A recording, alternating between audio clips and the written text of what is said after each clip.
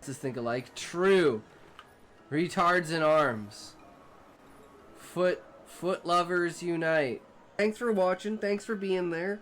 You guys are fucking awesome. And remember, as always, if you can't say fuck you to your friends, who can you say fuck you to?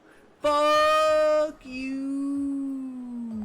So the idea is, what is the percentage on average cost of a company to have a minimum wage worker versus what that company would have spent 300 years ago percent-wise to own a slave? And see if minimum wage actually costs less money for the companies than having slaves. So it actually seems to be like almost exactly the same. It's within like the same margin of error. So they would probably have a better education than most minimum wage job. Like if you think about it today, like what you would need a slave to like actually be able to do to function in society. I'm imagining what the characters are doing, but that's not part of what's like important, right? So I set up what are the characters doing in my head, and then I say, okay, while they're doing this, what are the things that they're saying? Like, how would a normal conversation, like if I was this person and I was talking to another person and this was the topic of the conversation and this is what I was trying to say, how would I say it? But that's like, that's danger territory, bro. That's hands. I feel like I'm back in high school and I'm in grade 12 and I'm like, yo, hands. Here I can just say gum. I'm placing another handful of gum into my mouth because we've always stated that it's Big League Chew, so you should know. Like, if you know what Big League Chew is, you know how he's eating it. It's like little strings of gum. So you can take it's because it's supposed to like be a substitute for like chewing tobacco, right? That's originally what it was made for. The levels of like detachment that I can have from the actual stream. That's what it's all about. Distraction. That's how I keep, and I have like 300 IQ degeneracy. It's impossible for it to get leaked. Remember, you guys are fucking awesome. Thanks for hanging out. Have a great night. And remember, if you can't say fuck you to your friends, who can you say fuck you to? Fuck you! Or you're just like fucking around. You're allowed to just randomly fuck. Just don't do it all the time. Don't fuck around all the time or in the same place. But you know, randomly fucking around with your friends and shit like that. You know, they say like when you're younger, right? You know, there's a tree on someone's yard. You go hide behind it, right? And your friends wonder where the hell you went. Some shit like that, right? It's like, yeah, kids will be kids.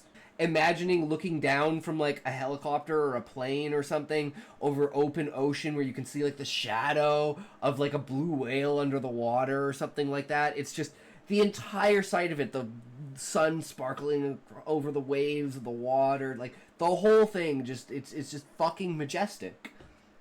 Watching videos like this and not understanding a single word of it makes me realize why they tried to put me in special ed when I was younger. Jesus, welcome. No, I know these words exist, but I just, like, they're words that I don't have full understanding of, right? And again, that's what I want. I want this type of vocabulary. See, I think every reaction that he takes has to make it so there's not a reaction from his mother. Because his mom's a fucking bitch. She's a Karen bitch. And you do not want to aggro that. So we can choose between either one of these. The AC blew a steady stream of cold air into the room. Like a stripper whispering sweet nothings into your ear, trying to earn another dollar. I love it, Beezus. She asked the usual questions. How often do I brush my teeth, floss, and so on? I lied. She stood up and presented the bite wings. I flinched. Regular check up my ass. And the implication is that this is happening, and he's thinking about this while this is taking place, and she's replacing the cover. And then it kind of just skips over it. Oh, I found out my B-Day is the same as Queen Victoria's. Nice! That's epic. As always, remember, if you can't say fuck you to your friends, who can you say fuck you to? Fuck you! and we're basically establishing the idea that I think in my book that I am like proposing is in a post-scarcity society where you don't need anything. Extreme acts spilling over into the main society. No, they don't spill over into the main society. They're literally separated. If you want to do those things, you go there. They're like a private. They're like literally like a private server for you to go on. To address your questions, apply the concept from your book inside with basic needs. Step 1, understanding crime and socioeconomic status in reality. Drug is 20 to 25%. Violence is 10 to 15%. So we're up to like 40%. If you can clarify what you mean by bottom 15% or provide more details about your book's societal structures. I guess this is kind of a bust. But I mean, 30 to 40% is pretty decent, right? See, I love it when they bring all this stuff together and I'm like, yeah, I do that. Yeah, I do that. Yeah, I do that. Okay, good. Which is a complete contrast to the entire chapter because what he's discovering and finding during the chapter changes his entire outlook basically on life. So it's like, the best is yet to come. It's like, hell yeah. And then it goes, oh, fuck, dude. Uh-oh. So I think that line just goes so hard because it's such a contrast to what happens and how the character reacts to the events of the first chapter. They're like using the suction thing, you know? Unclear what drive through my guard means. It's like it's like getting through his guard. Like he started, like her attitude and her like approach towards him is like getting through his guard. Like he's starting to let down his guard. Somebody just activated the trap card. Uh-oh. See? And so it begins. That's what I was waiting for. Even to this day, Yu-Gi-Oh! Activating your trap card is still used to that point. That's how influential Yu-Gi-Oh! Was as an anime. But anyways, remember, if you can't say fuck you to your friends, who can you say fuck you to? Fuck you! Final rating. Average these out, 6.2. The story lands around a 6. Showing skill with description, mood, and cohesive thread, but it's not professional grade either, due to pacing issues, clarity lapses, and underdeveloped elements. The story sits comfortably above average, with potential that isn't fully realized. Atmosphere. Story excels at creating a tense, competitive atmosphere. Yo, boys, how's it going? How is everyone? Welcome, we back at her. Another fucking day, right? Ooh, super excited, guys. So, I fucked up and I left whatever the fuck I wrote at work. I did a little bit of a comparison and basically wrote out how I would normally write. Then I did just straight on point, like what the fuck is there, just do that. Just explain it, and then like a middle ground. Psycat, Psychic Cat, Sky, Psycat. True, Callie. It's all in your mind, right, brother? They can never hold us down. They can never stop us. We are too great. We are legion. It is true. But, yes. We've talked about Real ID before, but I wanted to do this conversation, but it never really evolved that way. So I'm just going to start off this whole new one with this entire, like, idea of if we use Internet ID, can we get rid of bots? And I have, like, a really funny thing that I think might actually, like, happen if this happens, and it would be fucking hilarious. Found a new meaning for your name. Psycat, Psycat. I know, because these are all the iterations of my name.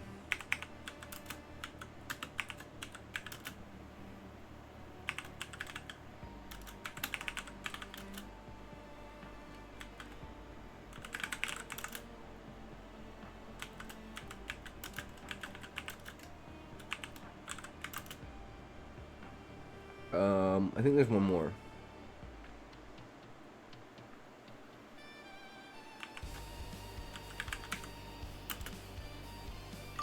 I think those are them. So like Edo, Talk, Talks, Cication, Sick, Cat, Sean, Toxie, and now we have a new one, which is Psycat.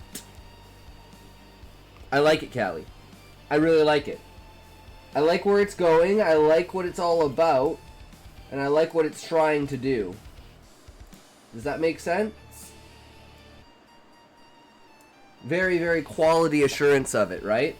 Imagine if the business of the city was all that there was, and all housing was in surrounding communities connected by rapid transit trains. Everyone who worked in the city would commute via train, and only the calm businesses, like grocery stores and full sit-down restaurants, farms, and the like, would be in the housing districts, but shut down at a decent time. The city would never sleep and could always be reached by the trains. True, Sean. I'm angry, I'm going to eat, so I am not angry anymore. So you are hangry there, Muffin. I mean, Callie. You're hangry. That's what it's all about. Hell yeah. Yeah, I don't want to spoil it. We'll get to it when we get to it. Right? That's just the way it is. Kill the hangerness. True. Hangerness has killed more people than you could ever imagine. You know?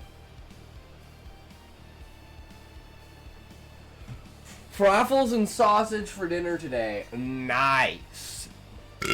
And lasagna, like always. Like every day except the last 2 days, because for some reason they had no lasagna. They only had spaghetti. I just stooped to fucking spaghetti. I don't want to be eating people. I want to be eating people, guys. Rick and Morty taught us that.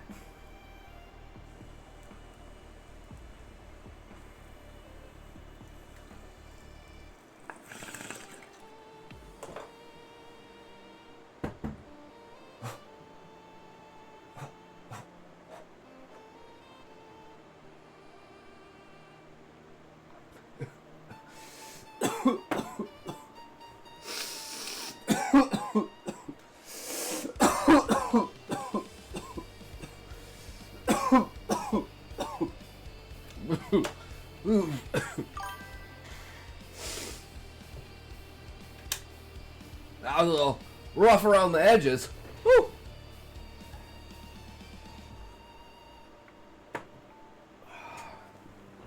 Okay. So, might as well, how we want to do this. How we want to do this, guys.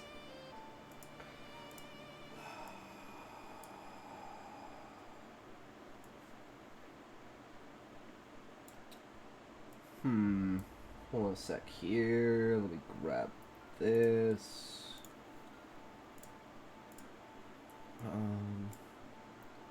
Get the notes. Two.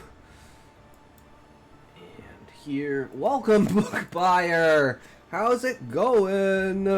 Book, do you have anything new? Anything new to report? I tried to raid you when you were live, but you were already offline by the time I was gonna raid you. I was so sad. No, only new bookkeeping skills. Oh, okay. Keeping up with it. No worries. You know, I'm just excited for the story, for when it comes out. No rush. Don't feel rushed. Where am I going? That's not what I want. Where are we here? Oh, I loved your thing there, Callie. Absolute cinema, bro. Could not be truer. Okay, let's Sonetta. This is Into the Nightmare. And we are on what? So we want to open viewer stories. This here. This. Get rid of that. And we're on chapter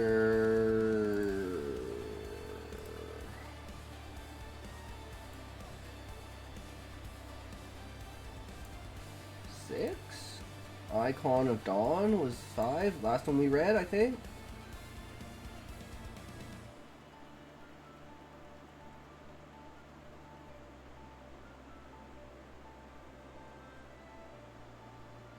Pretty sure we read this. Yeah, we read that. Okay, so we're on chapter 6 now, Callie.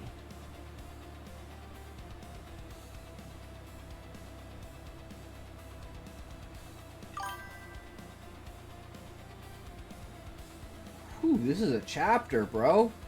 Unless I missed something. This is a hell of a chapter.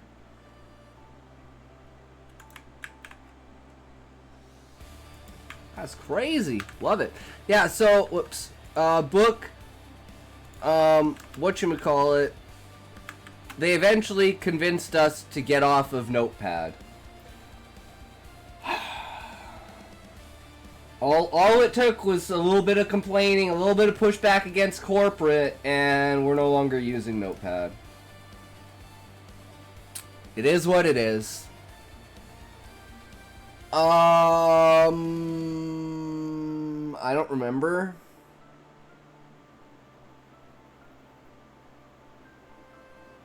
It's a random guy who's not a random, but I can't remember his name.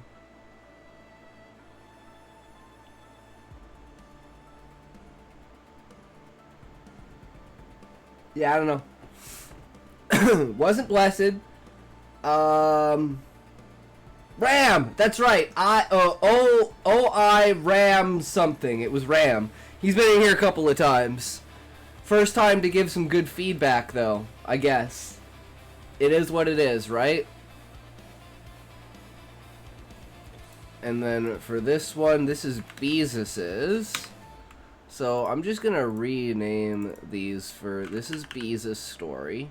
So this is for when we have Beezus. This one is Callie. This one is random, yeah. That one's random. In this case, it's a Fire and Flame. Book, I need your opinion of my audio. Oh, yes. That's perfect. Perfect, Callie.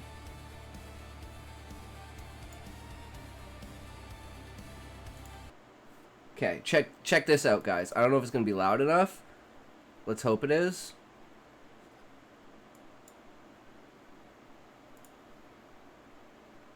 Okay, I'm gonna try something here. Can I trust you for a second? Please don't laugh. I'm kind of sensitive about this.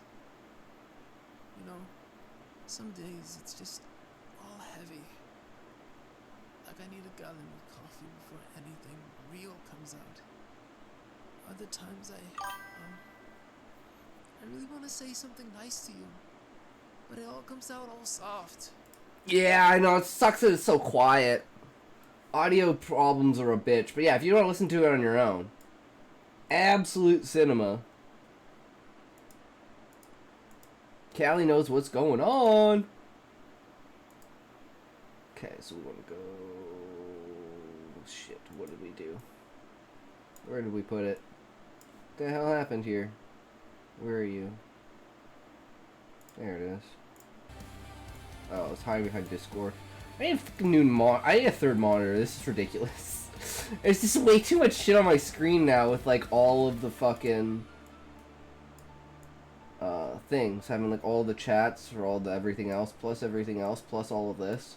I literally need another monitor. It's just too much. It's too clogged over here. Too ridiculous. Okay, so we're gonna pull out Beezus' story just in case he shows up so we can have it here already. Number 10. The End Watch. Because I'm super excited because this shit is about to get goddamn intense. And Beezus better show up today so we can, so we can get his story down. Text bold size 10.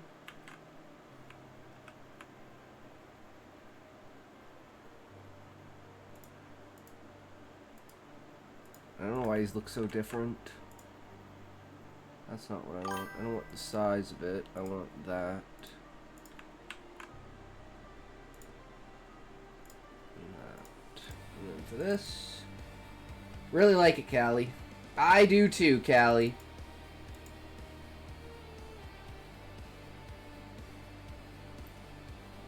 Okay, we got Into the Nightmare, and then next we want the Frost and the Flame. Chapter 22.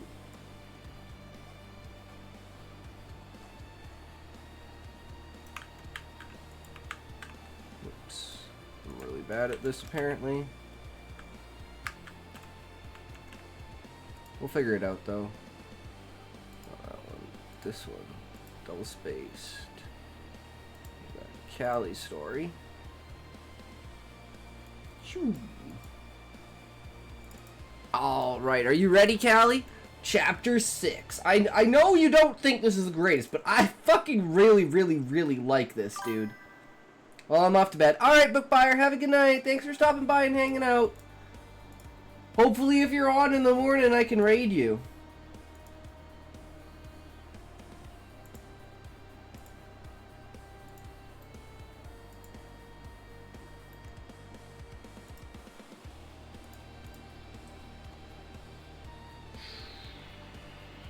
It gets better towards the middle. Okay. Okay. So I still have, you know, and you said like, oh no, that was Beezus who said his was the weakest point, yeah. And the end is rushed, but I don't know, I like the ending. Yeah, okay. The ending is important, but we'll see. We'll see what happens, Callie. We'll see where it goes. I'm excited as well. Okay, get rid of that, put that there. Last little space that I have. Okay, let's take a toke.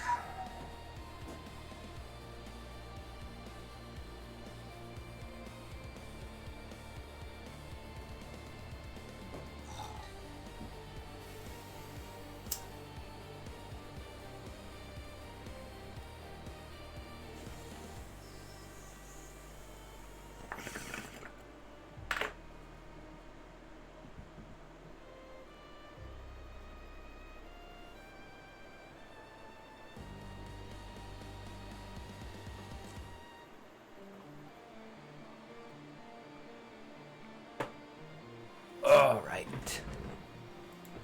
Chapter 6. To a village without sleep. The crowd shifted and bellowed like a loud fire in a great forest. I could only see pillars of blurry greens and red browns, bark-like layers in the bunch. Some blondes and darker shades were sprinkled here and there. I saw Gale, too. Had red hair with brown skin and wore green clothing. Kronos grew a patch of human flesh upon his lava-like body. He gazed at the clear skies.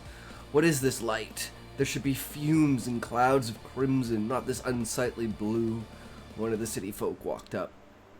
Great Kronos, perhaps you can solve this mystery for us.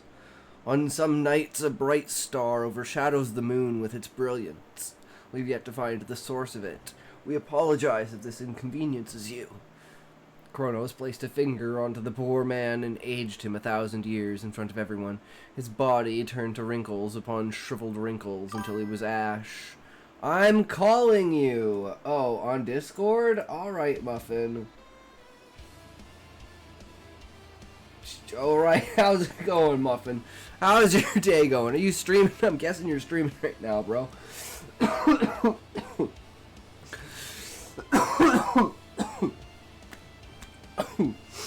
Alright. Do not apologize as if I could be encomended by a ball of shining gas like some child giant. Turned to the rest of the window. I just earned 60 euros, but otherwise it's fine. Damn, Muffin, nice! Congrats, bro. That's sick, but that's towards the college fund, bro. This vexation is yours. That's a big difference, 30 and 60. Muffin. It was a bet. Ah. You won the bet, I'm guessing. What was the bet? I told you not to gamble, Muffin. This vexation is yours to deal with. So do so now, or the lot of you will suffer fates far worse than his. Kronos turned to me. I hid beneath the wall, and when my eyes darted forward, I noticed Alias walking down an alleyway. This dude wanted me to beat a couple of his world records in 15 minutes. I did both in 10. Damn, Muffin, that's fucking sick. And he actually gave you the money? Or was this someone in real life? It felt an instinct to follow him. Not yet. Yeah, you're never getting that money, bro. Felt an instinct to follow him through the door, then down the stairs to a chamber similar to the first I ventured. Welcome, welcome, Busta Newt! How are you, good sir? Welcome back. Glad to see someone else on Kick besides Smokey, man. Super cool. Hell yeah. I said he can pay for the next year's subscription, but that's $10.50 months. Yeah, it is what it is. You'll figure something out, right, Muffin? Again, she was there, a woman with snakes for hair, a scarf covered her eyes. To look at her face once more, even without the danger of turning to stone, was an unnerving thing. I left the statue alone. This was yet another maze, like Bethlehem. Like the first chamber, it wasn't an island or as large as a city, though. In this chamber, there was only one room. The walls and floors. What do you mean only person on Kick? Hey, Muffin, you're a person on Kick. You're not a person on Kick, okay? If you want to be a person on Kick, you got to be a person on Kick.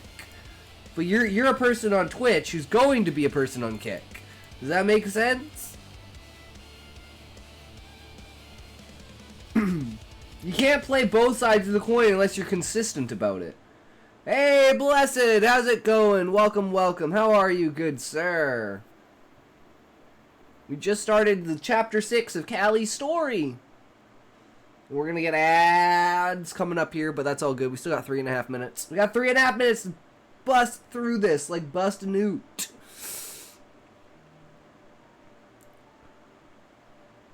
The walls and floors were modified by the very steps I took. One step was 1,000 decisions made by the living maze. Reminded of Phobator's skull, I signed to see if the room would listen, to see if I could if I still had over my fate, if I still had control over my fate. Sign language. I'm looking for Aelus. Then I took another step. I was turned around. Gale crashed into me. Ekthros, the man you are looking for is a tricky one. He is a man who catches smoke to light the wick on a fire again. He is a man who catches smoke to light the wick on a fire again. Sign language. I'm sorry, I don't understand. No one ever does. Not even Father. Only I know. She gestured to the neck. A light emerged from her Adam's apple. Wait. What? What, Callie? Her? Adam's apple? That's a new one. Turned into a miniature of Aelus. Her voice went from soft to strong. She had intention to her words now. As the daughter of winds and dawn, I am the goddess of illusions. The winds my touch. The light my sight. She stopped speaking rules. I'm like...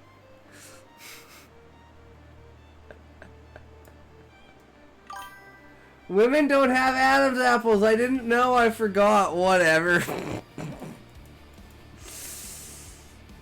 Maybe in this world they do, Callie. You never know.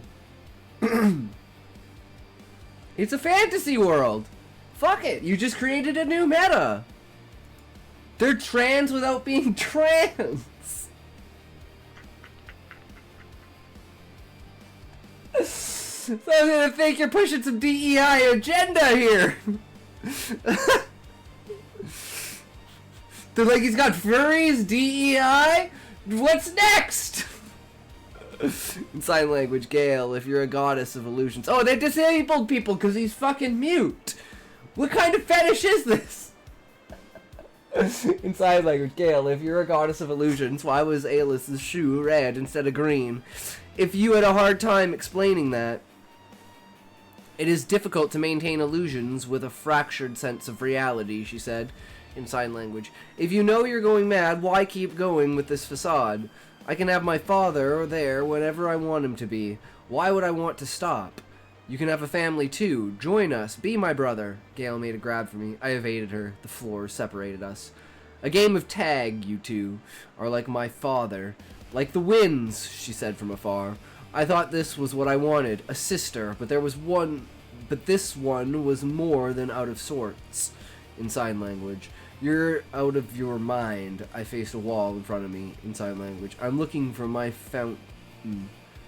I'm looking for the fountain of hate, said Gale. She appeared behind my fountain. You should be more specific in this chamber. Their hearing is not as good as it used to be. She took in a breath of air and blew down on my fountain, its water spilling over to my feet. If this place was anything like Phobator's skull, I may be trapped here. I dashed towards Gale. The chamber knew I wanted her dead. Instead of progressing, however, Gale was nearly crushed between two walls. Be careful with what you intend. I could, just as you almost did, kill you if I made the choice, she shrieked in silence. That was my only chance to get my horn back. I made a fist and looked down at my reflection. There's another. Drink the water you stand in, fool. The water was rancid, but I drank. My horn grew back. My strength returned. I walked towards Gale. No, don't. We can rule together. I heard a loud crunch, a cursory squeal. I stared at the mess for a few minutes. The silence as dead as the corpse. As a goat and prince, death was a difficult thing to understand. Sign language. I want out, please. A door appeared in front of me. I stepped out. Outside of the chamber, there was a bright light and a crowd beyond it. I've heard of this legend. The daughter of Alos has cursed us, said one of the aristocrats. She wore a white kite-shaped headdress, with an emerald as its centerpiece. How come we've never heard of this legend you speak of? One of the peasants roared with anger in his voice. I feel like I got so much better at pacing after this. Well, that's a good thing, Callie. You gotta get it out, right? You aren't of nobility, are you? That might explain your ignorance, said the noblewoman. The peasant receded back into the crowd. She walked towards me. I hid. Boy, you run, you die. A group of men showed up behind me. I didn't want to make enemies of them. But did I? You tell me, what did I get better at? You got better at settings, you got better at character, you got better at, I'd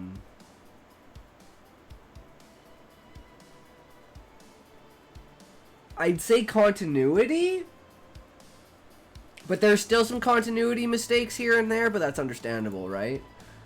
I have, like, no sense of pacing. I'm, like, fucking tone deaf to pacing. Better at confusing is with being trans without being trans. That's like me, because I'm not trans, I'm just a fucking femboy.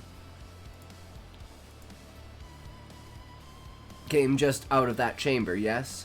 You must have killed Gale. I didn't respond. My body was frozen. This isn't what Kronos wanted. Do you wish us dead, child? Said the noblewoman. The same peasant had the audacity to speak. He shone with the same light as the star above him. Should we kill him? He was excited. Enough bloodshed for today, she frowned. The noblewoman walked up to him and sliced his throat.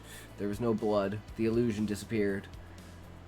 Mean SBS after BVW after IAN. Okay, Callie, perfect. Yeah, that makes sense. Exactly. True, brother. The nobleman walked up to him and sliced his throat. There was no blood. The illusion disappeared. See what you've done? There'll be more of that. Gale trying to coerce us with her illusions. Leave the city. Never come back, child. What? Fuck you! Yeah, I have no idea what you're trying to say there, Callie. Without wings and without Phobator's power, I plan to leave them to receive the wrath of Kronos. Though it was Gale's wish for me to see more. I heard her in the wind. I reckon that the word that you have said the most on stream is true. True, Muffin. I believe that. 100%. That sounds exactly right. I heard her in the wind, and felt her in the light. I was no longer Ekthros. My reflection in a puddle showed me this, Spira. She did not wish to turn heads and hid me in plain sight, beyond a veil that bent light to make me transparent. Student body Sonetta, being better than butterflies with vertigo, being better than into a nightmare. And the next one's gonna be even better, Callie. Just keep fucking going. Gale blew me away towards a corner of Wurnej, where natural light mingled with hers. I wanted you dead, but the aristocrats know too much of me to be deceived by my illusions. But are they? I'm asking you. Yes, Callie. Be the Music is a lot more grounded and understandable. It really takes a high amount of imagination to follow Butterflies with Vertigo. And this almost just seems like all over the place. But, like, I kind of like that.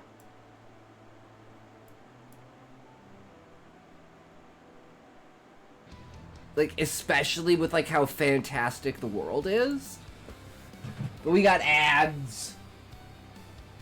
So I think if the world wasn't as fantastic as it was, Callie, I think that's what's holding it up for me, is how fantastic the world is.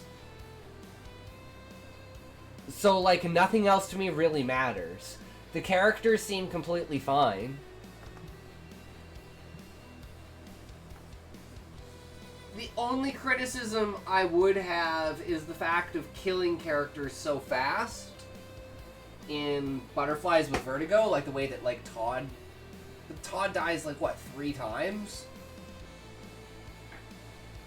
And there's a couple of others that, like, you're not sure if they're alive or dead, but being dead doesn't really mean anything. My favorite scene in this book is the one with Dionysus. Is that scene already happened? Because I remember we had a scene with him.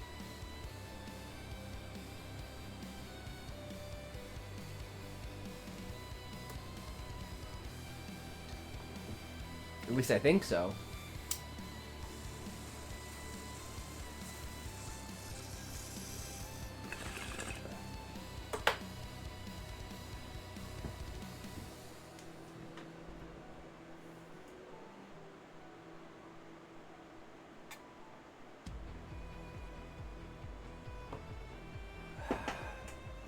A bit later. Okay, cool. I'll keep an eye out for it. All right.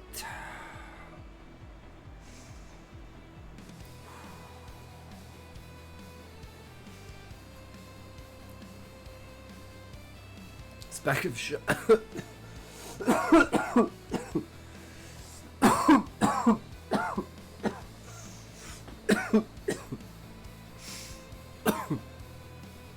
A speck of shining dust that danced between sun rays brought her to life, though it reminded me of what little power she had.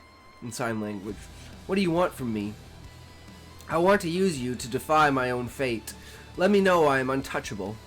The weather in the city worsened with the temper of its residents. High above, beyond where Gale's light could reach, clouds formed, more than harsh sun rays and winds that crashed like violent ocean waves. There was rain. That rain was a mild acid fire.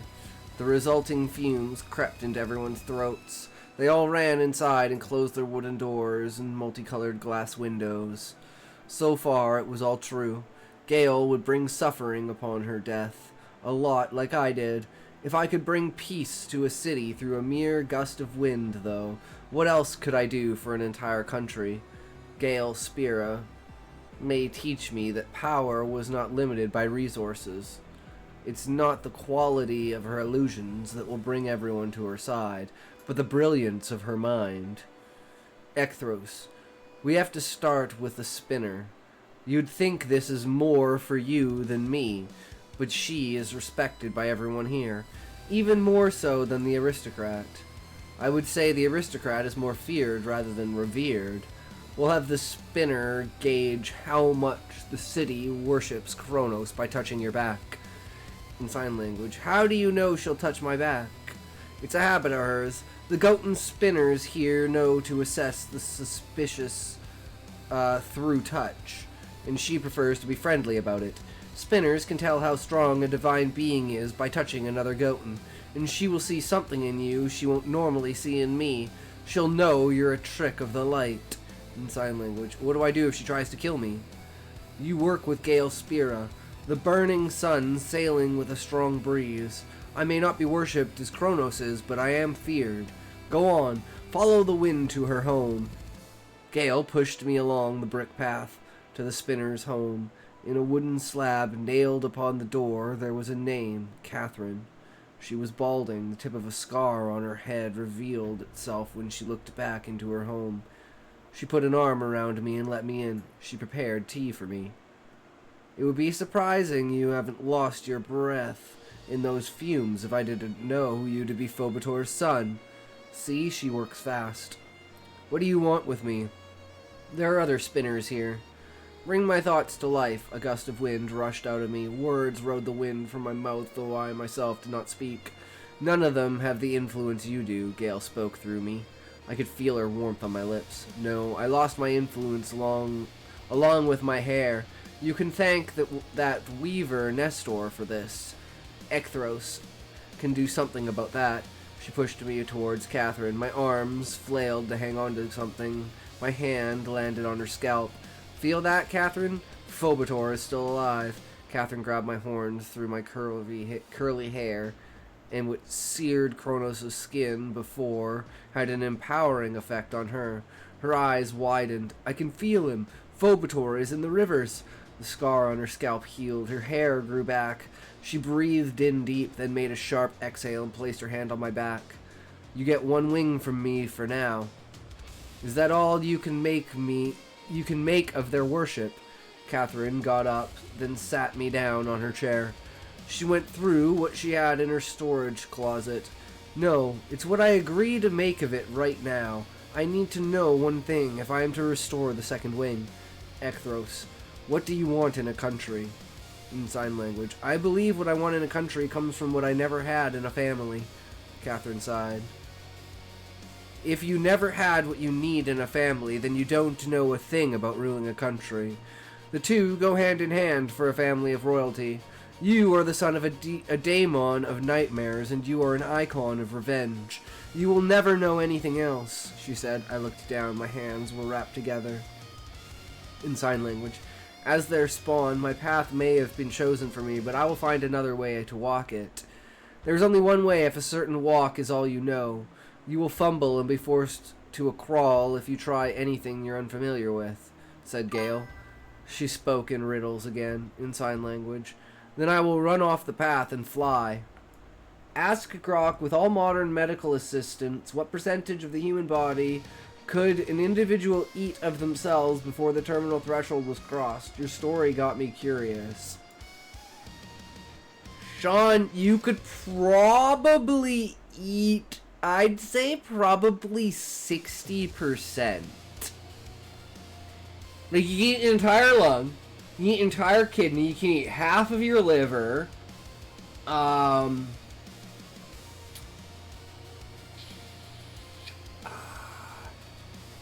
like, you can eat both of your arms, you can eat both of your legs, you can eat your genitals, oh,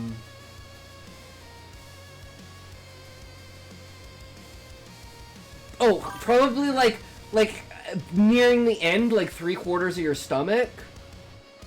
Yeah, most of the abdominal flesh, you can eat your own tongue.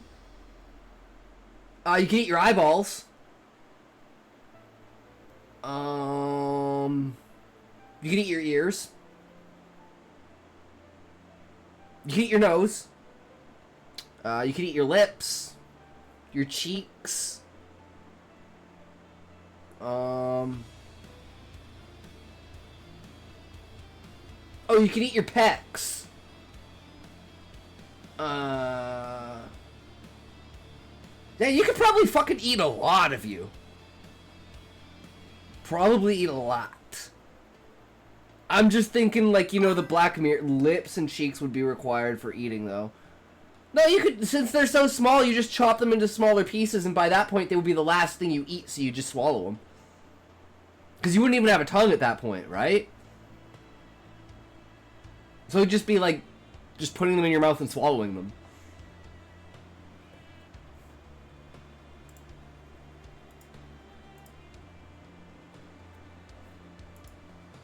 I don't know how much Grok would say, but I'd say that's probably nearing about 60%.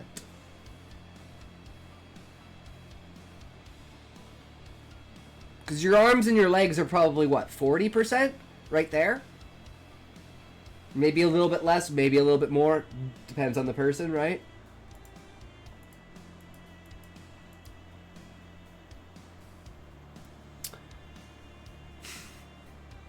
Not sure that's a question you should ask, which means that's a question I should ask. If you ever find yourself asking yourself, should I have asked that? Then you definitely should have asked it.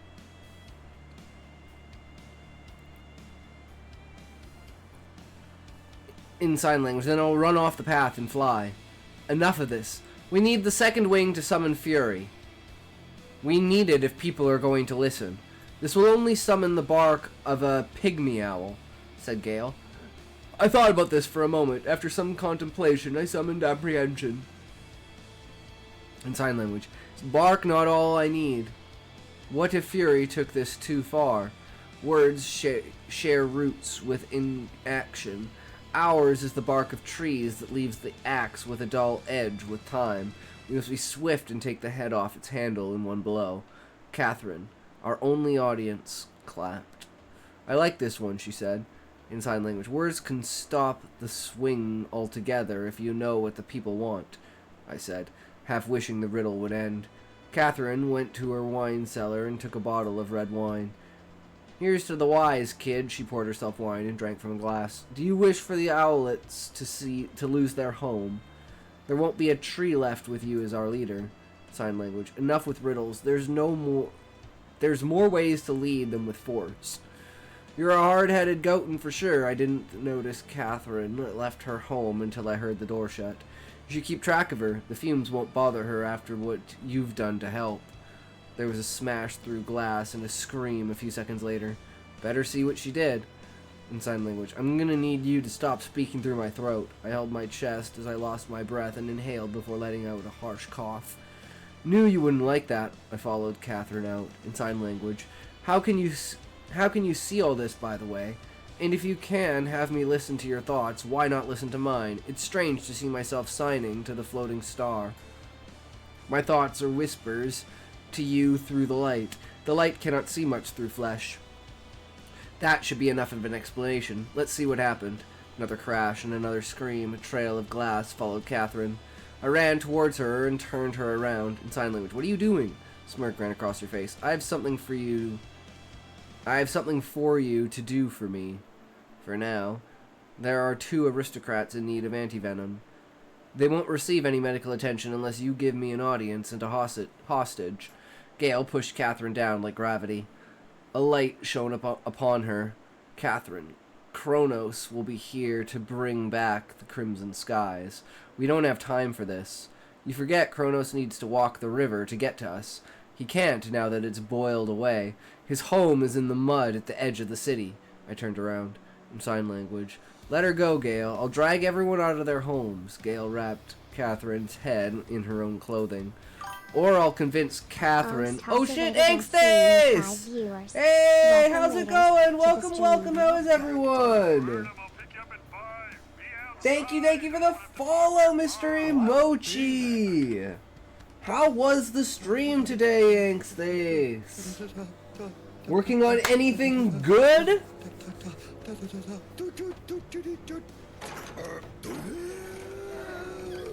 True, Samar. Daddy's home. I like donuts. I don't like very many sweets, but you know what? I could give me a Tim Hortons donut any day. Some Timbits? Fuck yeah. Characters were mostly walking and singing. Ah, sounds like a good time. True. But yeah, that's generally how it goes. We are currently reading Callie's story, Into the Nightmare, Chapter 6.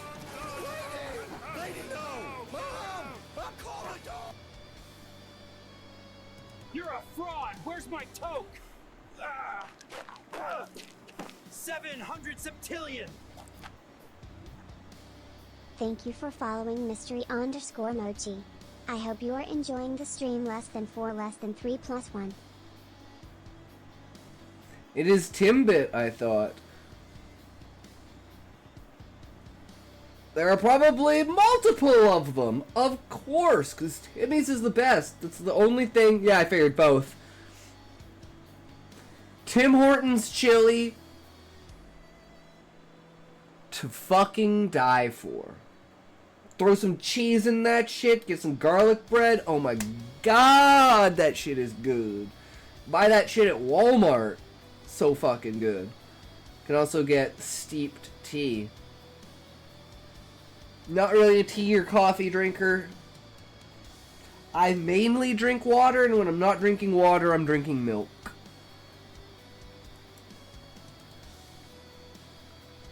Clock Walket uses Timmy's a lot.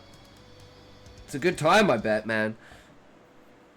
Again, I'm just not really a sweets, but you know, once in a while, a good freaking chocolate glaze or a honey cruller. Fuck yeah! I think they're too young for that reference, Samar. I don't know. I'm 34, but I have no idea if that's a 90s reference. I didn't have a TV in the 90s. I didn't have a TV till I was like 13, till like 2004.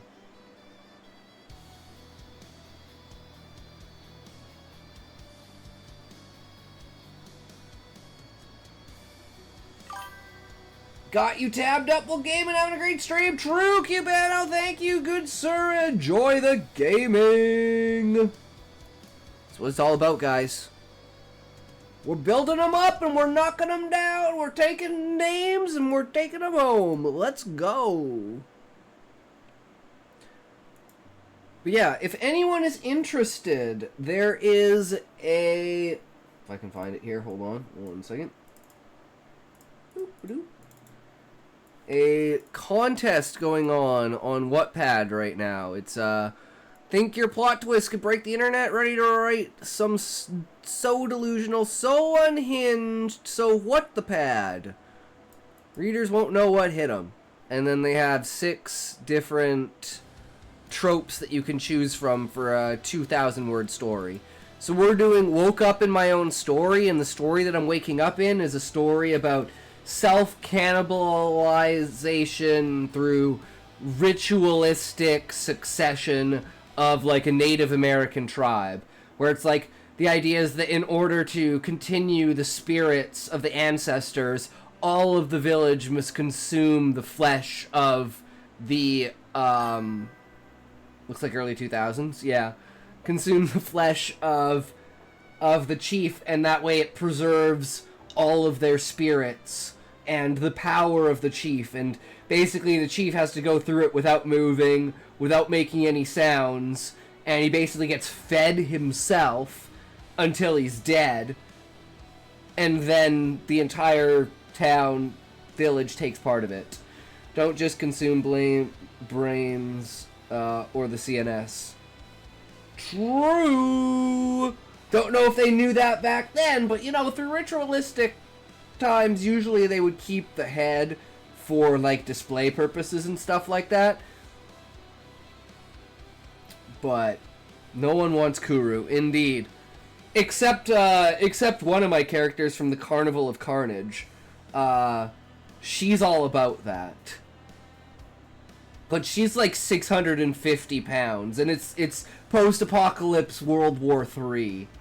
So, and she has like the most fucked up backstory of like any character ever created, I'm pretty sure. Her backstory is generationally fucked. Like, it's probably the most fucked up thing anyone's ever, like, thought of. So it's like, guy gets sent to prison. World War III happens. That prison turns out, to have, like, a bioengineering lab underneath it, because it's, like, a special government lab. And, so the character basically, genetically implants, like, wombs into the other inmates, and then, you know, impregnates the other inmates until there's, like, you know, a naturally born female, and then it kind of progresses, and then she kills a bunch of people, she becomes the warden, and eventually she creates the Carnival of Carnage when she's, like, 35, and she's, like, 650 pounds, and she just gathers together the most fucked up people, and she's, like, does, like, the most fucked up tortured stuff to them and shit. But she is, like, one of the most, let's say, successful post-apocalyptic societies.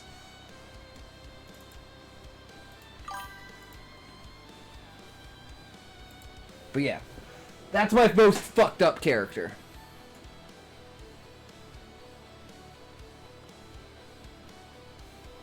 Let her go, Gale. I'll drag everyone out of their homes. Gale wrapped Catherine's head in her own clothing. Or I'll convince Catherine you did. Gale forced doors open, dragged out citizen after citizen, and helped an aristocrat walk out of her home. There was a familiar sheen to everyone except the noblewoman. They coughed and wheezed and writhed upon the stone pavement. Catherine unveiled her cloak and spoke. Everyone, I know you're all in unbelievable pain, but why let your suffering benefit the Titan who threatens you? Here we have a boy who believes punishment and fear are not needed to be a good leader. What do you want, boy? Tell them. And with your new voice, through Gale... I felt Gale's breath in me again, in sign language. I don't want you speaking through me. We have different ideals. I wrapped my hands around my horns. They were hot, and they got hotter with time. I grimaced and knelt. Catherine knelt down with me. I speak delusions to an illusion. Children. She drove a widow's claw into my wing. The claw snapped in half. Catherine tilted her head. You shouldn't be getting stronger through your own horns, unless you're in some enhanced form of the first state of sleep. Through that wing I gave you, you defy your father to use the power of Kronos, kid. In sign language, piety is piety. I threw her across the city and I stood up, leaned forward and dashed through the city with a swiftness that let me catch Catherine before she hit the ground. Kronos was at the edge of the city and sat on a boulder.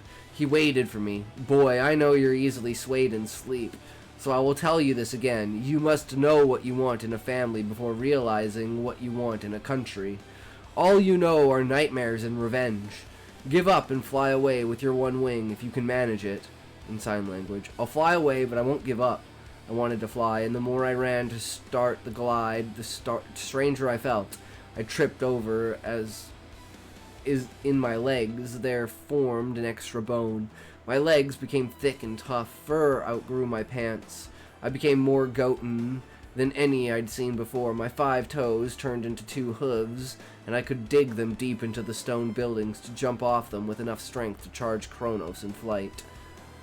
The initial glide was troublesome. I fell to gain height again and again, only to realize something. If one lung could take on full responsibility of missing one, why not the same with one wing? I spiraled in midair, and at first this attempt failed me. Blessed, always with a grain of salt until I test it and verify it. I'm not sure what that's referring to, Blessed, but yes, that is generally the way you should treat things, at least in my opinion. Hold on to your horns in flight, kid. They're more to you than you perceive. That was Kronos. I hung on. Greatest of greatest advice. Yeah, it's my 99% rule. Nothing is 100%. Everything is 99% because you never fucking know.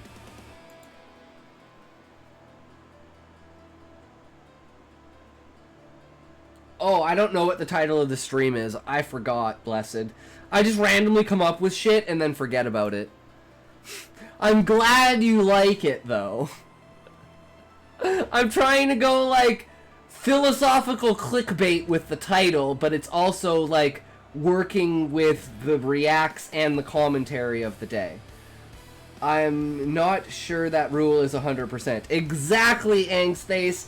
That's where there's the contradiction, right? It's a true reality. Sometimes you should let others make the mistake and learn from them. Samar, you are very true. And that is like my dick nature. It's like the one aspect of me that's like pure dick nature is I will always sit in the back and lean against the wall and watch shit happen and just basically observe without interacting basically whatsoever and keep minimal interaction and just watch what people do and learn from it. Because if I don't take any action, I can't make any mistakes. But the more actions I watch happen, the more mistakes I can prevent. Like if someone tells me walking into a geyser is a bad idea, I don't need to test that. I can just believe them in that case. Well, first I would ask them all, well, what's a geyser? And they're like, well, it's highly pressurized water. Even if it's not extremely hot, highly pressurized water, the last thing you do is stand in front of a fucking fire hydrant hose. Or a firefighter hose. Or like a fire hydrant or something, right? I'm getting to a point where I don't give a fuck. True, blessed. Please do not play in the lava. Exactly. It's like a simple understanding of reality through tested, but it's because you've done it before, right? The reason that you know is because you learned as a baby or a kid these things, either through you experiencing them or watching someone else do it, right? That's why it's like the way to teach people stuff is like you watch someone put their hand on the stove and the stove is hot and then you see the blisters on their hand and the pain in their eyes and you go, damn man, okay, don't touch stovetops because they might be fucking hot, right? It's like, I've never ever placed my hand purposefully on a hot stove. I've accidentally done it, but I've never purposefully done it, like, to my remembering, even when I was like 5 years old or so, right? You'd think that'd be something I would remember. So many motherfuckers hide behind other people. True, blessed, because they don't want to fail hard. Exactly, and that's why I hate that aspect about myself. That I sit in the background and refuse to make mistakes. Because you have to make mistakes, but you should still learn from other people and try to prevent mistakes from happening, but mistakes will happen. It's mitigation, not prevention. I think that's a very important thing. Basically, in some cases, I can test it by letting others test it and taking notes. Like, a good example of that is, like, going to different streamers in the writing category and seeing how they interact with their viewers. And then somebody says, the best way to be a streamer is to interact with your viewers. Then you go to the writing streams where people are, like they're there to, like, co-work, and they're there to, like, get the motivation in order to write. So for those streams, it's not actually about the, like, engagement in those streams isn't about chat engagement.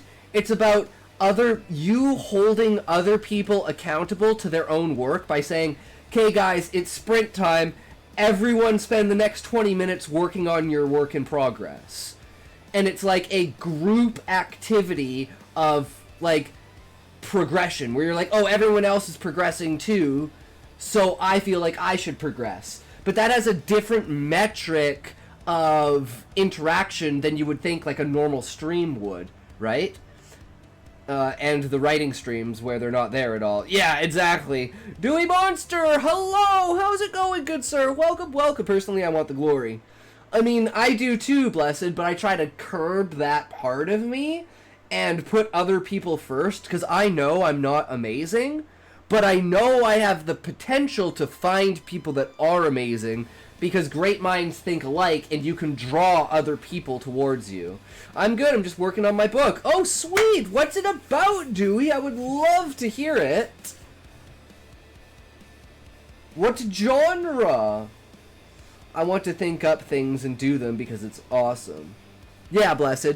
You want to experience, like, that's kind of like how consciousness is treated in my book. You want to experience life, and experiencing life means having the ups and downs. Because if you only had the ups, like the utopia of the tree, life just becomes a stagnant, strutting mess because there's nothing to push against you. There's no conflict. There's no reason to exist. You just simply do exist. It's sort of basic, I guess. I'm working on a young adult leaning adult book. No worries, Dewey. All works are totally fine. Even if you're doing like children's books and stuff like that. The point is to have creativity and spread creativity in whatever means your personality facilitates that creativity, right? I think that's the most important thing, is find the medium that resonates the best with your creativity and then work with that medium. And then use other mediums to contrast, why do I like this medium so much, right? Like, why do I like the writing medium versus the reading medium? Or the drawing medium, right? 700 septillion! Children's books are actually really hard to write. Very true, Thank you Samar. for following Dewey Monster. I hope you are enjoying the stream. Less than 4, less than 3. Thank you so much for the follow, Dewey!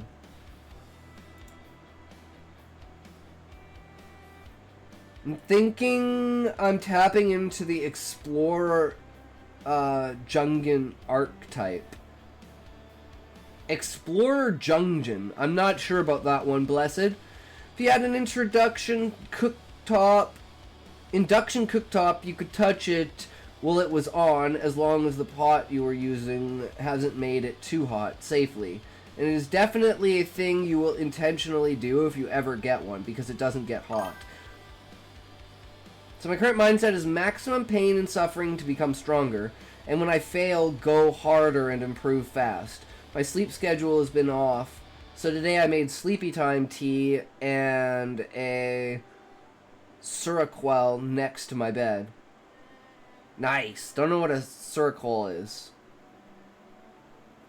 It's like when artists do like a 3-color challenge. It is so limited deliberately, so you have to stretch your creativity to fit in the rules you set out. Exactly, Samar.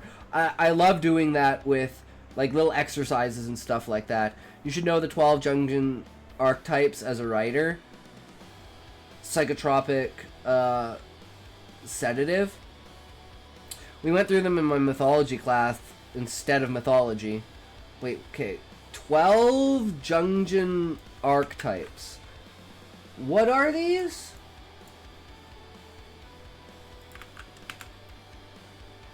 Universal inherited patterns of personality that shape human behavior and motivations.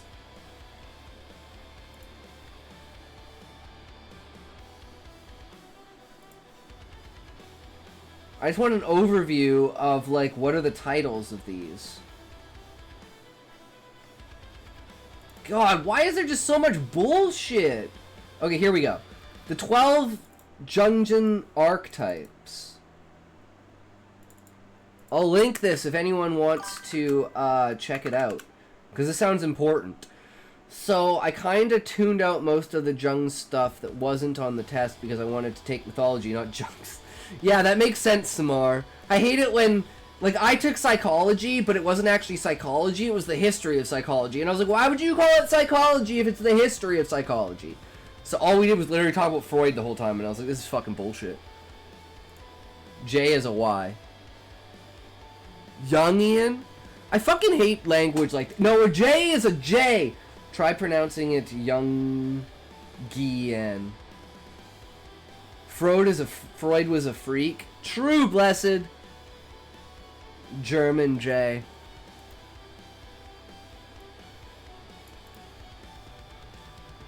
Language is so difficult, that's why I made Freud like to get freaky. I believe it. Okay, the innocent. Represents purity and optimism, desiring to be happy and free. Strategy involves doing things right and embracing faith and optimism. So, naivety. He's post-Freudian, but not far post. I see. The orphan desires connection and belonging, fearing being left out or standing out. Strategy involves developing ordinary virtues, being down to earth and empathizing with others. Swift's psychiatrist. The hero seeks to prove worth through courageous acts, fearing weakness and vulnerability. Strategy is to be strong and competent, although may struggle with arrogance. Caregiver. Motivated by a desire to protect and care for others, fearing selfishness and ingratitude. Strategy involves doing things for others, though may fall into martyrdom and exploitation. Okay, this is probably me. I'm probably a mix of a couple of these. The explorer craves freedom and authenticity, fearing getting trapped or inner emptiness. Strategy includes journeying, seeking new experiences, and maintaining autonomy. Treated as absolutely as credible as any other psychiatry from the era, but plenty of things are both bunk and useful. Yeah, you got to think about it in the way of all rules have exceptions and there are reasons for it, but you can use it as a guideline to build off of in order to create an understanding, right? And that's where it's like you take like 3 or 4 of these and you mold them together to create an actual character. No, these aren't even rules. Social sciences use models, not laws. I just mean like categorically, right? Like no one person is one of these, but I definitely resonate when I see one that's me. Like, oh, that's definitely me. I'm not explorative or anything, but I'm definitely motivating. Like, I'm motivated to protect and care for others. And, like, freedom and authenticity, but hate going out of my way to do stuff. Lover seeks intimacy and connection, fearing loneliness or rejection. Strategy has become more attractive physically and emotionally, but may lose identity. What I'm saying is social sciences are not as reliable as hard sciences. Oh, I know. Social sciences are a understanding of a subset group, right? Because you can't... You just take a general behavior of people and create an archetype around that behavior. That's why it's like no one person is one of these. People are probably 8 or 9, maybe even all of these put together with a little piece of each of them from somewhere, right? Because these are just so narrow in their scope. No human is that narrow in their reality unless they're just like a bland, boring, dumb person that has like no interests, no hobbies, and just like basically is a fucking NPC. Your Walmart NPC. Creator. Definitely have the creator in me. Strives to create enduring value, fearing mediocrity. True, strategy is developing artistic control and skill despite struggles with perfectionism. Exactly. Jester. I'm also Jester. 100% Jester. Embraces joy and honor, humor, fearing boredom or boring others. Strategy includes playing, making jokes, and being funny, though may struggle with frivolity. I think they are tendencies rather than every time... everywhere, everyone. Yeah, exactly, Blessed. But it's like, it can be distilled down to a single piece of characteristic that's like, oh, hey, this falls under this category, right? And then you can structure that in a way that's understandable. So, like, this is probably something you should have like personality tests in school where you say what resonates with you the most, and then take a test every year and see how your personality resonates with that, right? Because it's all about your self-image and what you think about and what you focus on, right? How much of this percentage are you, right? Like, for instance, some people would say, oh, comedians are jesters.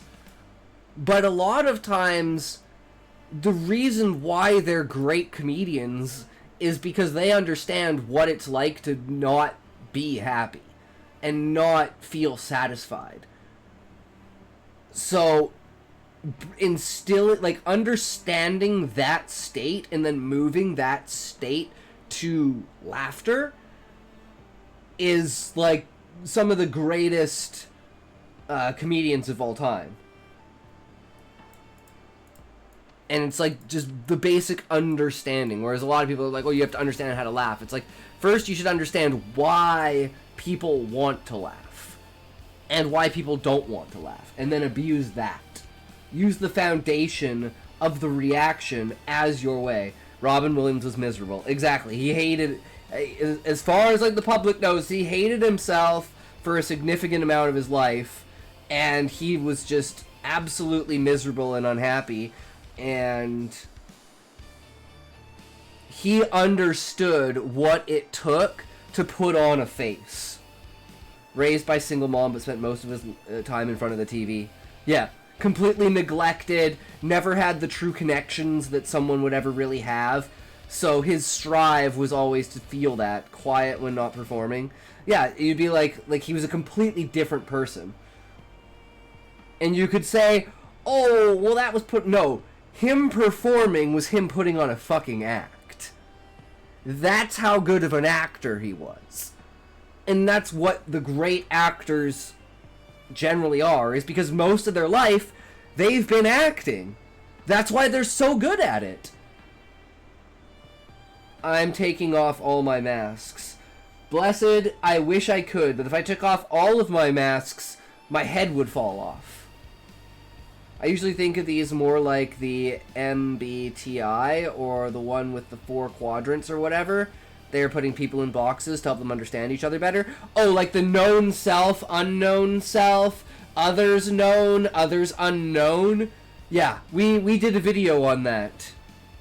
Yeah, we did a video on that. All the bullshit I performed to be like. Remember, like I said, Blessed, if I don't give you an example, I'm bullshitting. If I don't immediately give you an example, like if you ask a question and I give you an answer and then I don't give an example, I'm bullshitting. So always ask for an example, and if I can't give you an example, fucking call me out because I'm bullshitting. It's just vibes. The Sage. Driven by a quest for truth, fearing being misled or ignorant. Which might be one reason it's acknowledged to be garbage. It's true, but I use every tool available to me, right? Knowing what tools are bad and what tools not to use is also a very important thing. Like, that's why a lot of some of the advice that we go through is like, oh, don't listen to this advice, or these are the caveats as to why you wouldn't use this advice, right? It's like, you have to find it, there's so much advice and so much contradiction in that advice, because it's all based on a framework. And where are you positioned in that framework, and what perspective do you have? Which direction are you facing? What angle are you at? You take all of that nuance and you fold it together, and that can give you a direction to look for what you need to like advance, right? I don't know if there is still a fully unmasked me still exists. Huh, Samar?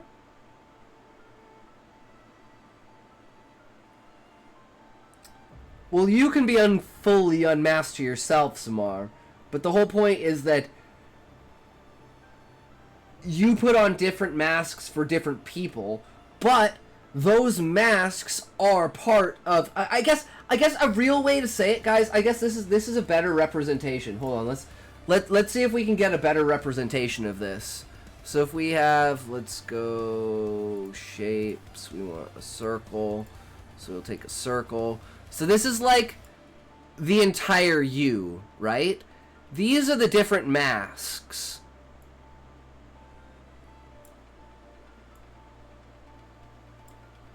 They're just different pieces of you that show only a limited amount of one thing, and you put them on for different people. Does that make sense?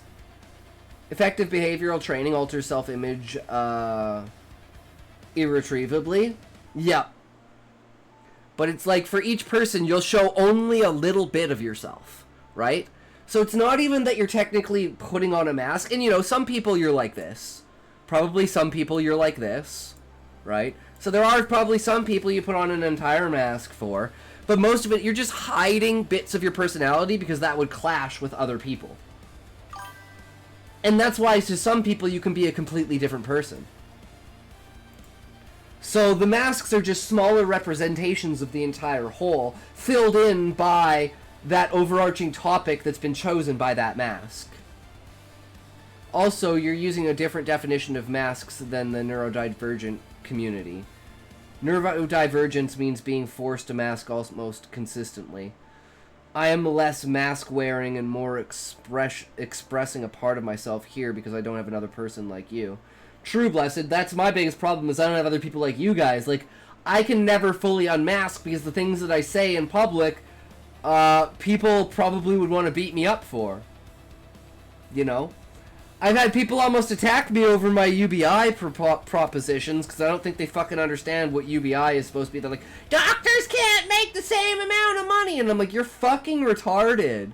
It just means that everyone's provided a basic thing. Doesn't mean people can't work. All we do is say, what's the lowest? Okay, the lowest you can be in society is have a 1x1 room with 1 bowl of rice a day. That's the lowest you can possibly be in society. There isn't anything lower than that because you can't be homeless. Find it hard to respect idiots. I could definitely see that, Blessed. 100%.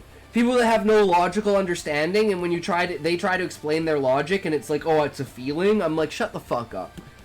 Stop, you know, stop and take a second to realize why you think what you think. Needs beans, too. No, beans cost money. Rice is way cheaper than beans. Beans are expensive compared to rice. You know. Beans are like if you don't want berry, I don't know what berry is. Behavioral training. It's hard to respect idiots, but at least I can think of it this way, Blessed. They don't have to deal with the existential crisis of being intelligent and seeing how retarded everyone else is and being like, why are people so fucking dumb? And you have all the means in the world to educate yourself. If you only eat white rice, you get a horrible disease from malnutrition. You do become the mask. It takes a lot of people to peel them off like an onion. Yep. This is why people oppose your UBI proposal. You want to do serious harm to people poorer than you. But this is the question, Angstace. There are people that don't have any food. So, what you're saying is we should let the lowest of society be homeless and unfed versus live in a box and have 1 thing of rice a day. So all I'm advocating for, it is called berry, and it's like scurvy and rickets. Yes, Samar, but at least you're alive. Whereas homeless people, right? So what's worse? Not having any food. Night Sir Talk took a little break. What did I miss whilst I was gone? Rick, welcome. How's it going, bro? Not too much, good sir. We're in the middle of Callie's story, but we've gotten really sidetracked. Like 4 times over, but that's okay. It happens.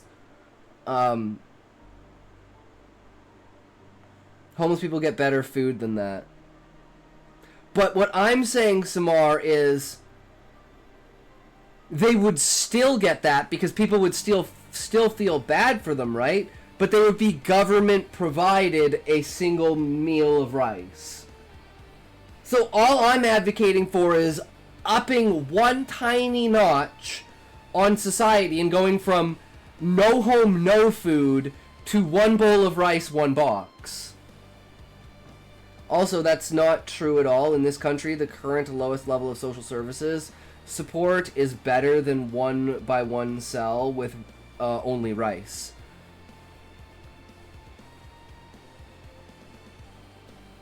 But what I'm saying is the people that can't get that service. Does that make sense? Like, the only thing I'm advocating for is the people that are below not having a 1x1 box and a bowl of rice, we're giving them a 1x1 box and a bowl of rice. And there's no... If they can't buy food, we have food stamps. But there are people that, like, for instance, if you're completely illiterate and you're like a homeless person living on the street, that's like, because those people don't actually exist outside your imagination.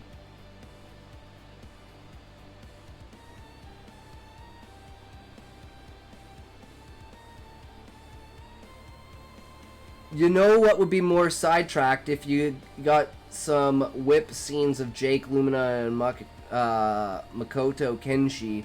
Don't know yet, to be honest, but he is a femboy slime who's passionate about Jake, you know, infatuated, admiring. There are places that fill out the forms for you.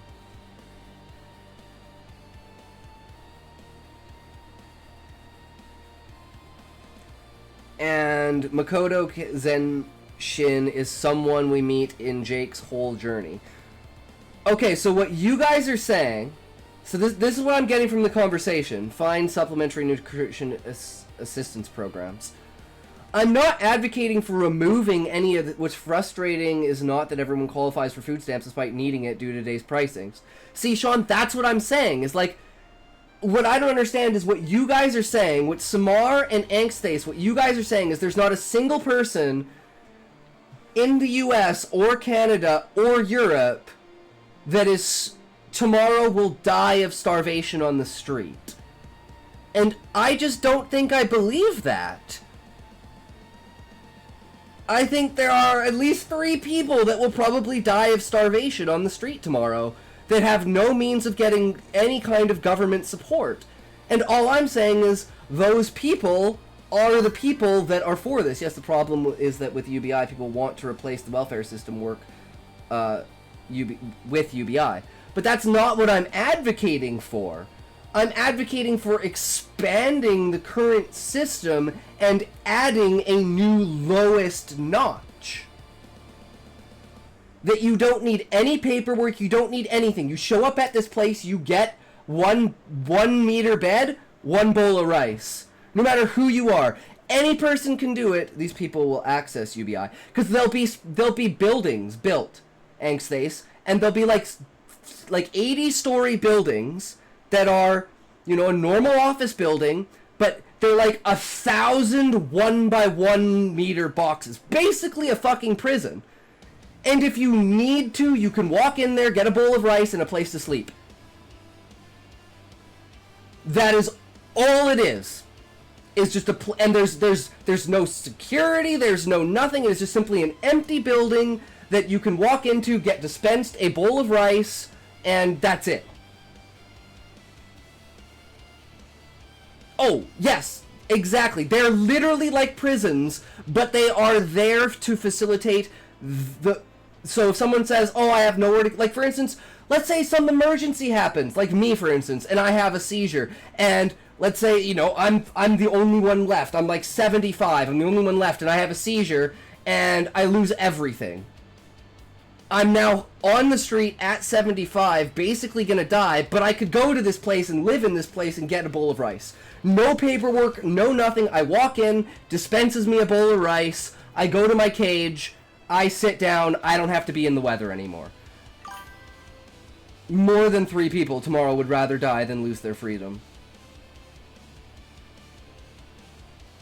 Food less than 75 cents. Wrong. Cans are 75-cent pound if you recycle them. Food costs less than a big bag of crushed cans. Yeah, those are called emergency shelters. But they wouldn't be emergency shelters. They would just be... like...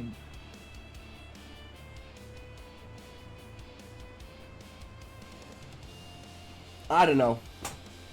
But you see where I'm going? Where when I talk about this, people are like, "What are you?" They like freak out, and I'm like, "No. Place for homeless people to sleep and get 1 meal. Then you can go out and try to get a job. It's an address for people to use for apply for work, showers, and personal care supplies." Exactly, Sean. what exactly do you think you were describing, if not an emergency? Because emergency shelters are overlooked. I'm talking about something that does not have staff. It is not cleaned. It is not done anything with. It is simply there and abandoned to facilitate anyone's need. I feel neither of you have used an emergency shelter. It has no means for upward economic movement. Now, I knew the canners when I worked at the scrapyard, neither of who. I mean, I think it's a fascinating conversation, and oh, so you want universal rape for the poor? Well, I'm like, what happens while they're on the street? It's just one of those things where it's like, how is it safer for them on the street? That's my argument. And emergency shelters only allow for a short time. You can't be there consistently. Exactly, Sean. This would be, you could literally live there. They form a community and protect each other. Exactly, Samar. See, what I don't understand is like, most people's, oh, it'll be bad, so we shouldn't do it. But I'm like, it's better. You think Samar, you think they're actually safer on the street? On the street, they have escape routes. That's why they're not in emergency shelters. A community going nowhere. All I'm saying is, in my mind, I think it's better than being on the street. But it wouldn't be mandatory. If they think they're safer on the street, they don't have to go to these places. All I'm saying is there should be a place. Because people say emergency shelters, but emergency shelters are not a long-term solution. I'm talking about a long-term solution. Yes, but it's because it costs money to maintain it. Once you consider that their home feels safer there. Exactly, Samar, but one of the ones, were I homeless, I could choose to go to an abandoned prison and stay there while attempting to get a job, I'd go there. I mean, there you go. It's not just safety, it's freedom to drink, drug, and be lazy.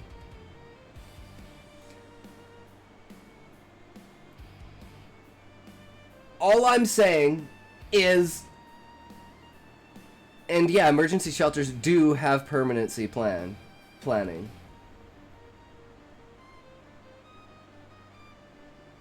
Please don't speak of people I consider friends like that.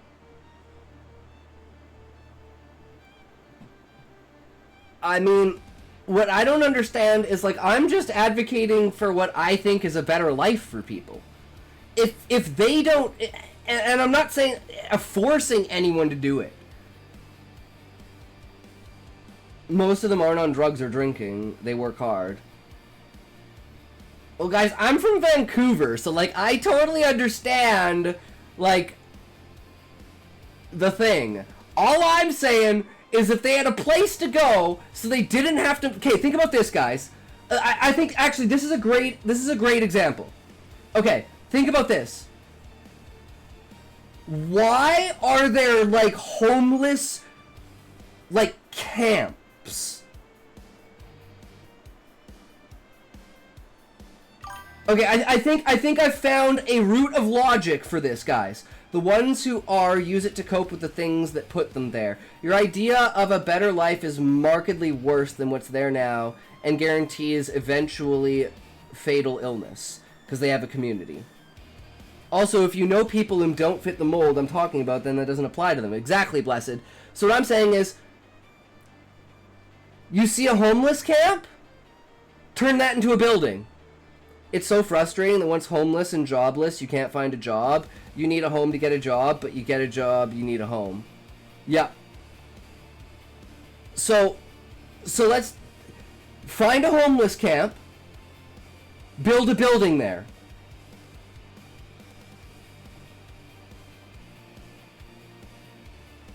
Does that make sense? Because now it's the government providing infrastructure. I was also homeless and in a hotel for 2 months.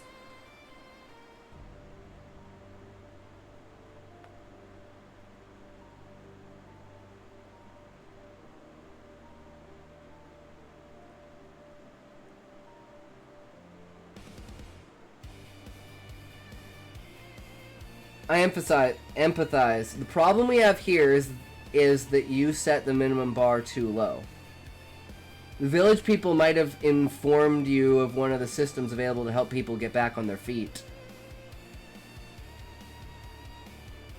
I'm like, if they're building tent cities, this is my argument. If people are building tent cities, why not make an actual building for them? That's my basic argument. At the end of the day, that's my basic argument. How do we get rid of homeless cities? Well, we make houses where those homeless towns are. Because people don't give a shit.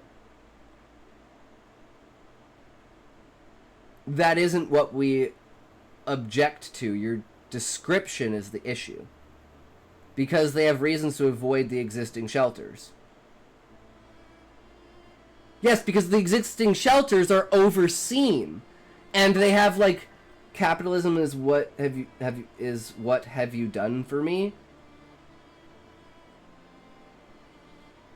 I guess I just don't see it from your guys' perspective, where living in a tent city is better than having an actual building.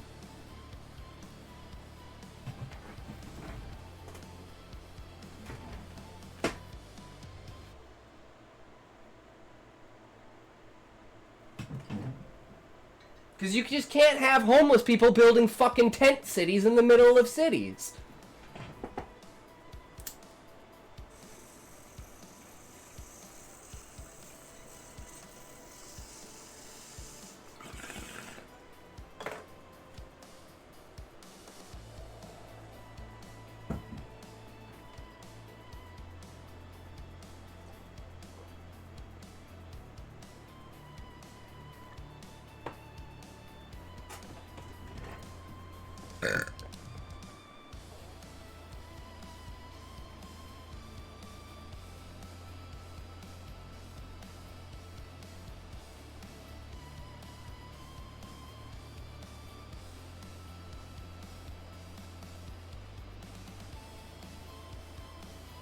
I don't know the reasons, but I watch them sit around all day yapping.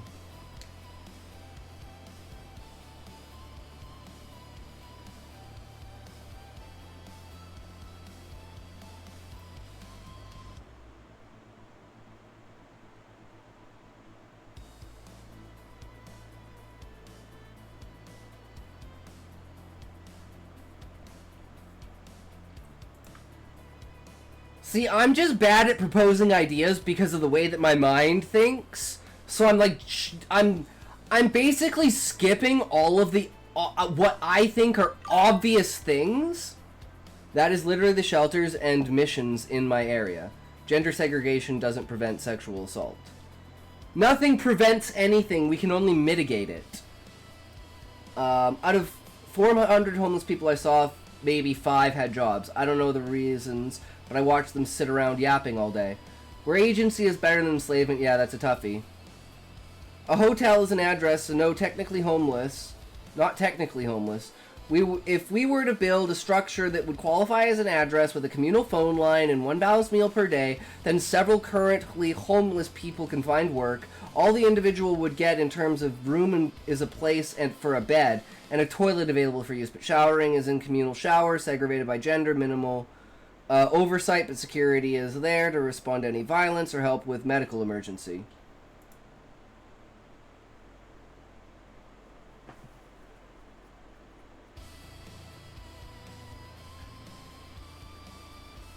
Word mitigate means. Talk suggested only giving them 1 rice meal a day. Just rice.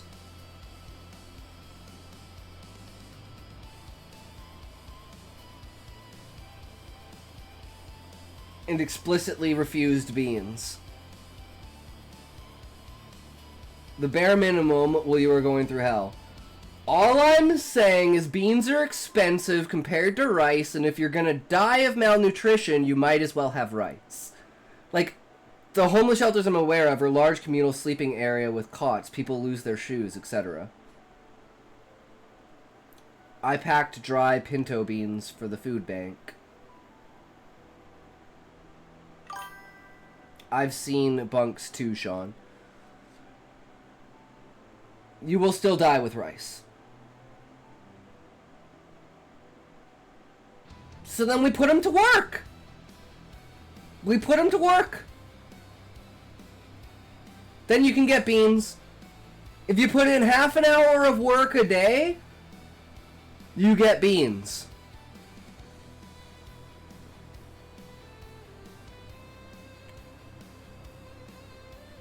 Work can be as simple as keep your room clean. So you're reinventing Victorian workhouses. I don't know, it's up for...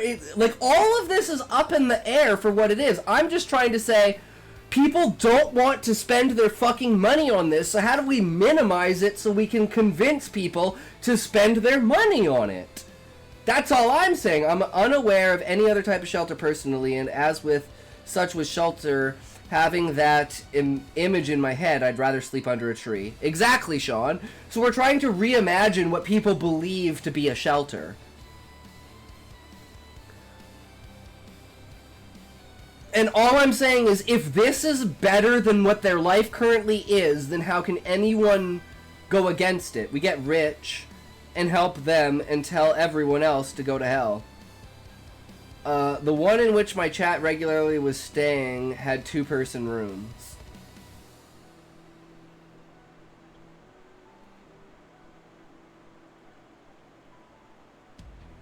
All I know is that, like, whatever services we currently have is not enough, and we need more services, but people aren't willing to pay for more services, so we need to make sure that those services we create are the absolute minimum cost.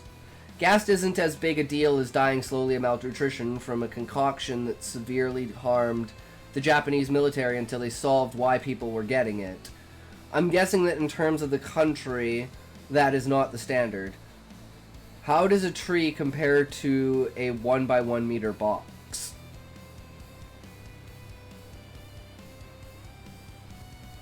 I mean, in the middle of winter, you may not have any heating, but at least there's no wind. My point is giving homeless, down and out people good food. Fuck the rice and beans. We're saying that isn't the bare minimum standard, beans and rice is. Box is better than tree, but tree is better than a communal sleeping room. Yes, exactly, Sean. That's why it's a 1x1 box. It's your box. No one else can fuck with you in your box. Also, government cheese. We have too much government cheese. See, you can bring the extra food and the extra money into it and say, sure, rice isn't enough. Okay, rice isn't enough, guys, but I think everyone should be allotted a 1x1 room and 1 food a day. 1 food and 1x1 room. What if I want to fuck? Cisco Panch. If you want to fuck, there's a designated area where you can go fuck.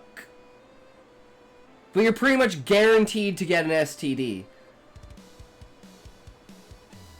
From the inside, Angsthace. You can lock your room from the inside. With the old-fashioned fucking thing like this. Also, do you have any idea how small 1x1 is? Yes, it's barely enough to curl up in. And the whole point of it, Angsthace, is to be as cruel and unusual as possible so that the homeless... Yes, I know, Samar. But, like, I guess you guys aren't understanding the tactic that is behind this. The tactic that's behind this is to tell people, hey, you can't sleep on the street, go to the 1x1 room. And they're like, I don't like the 1x1 room. And they're like, here's a job application, go sweep. And then the people that really can't work, really can't do anything, those are the people that are going to be in a shelter. Those are the people that are going to be at a higher demand of care. Why would you do that to the people who need the bed the most? Because we have to separate this. Hold on. This is to separate. No. This isn't even an Alberta statement. This is, it's just tonight. A random thing. You could go sweep the... We'll create jobs to sweep the streets. Boom, there we go. We have you living in this house, you get this free job. Why not go to the Japanese hotel route? They have beds like shelves, like 50 people sleep in a space for a normal room, but each one is so isolated nobody can mess with them. So you do identify as a conservative. Do not imagine yourself to be human. I don't consider myself connected to any political party. I just believe we should do what's best in the long run for humans. So what about a nice home? Hey, the whole point of this is to incentivize not being fucking lazy and a drain on society. If you actually need help, this is 150% Reform Party. What's this inhumane housing? See, what I don't understand is we already have standards for the minimum that isn't literally torture. And what I'm saying, Samar, is because the standard is so high, it doesn't fit enough people. So I'm suggesting lower the standard so we can fit everyone under the umbrella. And then using that, we can separate the people that are just taking advantage of the system and the people that actually need help. And then the people that actually need help, we help. People that are taking advantage of the system, well, they can live in a 1x1 box with 1 rice a day. Then why aren't... That's what I'm saying, is like then you can't, because the conditions are there that make it so people don't want to. So you have an issue. So all I'm saying is we have an issue, how do we solve the issue? This is how we solve the issue, and this is how we incentivize it. So then the reform should be in a different direction. Like, you guys are talking about things that are way above UBI, right? Beans are cheaper because it lasts longer in the body, by the way. I had no idea, Sean.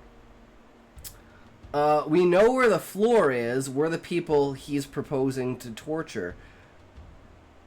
I don't understand. No one is forcing you to go to this room. It's just if you are so desperate and so down on your luck, you have somewhere to go. Whereas nowadays, the places are so bad, people don't want to go to shelters. That's what we're trying to say, is the shelters that we currently have are so bad, people don't want to go there because of what they are. I'm suggesting, let's create a place where people do want to go.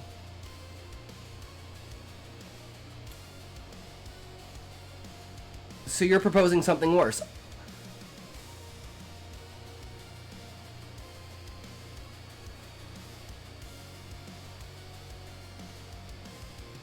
Okay, I don't understand your guys' argument.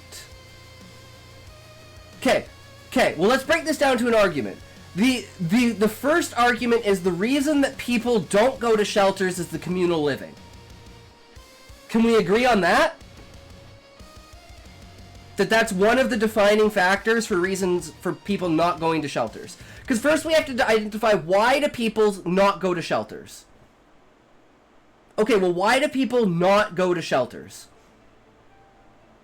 That's the first thing we need to identify. Why do people not go to shelters?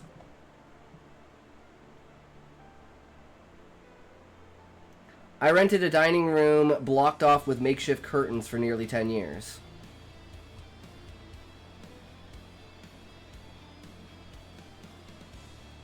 Drug users are mentally ill.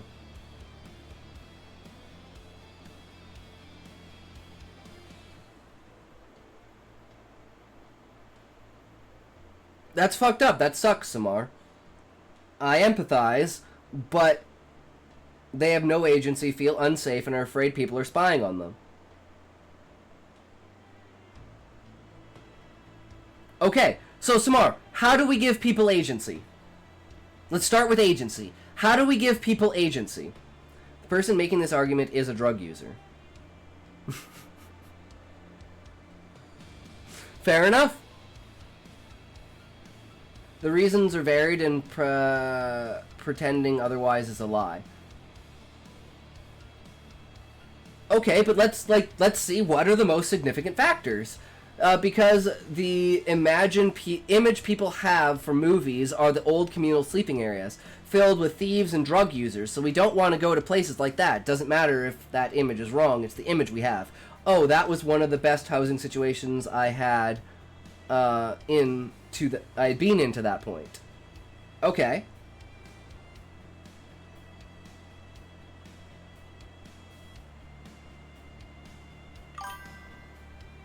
That is how it is. I mean, that's how the world is. Unfortunately true. Good people there. Okay, so...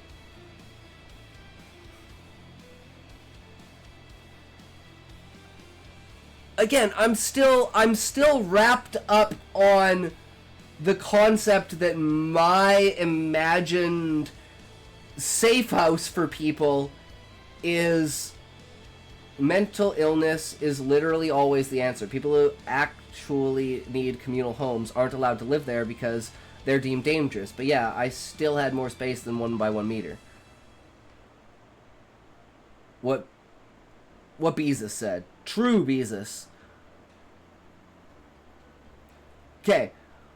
Beezus, maybe you can get on board with this. So, the basis of this is your imagining safe house is radically unsafe. I missed your point, honestly. What's this about? Building better homeless shelters. Yes, Beezus, but they're not homeless shelters. They're basically self-prisons. And the point of it is, you can't have the homeless people on the street. That's the problem we're solving. You can't... no, it's about building worse homeless shelters.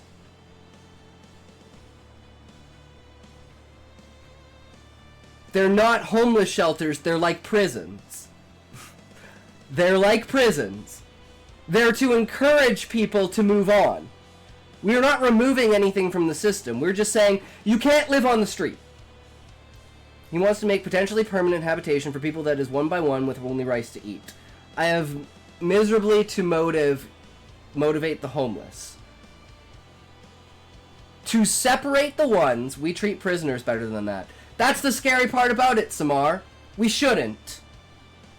We shouldn't. Absolutely should not. But that's a different story. We're trying to solve one issue here. The homeless people cannot be on the street. How do we solve that issue? Your way of solving that is saying let them be on the street. I'm saying, in this hypothetical, truly, prison should be nearly a hellscape. It's a nature. We should. It reduces recidivism to treat prisoners like humans. Yes, they demonstrably can be on the street. No. In this imagined reality that I'm creating, this is where I think you guys are not getting the picture. In this imagined reality that I'm talking about, you cannot be on the street. Period. If you are on the street, this is the problem, right? We can't take people off the street because there's nowhere for them to go. You said nobody would make them go there. Nothing is being taken away. You literally said that. Yes. But,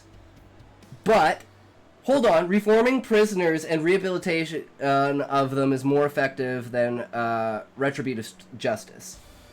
We're not saying... We're just saying, you know, don't treat them the way that we do. Lower the quality by like 75%. Something like that, right?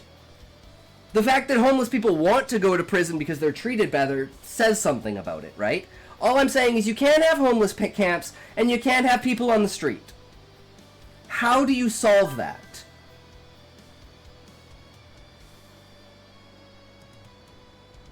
Legally, they can't be on the street. Rather than take them on to an actual prison, put them in this sort of structure.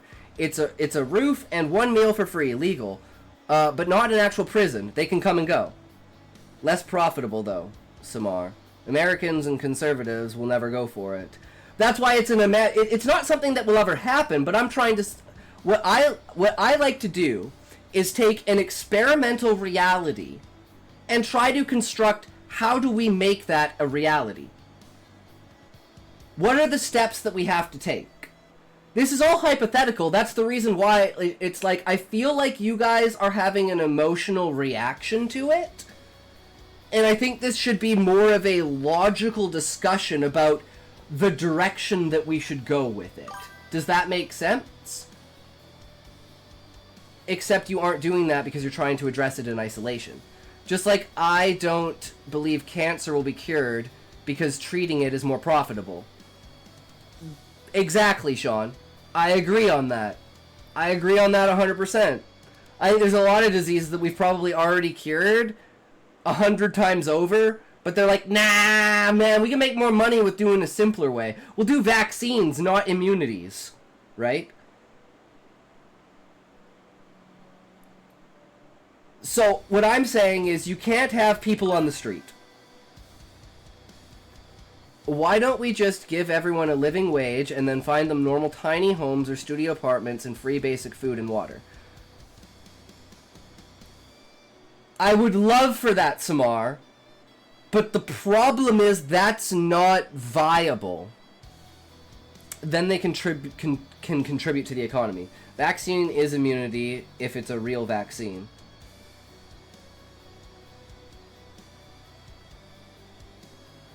Control-Alt-Dyslexic! Hello! Welcome! How's it going? We are having a, intense, logical, theological, / political discussion about getting homeless people off of the street. I was doing this because I was talking about the COVID vaccine. A vaccine is an immunity, except, cases of vaccine failure, of course. Exactly. I was, quotation marks. I was referring to COVID. It should have never been called a vaccine.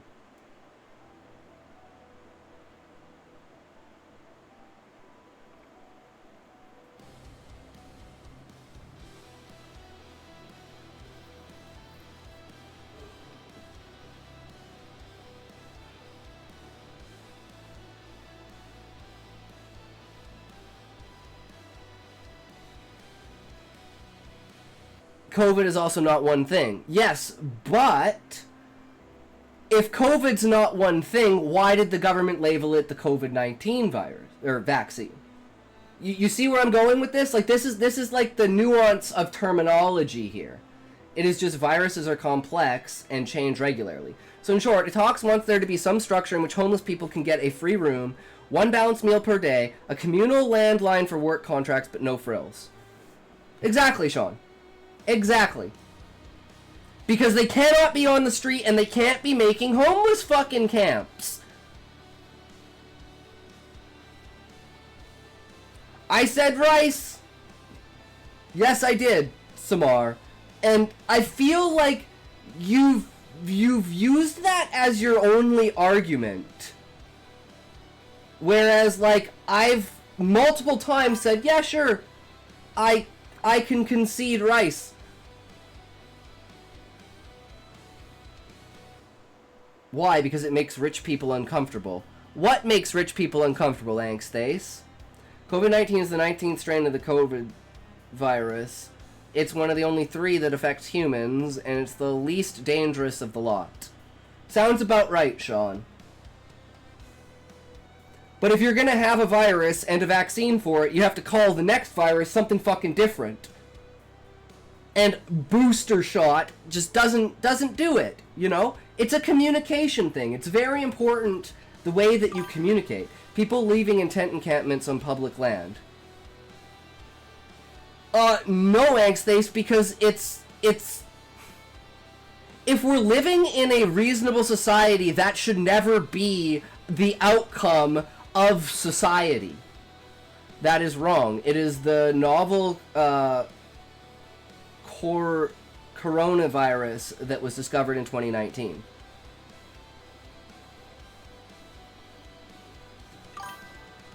How motivational is getting the shittiest food and housing while you're poor, afraid and alone? I hate the world. Blessed.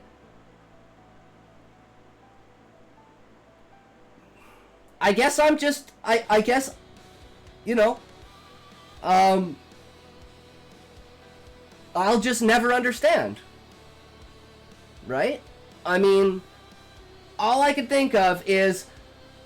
Would you like to be in the...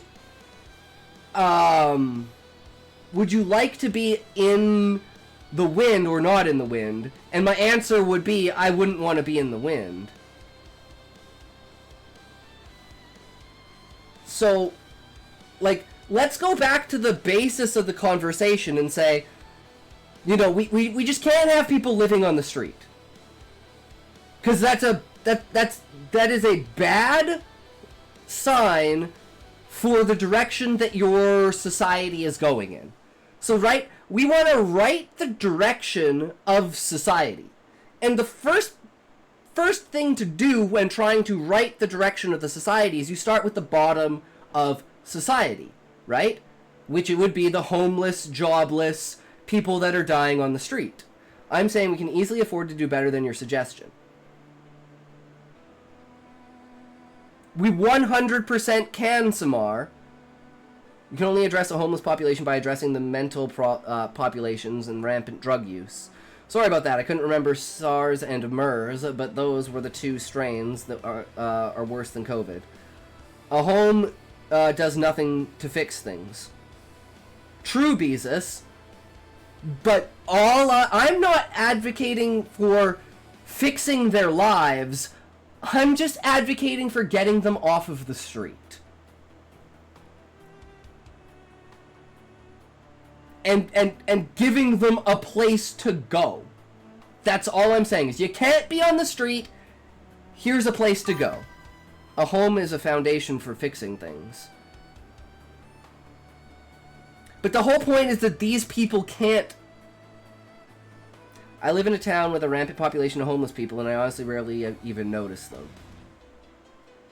I mean, I lived in Vancouver because this is pretty much the same. People have a problem with them, usually view them through a media scope. Safety, predictability, source of pride, and identity. Okay. I can see that. So, what I'm getting out of this, I'm doing the final equation here. SARS and MERS were more lethal, but less contagious, making COVID like bees among snakes. More people die from bees' stings each year than all the other venomous creatures. True, Samar. But let's take a step back, let's do the calculations, and let's do the final convergence of this. So, from your guys' perspective, because bees are more rampant, exactly. It's a more common thing, so it's more frequent. So let's go on to this with the angle of what you're suggesting. So what I'm suggesting is having a place to go that's outside of the wind. I'm just gonna bring this up so we kind of have like a thing here. So if we have so Scott's point equals, I think, now this has to be important, I think having a 1-by-1 room is better than being in the wind. Chat's point, even if it's better, people won't go.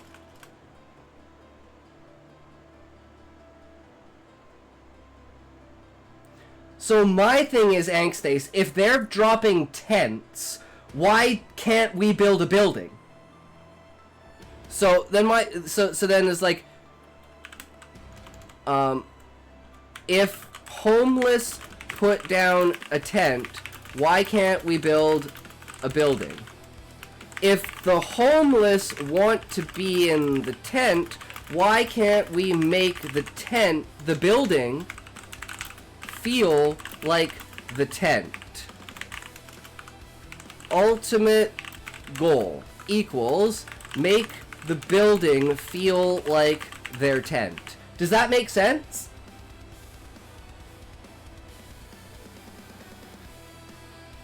Ton of them willingly choose to go to the streets over a home. What do you do about those people? Why don't you want the tents there? It makes no sense. Angstace, because most of the time, the places where those tents are Many of them literally fear the government. Many of those tents are in public places. So then this is now I'm not saying you guys are saying this.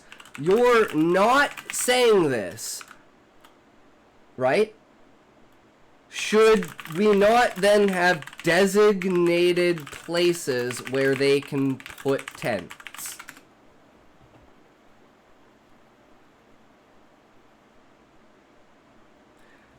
Because, Angstace, I'm looking at this from the perspective... This is where we're not on the same page. That's what this first point is. Sorry, that's what this first point is. That's why I wrote it down. So, I think having a 1x1 room is better than being in the wind. Or let's say better than being in the tent. Right? That's my perspective. You're not staying on one page. We did, then the city council kicked everyone out of the washes and gave them nowhere else to go. Keep the tents and make a campground. There you go. Something like that. So, like, all I'm saying is, my point is, I think having a 1x1 room is better than being in a tent. And then your guys' chat says...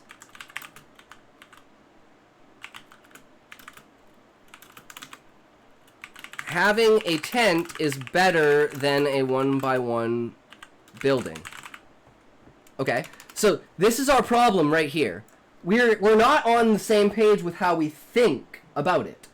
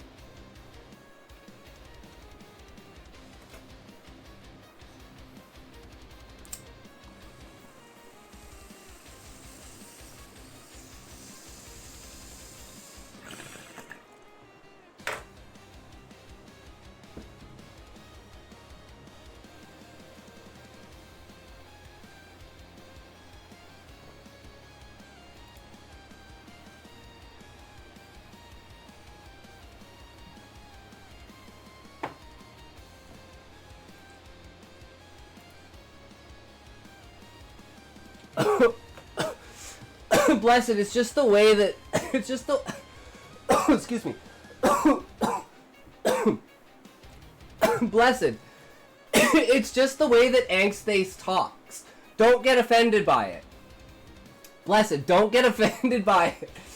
I am completely understanding and open to it because I'm coming at this from a completely logical point, whereas you guys are coming at it with a completely emotional point. And there's nothing wrong with that. And I want you to understand there is nothing wrong with that. And I know that you guys feel that you're also being demeaned by me. And that's why I'm trying to say that's not at all what I'm trying to do. I'm just trying to get us to both understand where we're both coming from, right?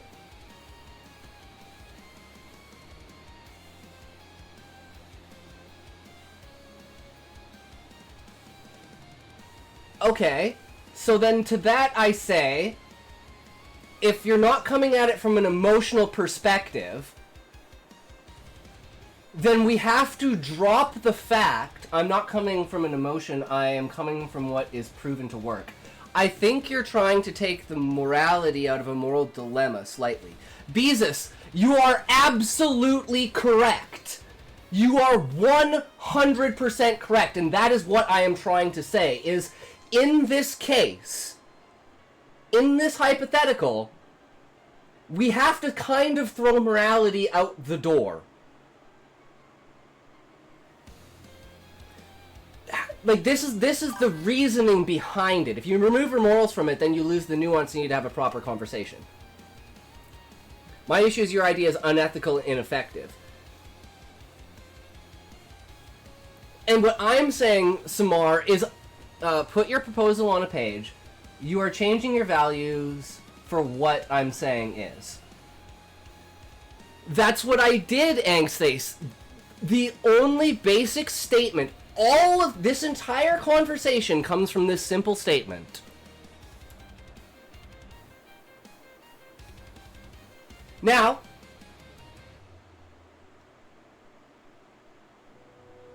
you guys say that I'm wrong. Correct?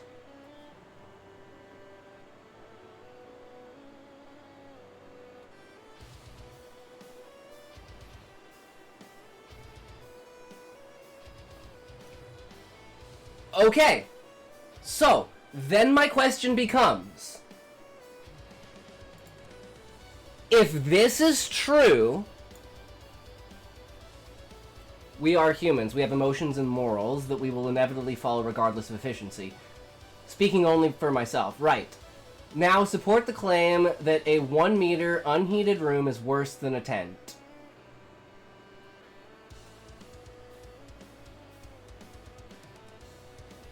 If the only way I can do that, Angsthace, is to say that, okay, I can agree. I'm just coming from my personal experience. A modest proposal was horrifying but logical. That's why we're trying to find, like, a middle ground here, right? Are we putting them in this for their benefit or society's? Beezus, we are putting them in there for society's benefit. But that is not the reason. The reason is we want to swap the direction of society. So let's go down to another, then that's where I disagree with you. Okay. So I'll put down 3 points so we can stick to those, right? So the first point is, that's one of the places he keeps, vacillating. Okay, so if there are homeless people in a society, it is bad for the society. Okay. So we're just gonna break this down logically, right? Is that true? If there are homeless people in a society, it's bad for the society. Like, it's worse than not having homeless people. That's what I'm trying to say, right? So we need to work for their benefit as well. Okay, exactly, Samar. So what's the next step if this is true? What's the next step that we take? 1 meter room is hard to destroy by nature. It is also hard to break into by humans. So from that perspective, it's better. However, a tent can be easily moved to different locations where living is potentially easier. So then the tent is better. I agree, Sean. And maybe having designated places with tents is better than buildings. I'm completely open to any idea, but I want to, at the end of the day, solve the problem. The goal is to solve the problem of homelessness. It's not how we get there or how we do it. It's can we solve it. Tent is also large enough to lie down. Okay. Exactly. So let's go with that. But that's way beyond what we're doing now. No. If we have homeless people who don't want to live on the street, then society is broken and needs repair, not the homeless people. Okay. So there. So Samar, the first thing we need to do is fix society. Okay. What's the first step to fixing society in this case? We know what we need to do. Let's do it. Right? I think the room size is too small. Okay. Perfect example, Sean. Now, I think it's both. We need better access to mental health care and drug abuse help. Those are the first steps. Okay, so we solve mental health care and we're just going to do the mental health care first. So we solve mental health care. Now, you're not going to agree with me, but this is going to be a solution. Make sure everyone has food, clothing. Okay, well, hold on. We got to do one thing at a time, Samar. We got to do one thing at a time because we got to progress. If you try to do too many things at once, you're not going to get a good foundation, right? So we solve mental health care. How do we solve mental health care?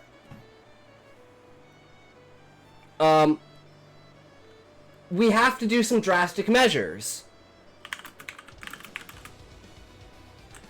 Have people take mandatory mental health tests every year.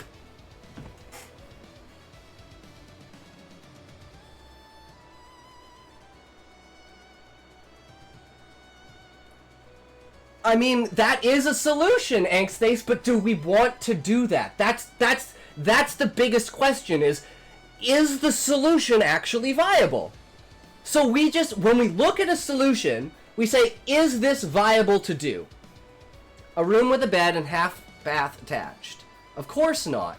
Put everyone in therapy and if needed, medicate them. Okay, so every year, every person in this society has to take a mental health test. And that way we can, this is so everyone gets the help they need. Does that make sense? That's not all what I'm saying. I'm saying give them access to actually seeing psychologists because they're currently almost always turned away. Okay, so the first thing we did is we solved mental health. How did we do that? We gave them the care they needed. So what's the next step to trying to fix homelessness if we've solved the mental health crisis?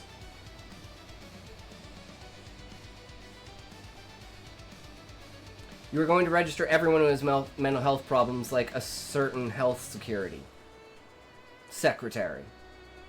You underestimate the difficulty of treating certain mental illnesses. Angstface, that's why when people have certain mental illnesses, this is what you guys aren't gonna like. They go in the padded box. You keep on with, and this is to separate the problematic 5%.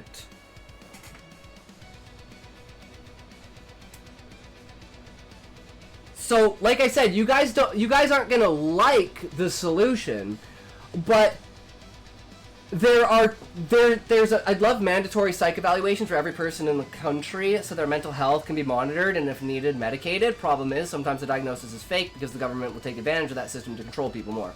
Yeah, I'm going with euthanasia over enslavement, actually. This isn't the solution, they just drug people. That'll be the solution once the robots take over and enslave us. But we're trying to talk, okay, I guess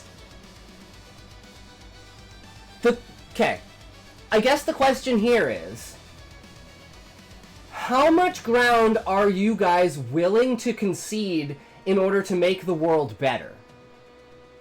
Because I'm willing to concede 99% of what I believe to make the world a better place.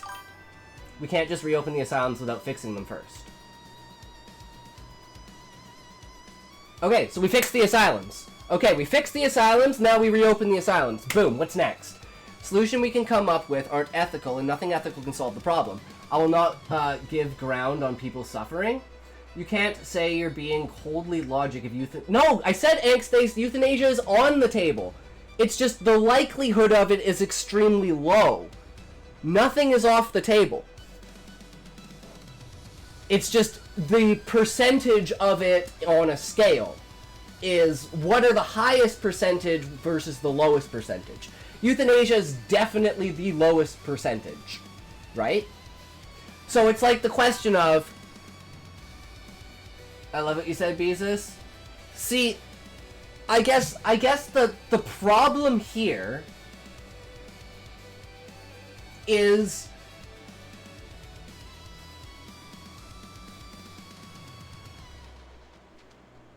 should I say this?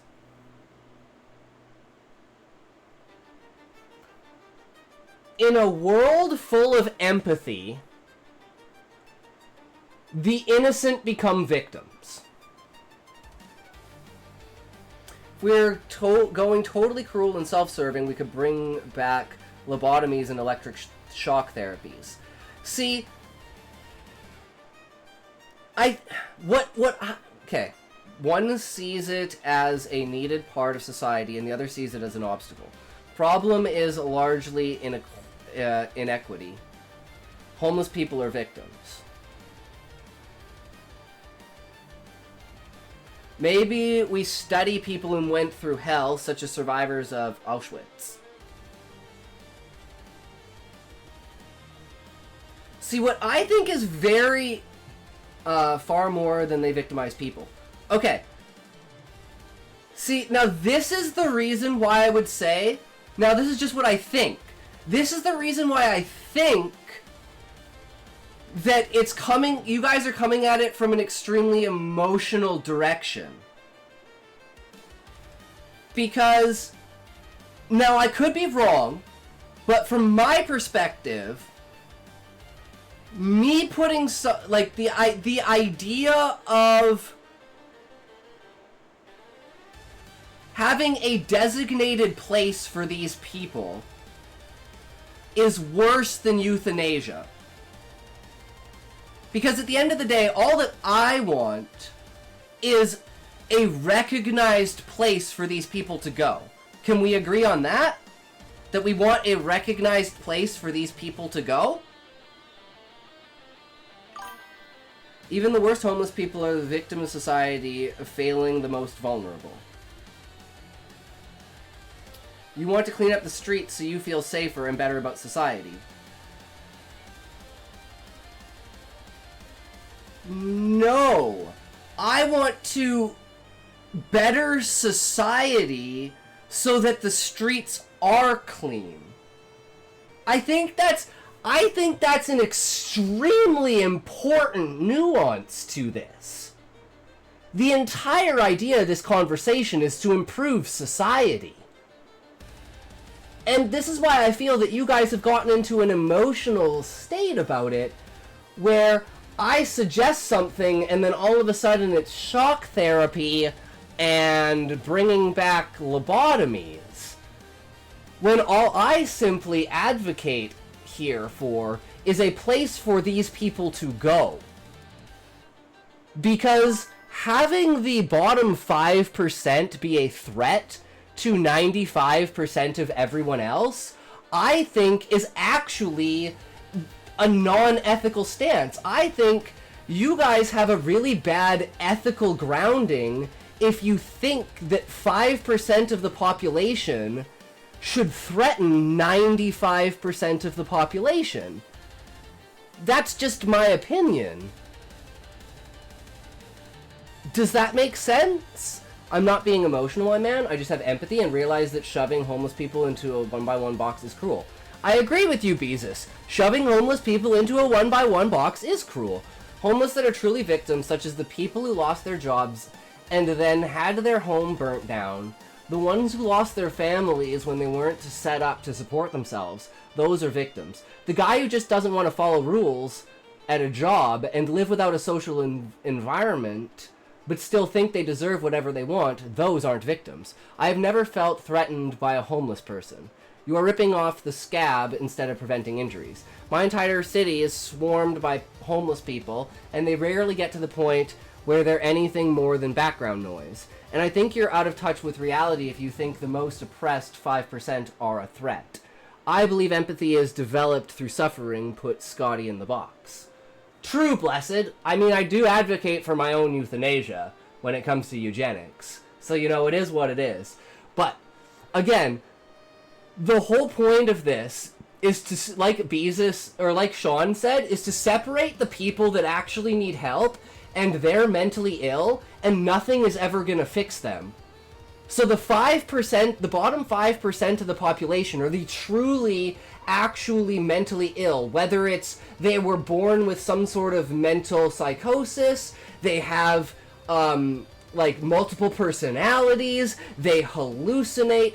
We are actually talking about the 5% of people that are in extreme danger to themselves and a danger to society. We are trying to separate those from the people who pretend to be that, and preventing the means of acquiring that through drug use. Does that make sense? People who are dangerous to society are already dealt with. PTSD from military service is in that metric. True, Sean. And Beezus, what I'm trying to say is I don't think that the people that are dangerous to society are already dealt with. I don't think that's true. The incurably mentally ill are offended against much more than they are offenders. You are baking an emotional appeal to fear. But we need to put on a spectrum here, Angsthace. Someone who can have a psychotic episode and think that demons are attacking them and will pick up a knife and start stabbing people. Like, those are the people I'm talking about, and only those kinds of people. Does that make sense? Like, the bottom 5% of the most mentally ill, like, you have the mentally ill that are dyslexic. That's a mental illness. Then you have people that are mentally ill that don't understand that they even exist. Does that make sense? So, what I'm trying to do is separate that. There's already programs in place to deal with them. It would if that were what you were actually saying. Upra, welcome, or Upri, welcome, welcome. True, big brain.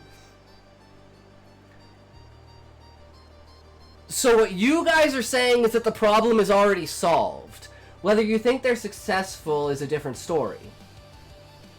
Okay, so what I'm getting out of this is that 5% is... Oh, no, Angsthace, the 5% of the bottom-most mentally ill. The bottom 5% of the most absolutely insane fucking psychopaths in the world. Like, you look at the people that are mentally ill, you say the top 99% or 95% of these people probably aren't a danger to themselves or society. The bottom 5% are. And then you say, okay, we have to put those people in a place where they're not a danger to society. And you guys are saying we already do that.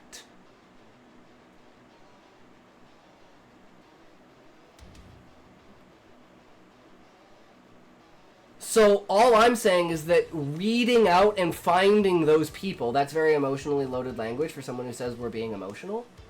5% is a number pulled out Scotty backside, by the way.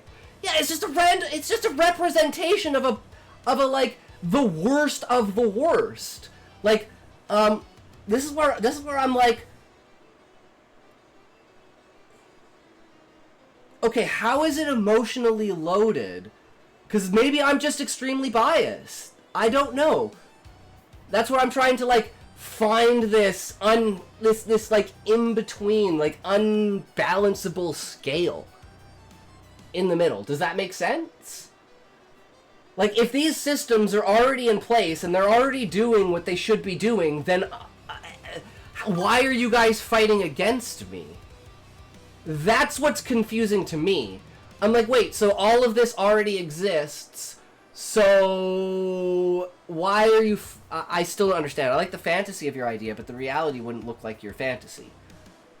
Well, that's why we're talking about a fantasy, Sean. Maybe my sleepy time tea with honey. Ooh, nice, blessed. But does that make sense? Like, what I don't understand is the ultimate goal of this conversation should be to find a way that homelessness is just not a part of our society. Right? My phone died, I had 1% charge, and now it's 2 a.m. I need to sleep soon. I'm gonna get more froffles and sausage. Alright, sounds good. Alright, Samar, no worries, and please, no hard feelings about anything. This is just like a discussion about this, right? And it's like a proposition towards the lowest, like, means, you know, is like, you know, that's all I'm trying to do. Yeah, so, I'm, you know, and I love these types of conversations because it's really hard to talk about people with this, right? The world is imperfect, implementing this is imperfect, but perfect implementation of your proposal would do more harm than the current imperfect implementation. Okay, Anxay, so then what I'm advocating for is finding the middle ground between those two different talking points. I'm fine with dealing with people that are a danger to society. I'm not fine with saying that homeless people need to be dealt with as a whole. Okay, Beezus. I don't think it's I think it's the angle that we're coming at this from. The angle we're coming at this from is how do we improve society so there is no homeless people? And the only homeless people that there would be in that society would be the most dangerous bottom 5% of society. Eliminate the most bottom 5% of society and find a way to do it. That's what we should do. Because you're never gonna get that bottom 5%. So you have to eliminate them from society. I don't think it's anywhere near 5% dangerous people. No. Samar. This is all of the dangerous people in the world. Like, this is the guy that will, push you if you argue with him. He might even punch you. Right? This guy, you look at him wrong, he'll stab your fucking eyes out, cut your heart out, scalp you, and send it to your mom. Like, do you understand? Like, this is the scale that I'm talking about. There's normal people are up here. These are people that can be violent. These are the people that will fucking are absolutely psycho. No. I'm not talking about 5% of society. I'm talking about 5% of the most dangerous people. So if this is the most dangerous people in the world, we take the 5 most fucking dangerous percent of that and remove that. So like you keep nipping the bottom off of it. You just keep cutting that 5% off of the bottom. Does that make sense?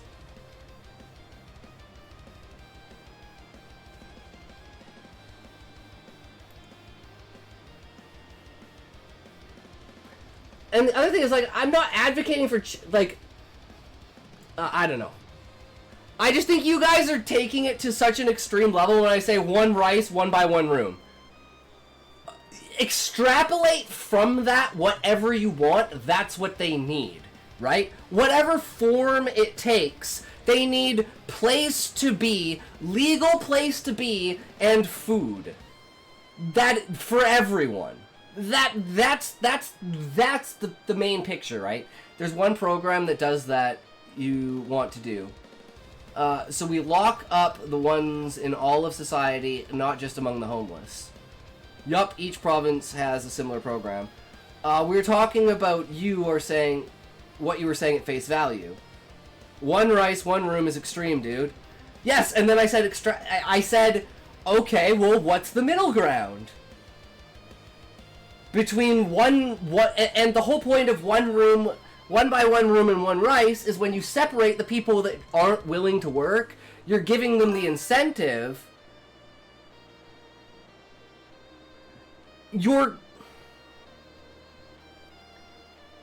No, you rejected even adding beans.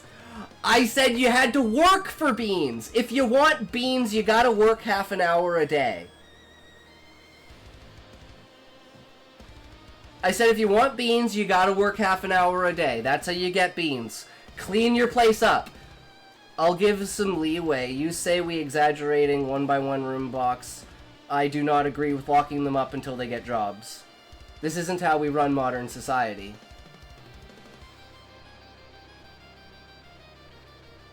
Serial killers aren't usually homeless.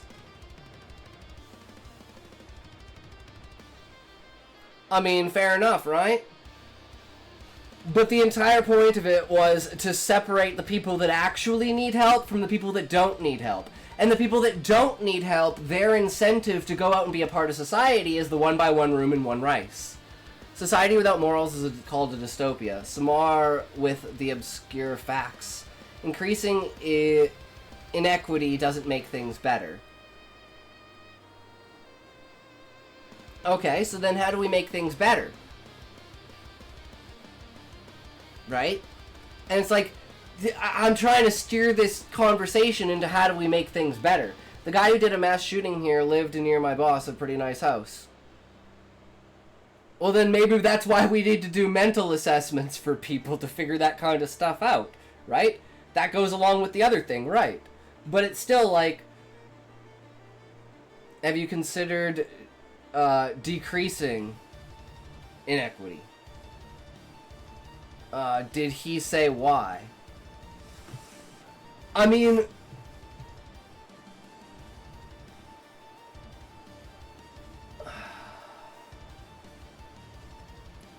so, okay.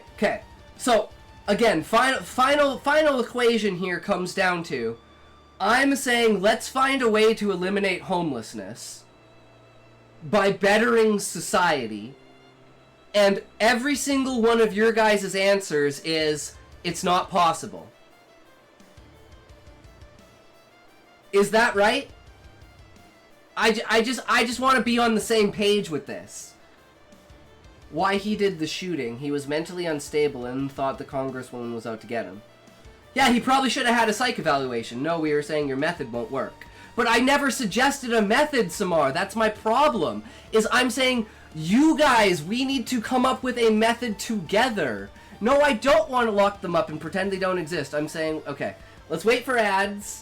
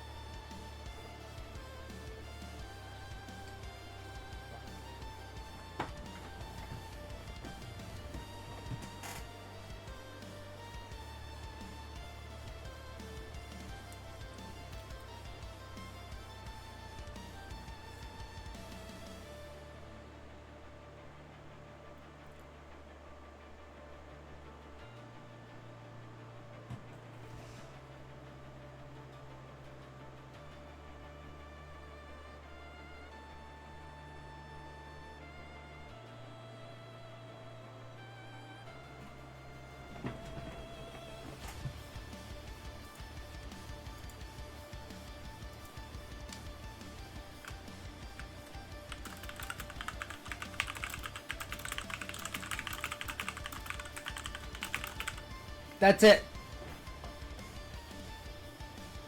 Not some campground tent.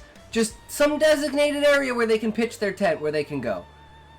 We can decide upon that, but we need to decide on a foundation first. And the foundation is, there needs to be a legal place where these people can go. Period. That's the beginning, end, and middle of the conversation. We need to figure out how to legally have a place for these people to go. That's it. I'm not advocating for a support system. I am advocating for a place to go. A place for them to be. This is where I say it's bad. You can say it's homeless camps, but there are already homeless camps. So what's the difference between us saying, okay, these are designated places that homeless people can set up camps, and the places that homeless people have already set up camps? What you're advocating makes society worse.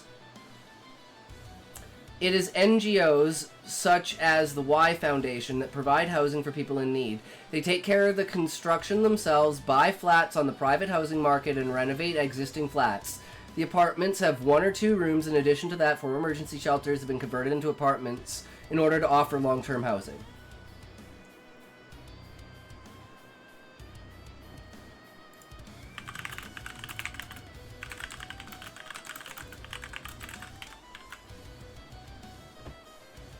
Those are the people that I'm talking about. I'm talking about the homeless camps of tents. That's the problem I'm trying to solve.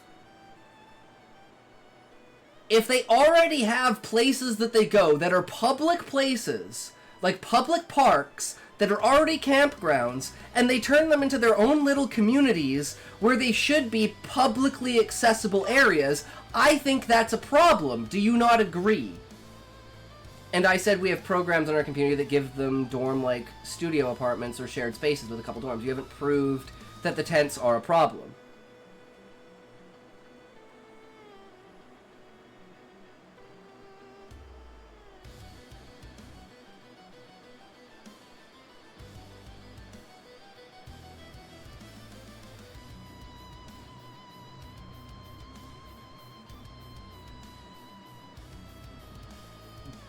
But that's the foundation of the conversation, Angsthace.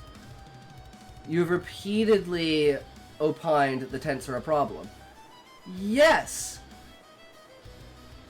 But it's not the tents, it's the fact that they're on public property.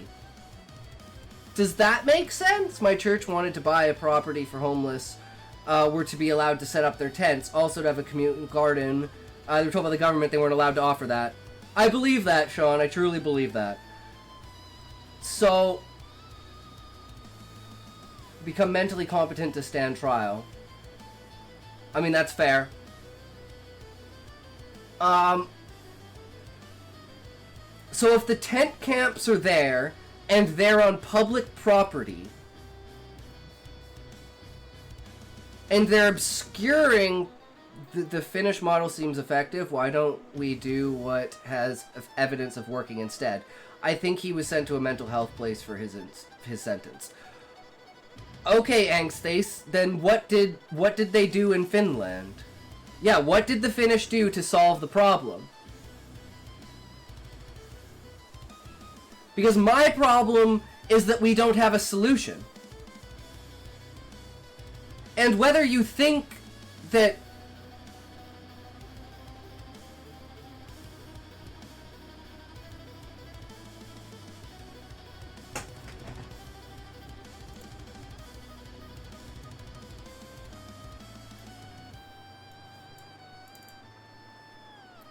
Finland ends homelessness and provides shelter for all in need.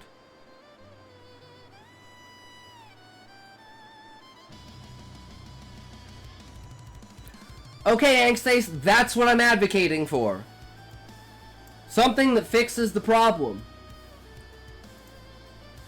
So, first of all, the question is, number of homeless people have fallen sharply. The reason the country applies the housing first concept. Those affected by homelessness receive a small apartment. That's what I was advocating for. Okay, so I was advocating for this, so I agree with them. Counseling. I agree with them.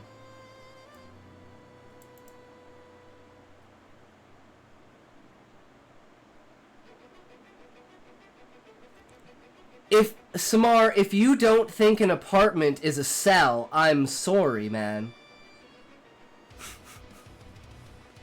And like I said, the 1x1 was an exaggeration. Like, it's whatever size you fucking need it to be, but it's like, you're still getting, like, a little tiny room.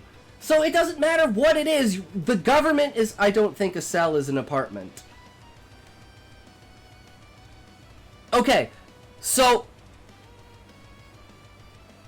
by your definition, whatever apartment is... homeless people will be willing to go there. So whatever that is, we give them an apartment.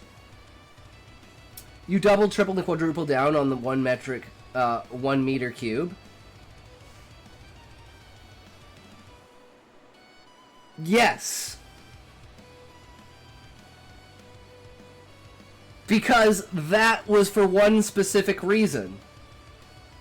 I wasn't here for that part, I think. Beezus, but I said the reason that I advocate for the 1x1 space is send me this video to edit, JK. True, blessed, let's go viral. No, because I advocate for this is the reason why I advocate for the 1x1 room. After you separate the people in society that need help, so you give the people, I was giving you the benefit of the doubt and assuming it was tall enough to stand in. Well, it would be like, 2 meters tall, maybe 3 meters tall, right? It would be tall enough to stand in.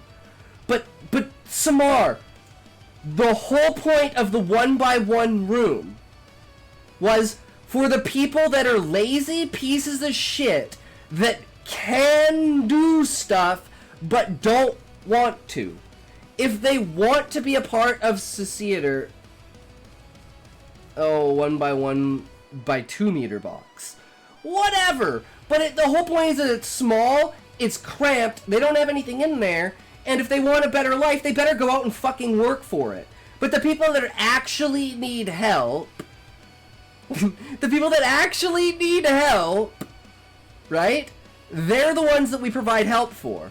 But the people that are lazying around, that are just abusing the system and being like leeches on society, I say put them in the 1x1 box.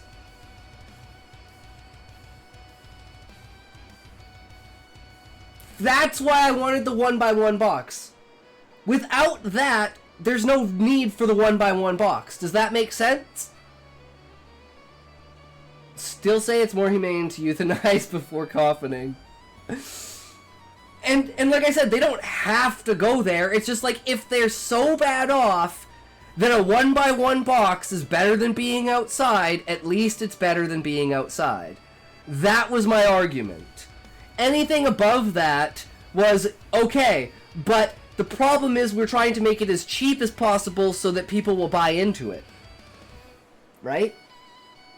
From there, we can change the nature of whatever the apartment or whatever the food is that's given to the person. This violates literal animal rights laws, and you want to do this to humans. I want to provide humans fuck cheap as possible. I'm so sick of that mentality. Again, you said they don't have to go there. We also said they can't be outside. Yeah, so eggs, they have to find a better... They have to go work for an hour and go to one of the freaking other shelters. The whole point is if, like... It's... If you think it's so comfortable living on the street and you have absolutely no problems, we don't want you living on the street because you think it's comfortable to live on the street. Does that make sense? Like, I don't want to live in a society where it's like, oh, people just live on the street because it's comfortable. Does that make sense? Like, I don't imagine that in my head as being a very positive society.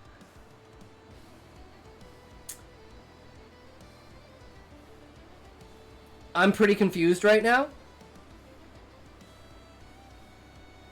Okay, so I will reiterate this then. It isn't comfortable, it is less threatening. Muffin, thank you for the raid! 2 viewers. Welcome, raiders. So, the difference there, Samar, is being threatened versus feeling comfortable. More profitable than tent encampments, then.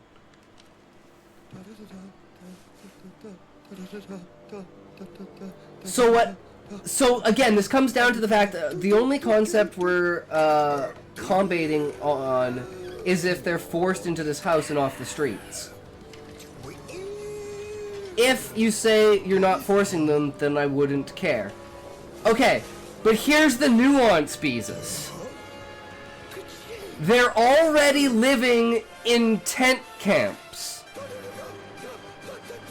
If homeless people are already living in tent camps, why don't we set aside land for them to build their tents on, instead of them going to public places that take up public space?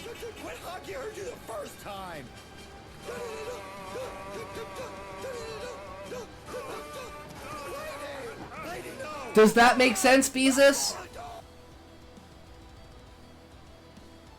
And welcome, thank you for the raid, Muffin. How was the stream? We're in a very very heavy debate right now. Would you like to join us? Muffin of cuteness has arrived. Today I went back to boxing. Nice, blessed. Hell yeah. But yeah, one of the main things is, Beezus, if they're already building their own homeless encampments in public areas, can we as a society facilitate a place for them to go? That's all I am advocating for. I was only in a hotel because a friend paid for it, and I was homeless because my dad kicked me out because I wasn't working hard enough because my mom had died recently and I was super depressed and needed mental health care, not losing anyone. Public places with access to public services and public transit. I can't imagine why people would want to be there. It amped up my aggression, though, getting ice. I snapped the tray in two. That is how homelessness happens. For normal people, Samar, but not, like, mentally ill, like, actual... Yeah, see, that's a circumstance of life, not a brain malfunction. Does that make sense? So, Samar, you're... Like, I wish we had public transit more accessible where I live. Takes way too long to get anywhere. Beezus, we don't have public transit. There isn't even a bus in our, like, fucking village that was mental illness, literally.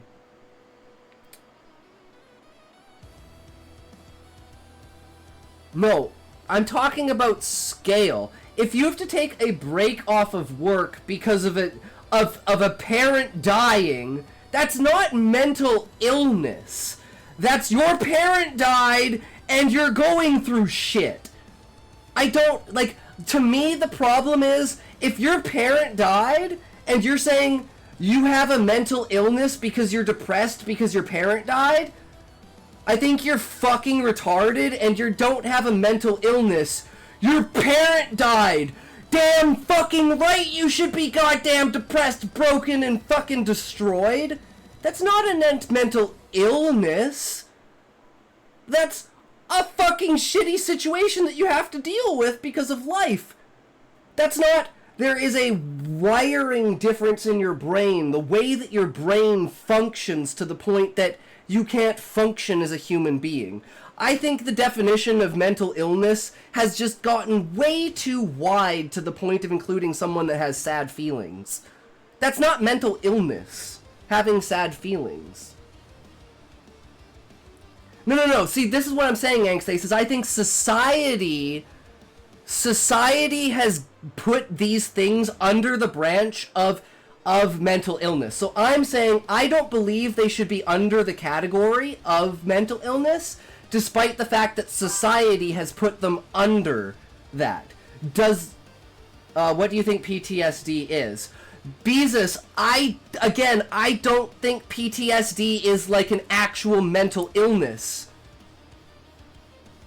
I think it's the difference between something that's acquired and something that you're born with. Does that make sense? To me, physically, mentally, emotionally, spiritually.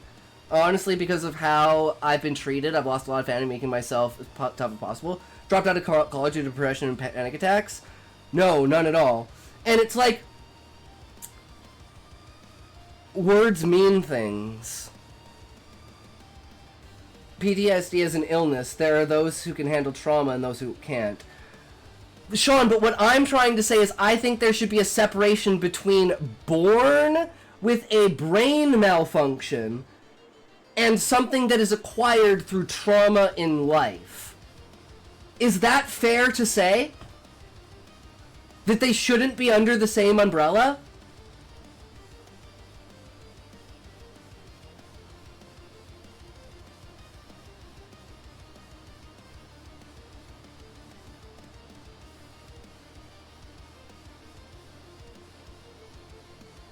Why should they not, when they're diagnosed in the same place?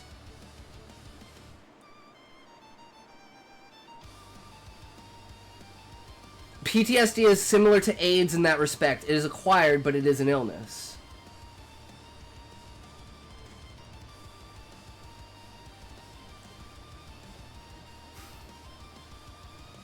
Okay, I think we're getting locked down too much on words.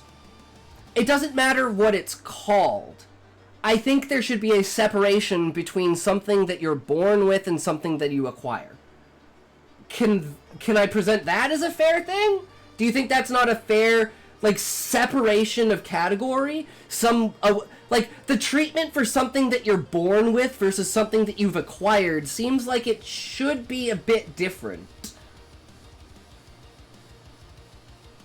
Why should they be separated? Tell me what benefit would come from this. Words are literally the only tools we have for this conversation. True, Anxthace.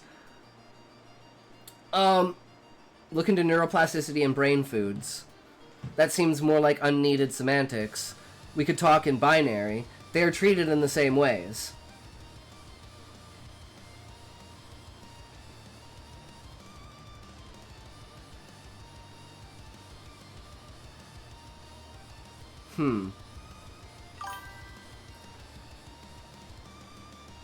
Welcome, no sorry Superman, not sorry Superman.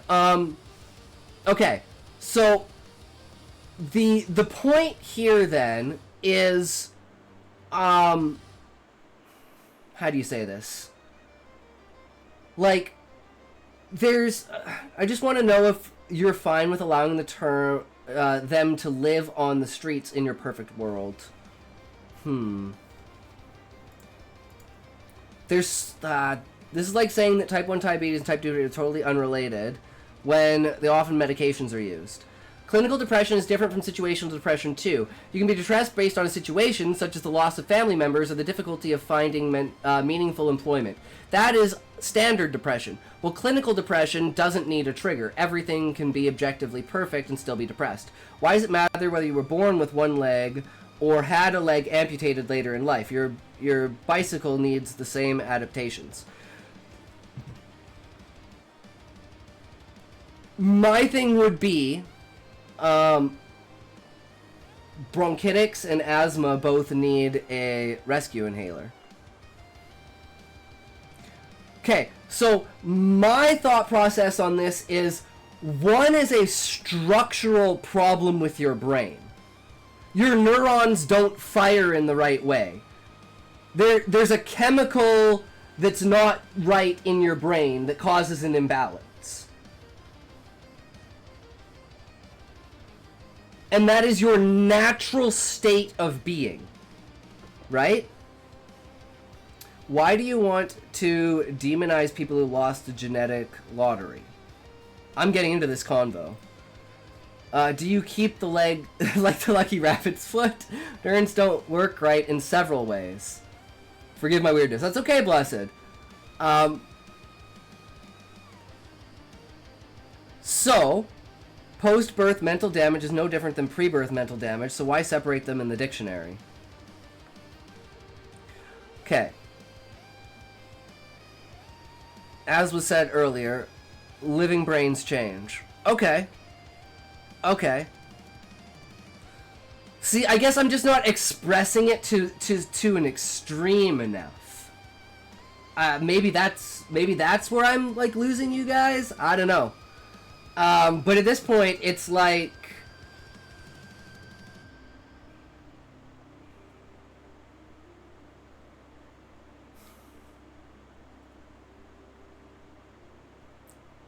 being depressed and having something mentally wrong with your brain, as in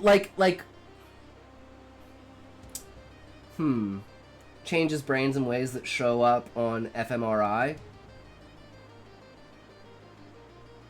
I need medication to make it work and therapy. I have a major depressive disorder and generalized anxiety disorder and panic disorder.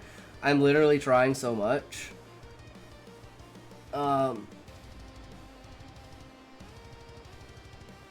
Well, I would say that the PTSD is a pre-birth illness that isn't noticed until the trigger event happens because others go through the same situation not being affected as PTSD patients are.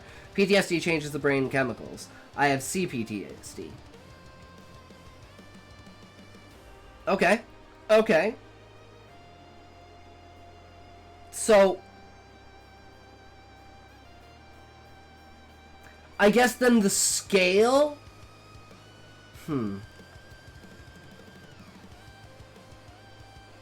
I probably have CPTSD when my clinic is too low cost to handle. I like type 1 diabetes, type 2 diabetes. Complex. 700 septillion. Hey, Smokey, how's it going, buddy? Welcome to the conversation. So, if... Okay. Let's do the final equation here, then. Genetic predisposition, etc. It is many smaller repeated traumas, not one huge one. Okay. So, let's say I'm a Zoloft and Ziricol. I'm basically on my own.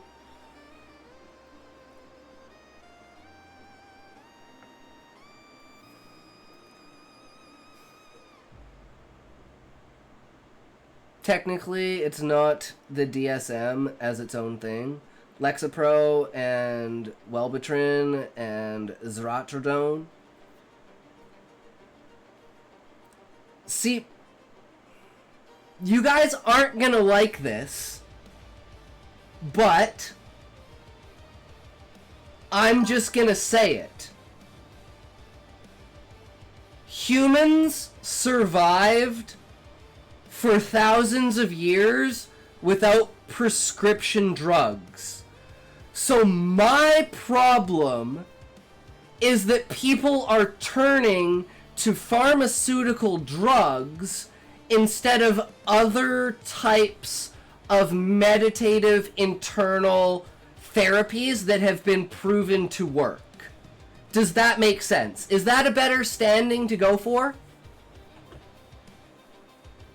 I have no proof of my stance on the PTSD, but it does seem to add up. My wife is on 3 mental meds, Zoloft being one. Some humans survived to look at historical life expectancies.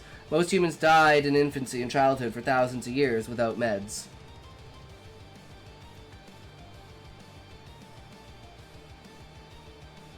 But what I'm saying is if... How do I say this? Like the subtext... Hold on. In a childbirth... Exactly. But what I'm saying, Samar, is if... Okay, hold on. Let's take a step back. The subtext for this is if people nowadays still have those problems, that means that the people in the past that genetically have had those problems have survived and bred up until this point, in order for those genes to be like a continued part of human existence. Does that make sense?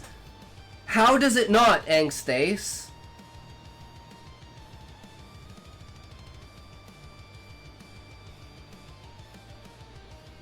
Many are epigenetic. But if it was a part of... Hold on. If it was a part of the human genome that was, you know, something that would basically cause itself to eliminate itself. Like or random genes getting screwy randomly.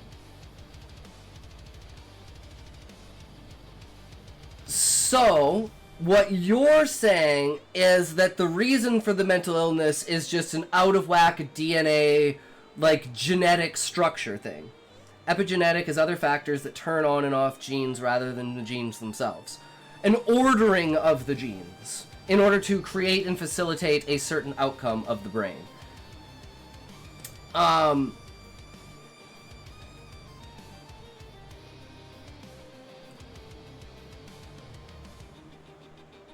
many generations of incest happened before we understood the issue?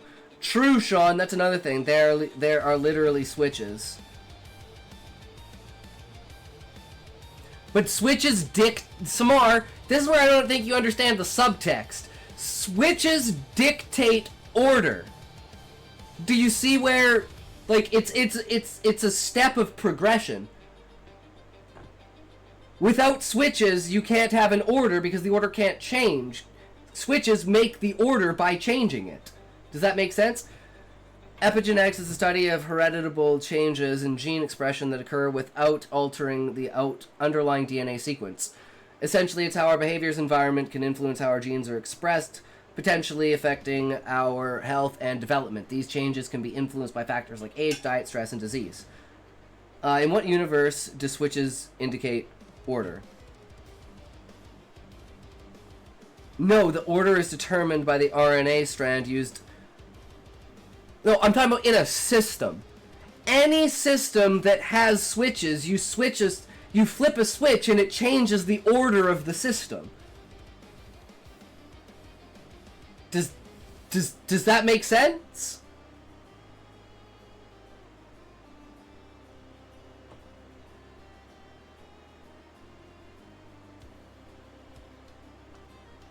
Genetic determines if you're AABB, AABB. Epigenetic determines if 1 is on, 2 is off, 1 is on, 2 is off, 1 is on, 2 is off.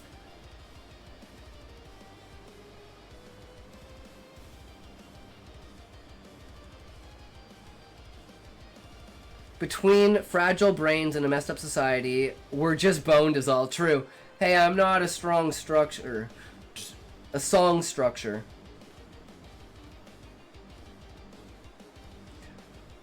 And I have no idea how specific... Well, I mean, you know... Ooh, ads. Ads!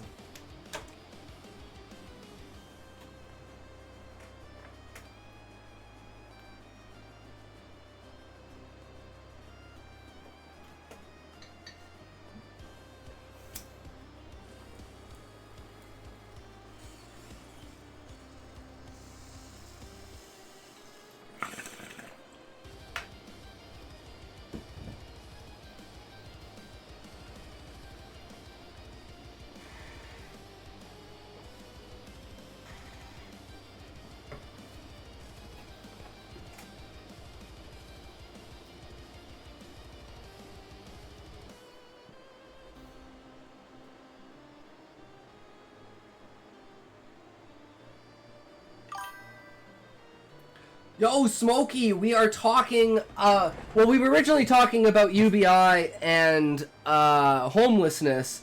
Now we're talking about mental disorders. 'Cause talking true, Smokey.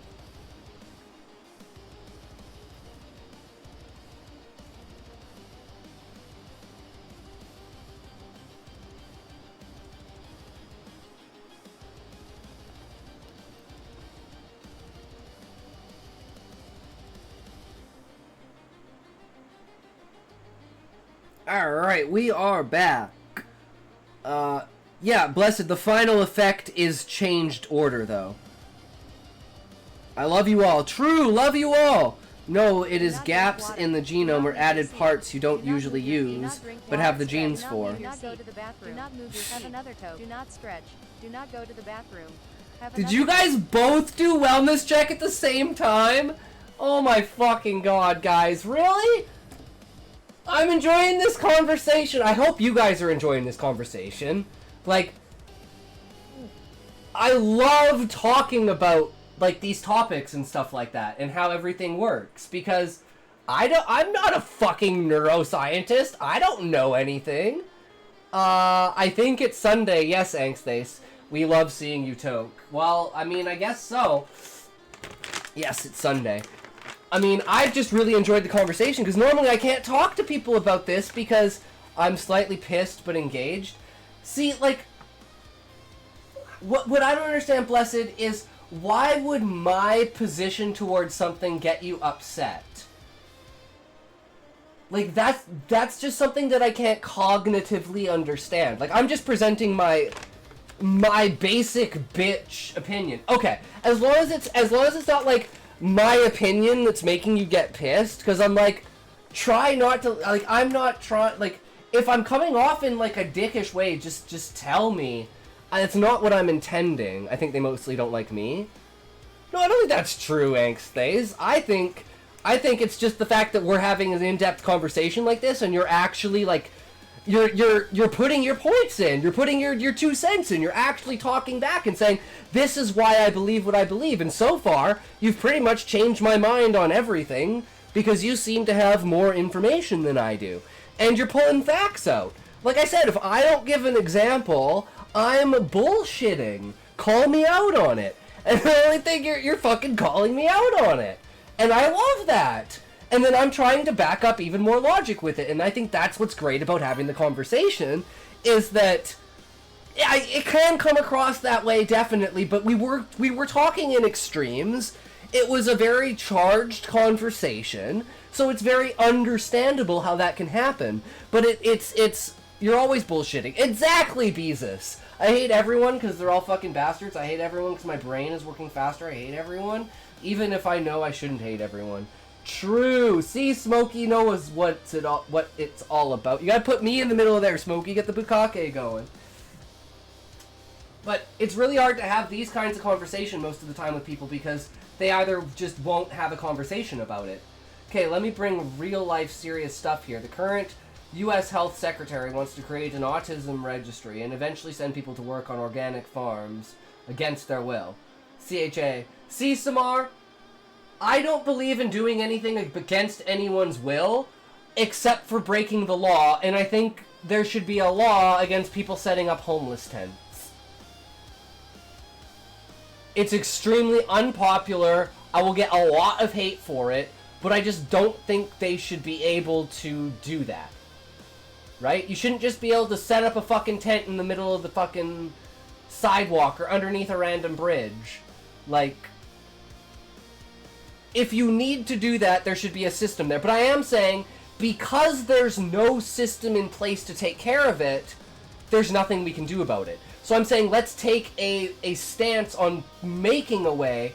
I'm homeless, apparently. True, Smokey. I can't look at your proposal and definitions without knowing that if you had the power to do your idea, it would do that kind of harm. I think that's just a trust issue then, Samar, in believing that you have the best interest of the majority in hand. But I am saying you have to remove that 5% that is a problem. Because if you look at the entire homeless population, 95% of them are completely fine. I can't trust dangerous people in power. And that's kind of one of the biggest problems with our society. And that's why I like having these conversations, because as a fiction writer, it allows you to imagine them in a world where you don't have that kind of thing, because you have control over the world itself. So what I try to do is I try to build this in my mind and say, what would be the perfect world in my mind? Fuck ethics, fuck morals, fuck reality. What's the theory of this perfect world? Right? The road to hell is paved with good intentions, but it still ends up in hell. Exactly, Angstface. Best intentions lead to the worst of circumstances. I need to stand against dangerous ideas so they don't take root. You're the only one that's going to be spared the AI in the AI resin because you'll blend in with the cold logical reasoning? I mean, fair enough, Beezus. Fair enough. I mean, I think... Okay, here's what I will say. Innocence will always get fucked over. I would rather have the AI running the system, knowing that there's no corruption, in a system where I know that the AI isn't corrupted. But then people are going to say, oh, what if the AI is corrupted? And I'm like, it's a hypothetical. The AI isn't corrupted.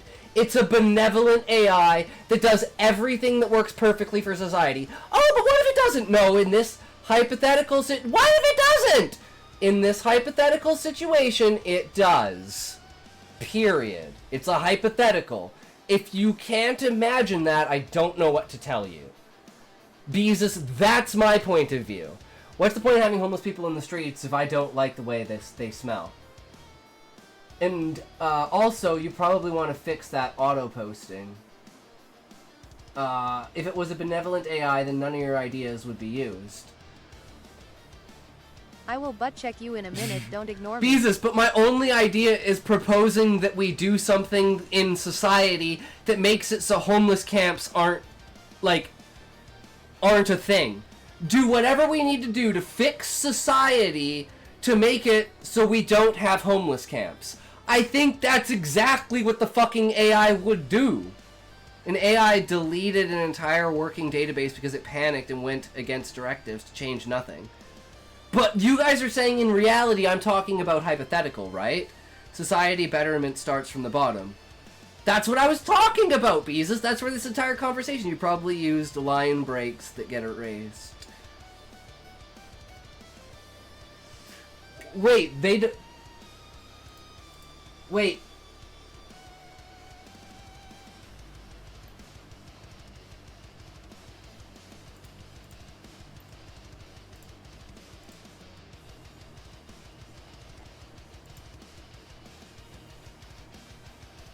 Huh, that's interesting, Angstace. I didn't know that. That's interesting.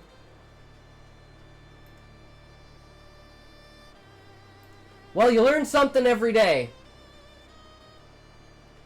B, that's a butt check. None of those things because they're one... Apparently, I'll have to change that, Angstace. Thanks, I didn't know that. They aren't that bad. People not having what they need to survive is bad. I have no idea what the butt check is.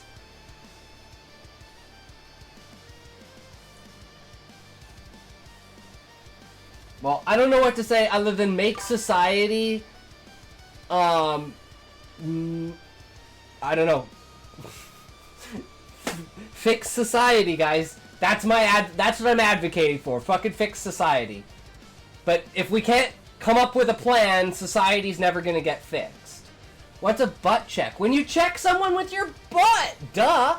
You can do butt checks too, where you try to butt them in the face. Maybe the second pass with the toilet paper. Oh.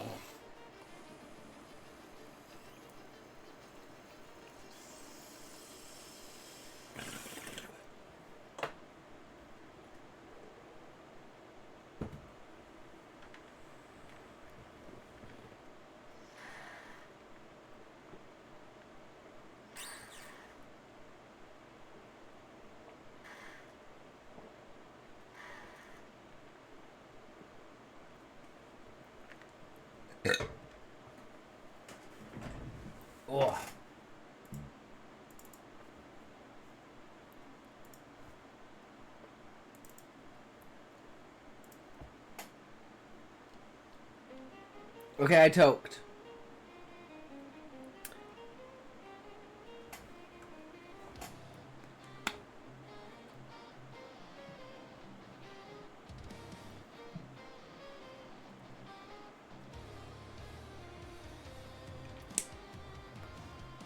Alright. Payment for admiring booties? I don't know.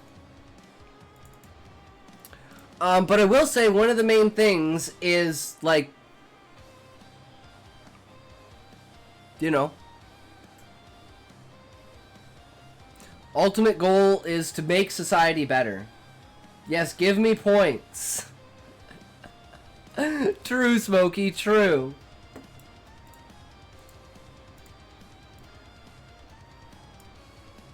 So yeah, again, so it's like if we can't come up with a plan, society's never gonna get better.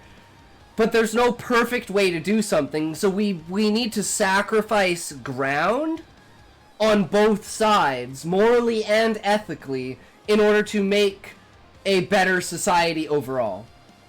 Callie, Samar, 3 a.m. Wow, is Callie still here? Callie, are you still here? I know we only read half the chapter. We got really, really fucking sidetracked, guys. But I thoroughly enjoyed the conversation. Thank you for engaging with the conversation with me, guys. A lot of people won't engage with me with conversations. And all I want is have the conversation that leads to a solution. I go now, bye guys, fuck the streamer. True, Smokey, fuck the streamer. Streamer's a piece of shit. Fuck him. He's a fucktard retard. That's why we have this. I can't even fucking spell it because I'm retarded. Yep. Alright, have a good night. Sorry for holding you up with that conversation, though. Take care.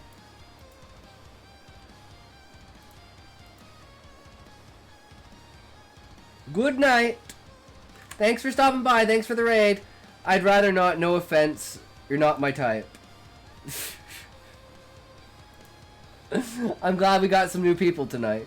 Well, they're not new. Angstace and Samar have been around forever. I'm also here, fucking Smokey. True, Smokey, as you said you're leaving.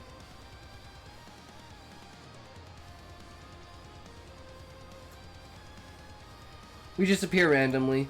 I mean, I pop in sometimes, right? I have my rotations that I do. I'm going to be taking 2 months off of work, so I'm going to be a lot more active in that sense, and I'll probably be streaming earlier, so I might be raiding you. Drop by tomorrow and ask me about slavery. True, I watched Django Unchained yesterday. That's a good one.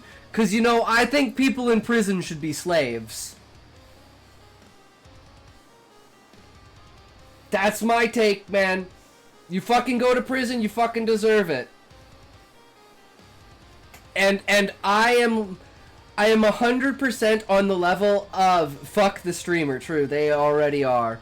But I'm on like the idea of, okay, I guess this is a good way to put it. I'm an advocate for, I'm Canadian, so I'm not American, so we don't have the First Amendment when it comes to guns, but we basically do, right? It's the same kind of thing. We have gun laws, but still, basically, I am an advocate for someone being allowed to own a gun, even though there's a chance that I might be a victim of gun violence because of this. Canadians are not real. I'm pretty sure Angstace is Canadian too, and I'm pretty sure Book Buyer is Canadian too, right?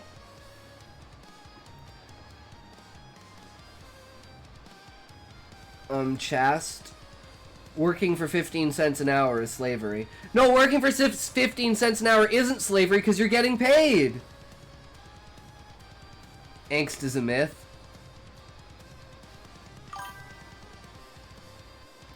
Seems self-serving of the streamer to suggest it.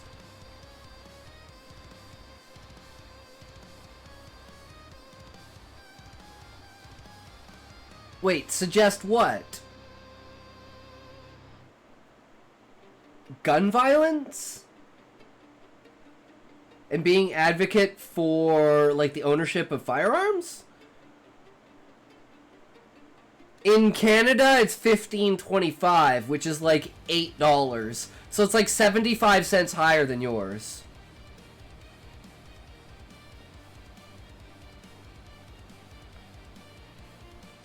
I mean, I'm not at the bottom of society, but I mean, I fucking work at Walmart. So it's like, I'm not that high up. I've only ever had a minimum wage job other than when I worked at the mill when I crushed my foot. It is 14 in my city? Ah. It's $20 in Cali. Damn, Beezus. That's insane. But it's so expensive in Cali. In Cali, it's so expensive that $20 is like $6. It's probably equivalently on like a scale of cost of living lower. 15 cents plus room and board, I think, is the dodge. Exactly, Angstace. There's like this tiny little loophole that they get around from calling them slaves. Because they're trying to make a living wage. True. But I'm only talking about the worst of the worst criminals, not someone who smoked weed, you know. We're talking the worst of the worst criminals. There should be an entirely different degree for that, right? Like the difference between minimum and maximum security prisons. If you're in a minimum security prison, no one really gives a fuck. If you're in a maximum security prison, yeah, you should probably be a slave. And I don't see how it's self-serving for me. What do you do at Walmart? I am a cashier. I'm a whatever front man. I do customer service. I am like this is me, guys.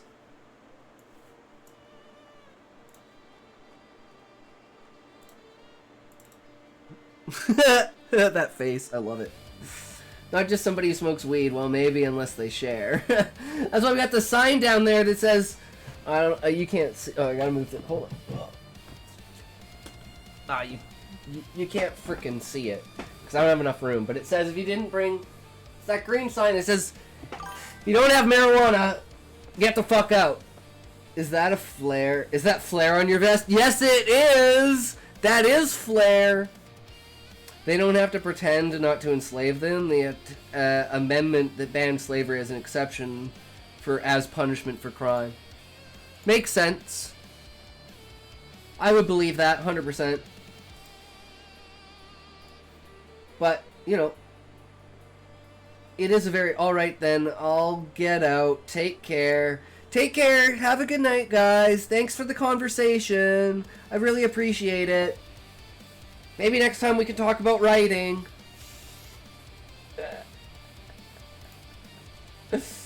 Sometimes I'm really hard to talk to, and that's why I rant so much. But that's why I tend to cut myself off. But I was like, I like this conversation, so I hope it doesn't get out of hand. I think we salvaged it, so I think it's very good. Rioting? Well, you guys riot against me every day. It's perfect. You guys rioted against me the other day, and now we're not using... and it proves that it worked. Martha Stewart literally bought boots and stuff for other prisoners. I mean, I believe it. But it's also, you know, there are degrees to things, right?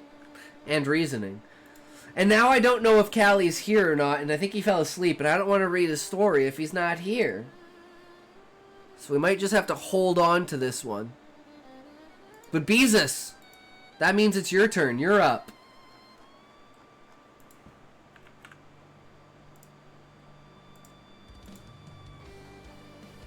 She isn't a noble, upstanding person.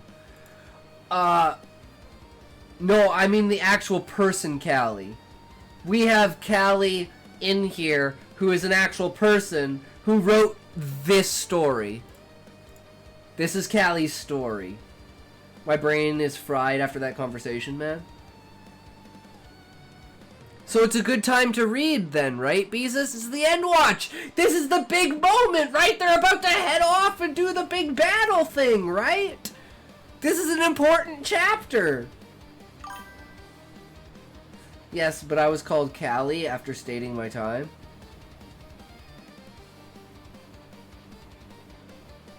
Oh, my bad, Samar.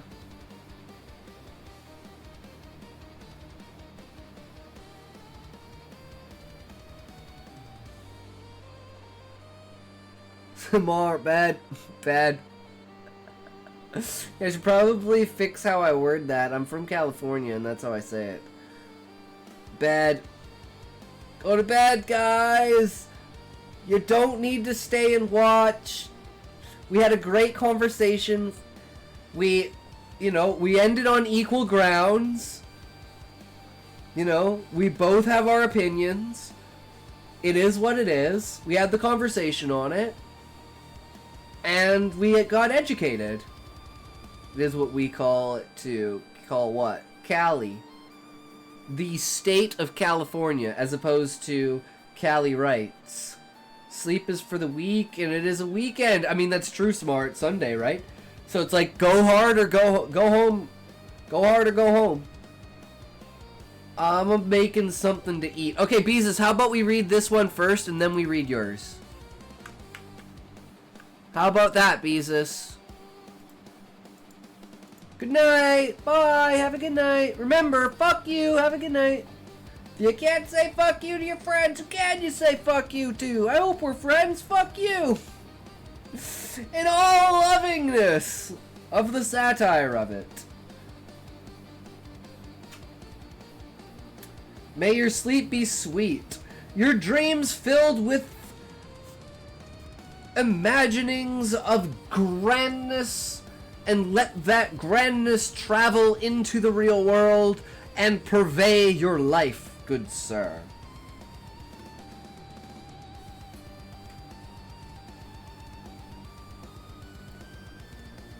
May the Lord surround you with 1,000 angels. True, blessed. Just don't look at them directly, because the biblical version of angels is pretty horrific looking. Old Testament angels. Eyes everywhere. They see everything. They're the creepiest descriptions of something. Old Testament angels.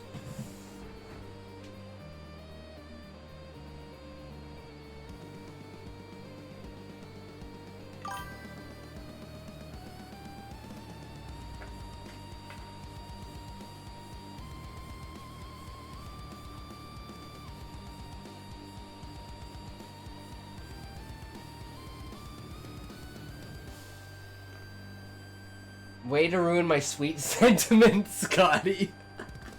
I'm sorry! But hey, that means they're watchful, blessed. Just because we think it's creepy, God made them, so that obviously they're not creepy. They have to be able to see everything. Where's my boogie down command for 3... Sean, I'll do it when I get the chance, man. I haven't had a day off yet since we talked about it. I'll get a chance to do it, okay?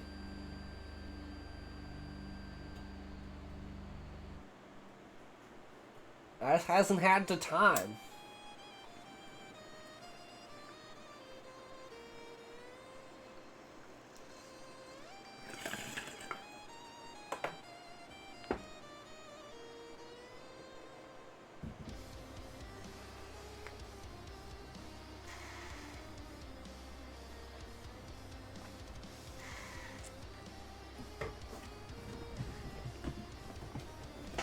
Alright, back to reading, guys. Back to reading.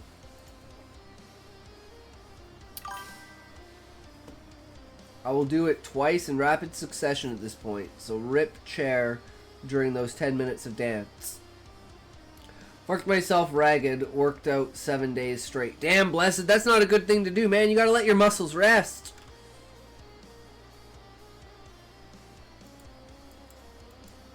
And I hope you're doing, like, different things, like, you know, neck and shoulders, arms and chest, torso, legs.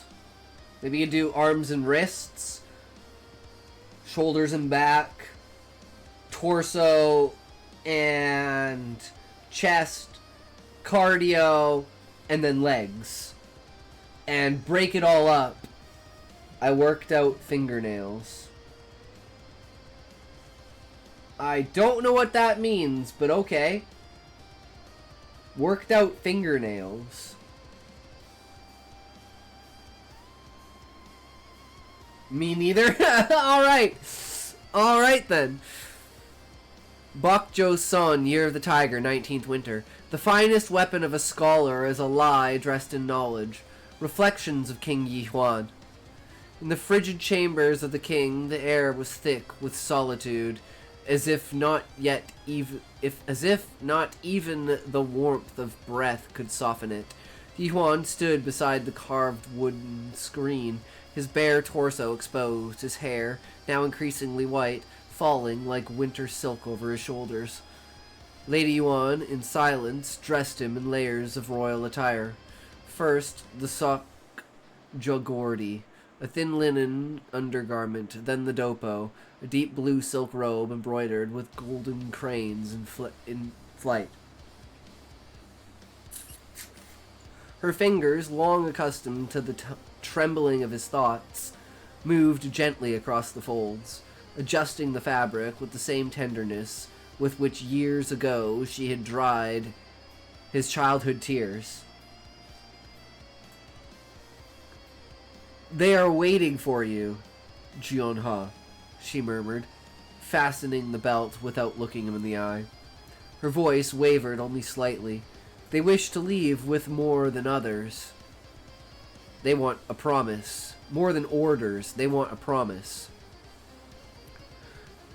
I walked flat ground, jogged flat ground, walked hills, far-clicked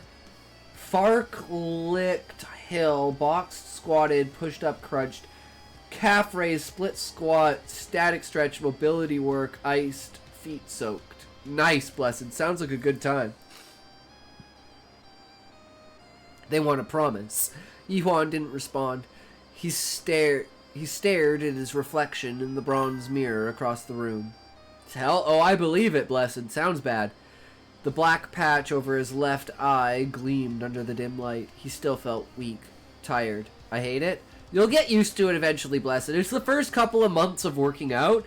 Then when you're in the routine and you've got it and you're just like, you know, used to it, you're fine. It's that first couple of months getting into it. Sleep had eluded him. No routine. Well, then you're never going to get into it without a routine. And a dull throb pulsed through his skull. Polia Egresoru, hello from jail. What a way to introduce yourself, good sir. Welcome, welcome. Always changing it. How are you? How is jail? And from what country of said jail? Or is the jail your own made jail inside of your own skull? Much like Yihuan's. Always changing it, suffering is the goal. I see, blessed. I see. Make yourself a better person. Perfect. Perfect. Are you a writer? Are you a reader? Are you an enjoyer of stories, creativity, and imagination? Polia, I guess. I don't know how to pronounce that. Sleep had eluded him, and a dull throb pulsed through his skull. What purpose can I offer them? What promise can I offer them, he whispered, almost to himself, that won't doom them all the same? I hate stories, creativity, and imagination. Damn, Levi, you must be my one hater then. Able to handle stress. True, blessed. Levi, you missed the most epic conversation that I think you might... I don't know what side you stand on, Levi, with the whole thing, but... I would be interested in your take on it.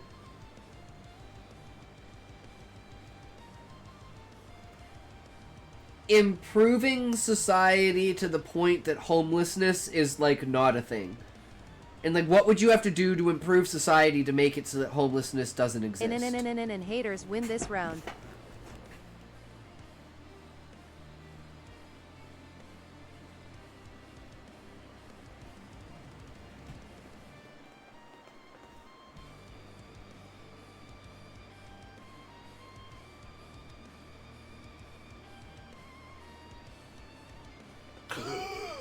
Fuck! Well, hey, Levi, much love. True, blessed. What promise can I afford them, he whispered, almost to himself. They won't doom them all the same. Lady Wan lifted her gaze just for a moment. In that instant, their eyes met. She saw something more dangerous than anger in his expression. Fear. She understood then. Yi Huan did not wish to leave the southern lands behind. My bad, I forgot it's ad breaks. Not anyone cares about this fucking story except me, right? I'm the only one who cares about this story. The only one who's interested in it.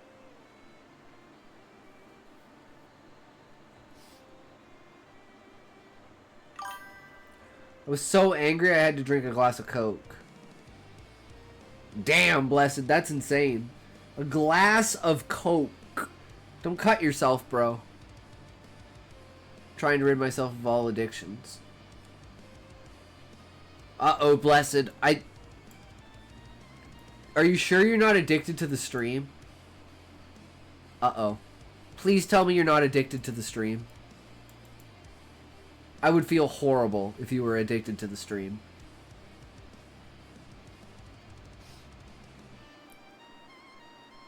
Yuan did not wish to leave the southern lands behind.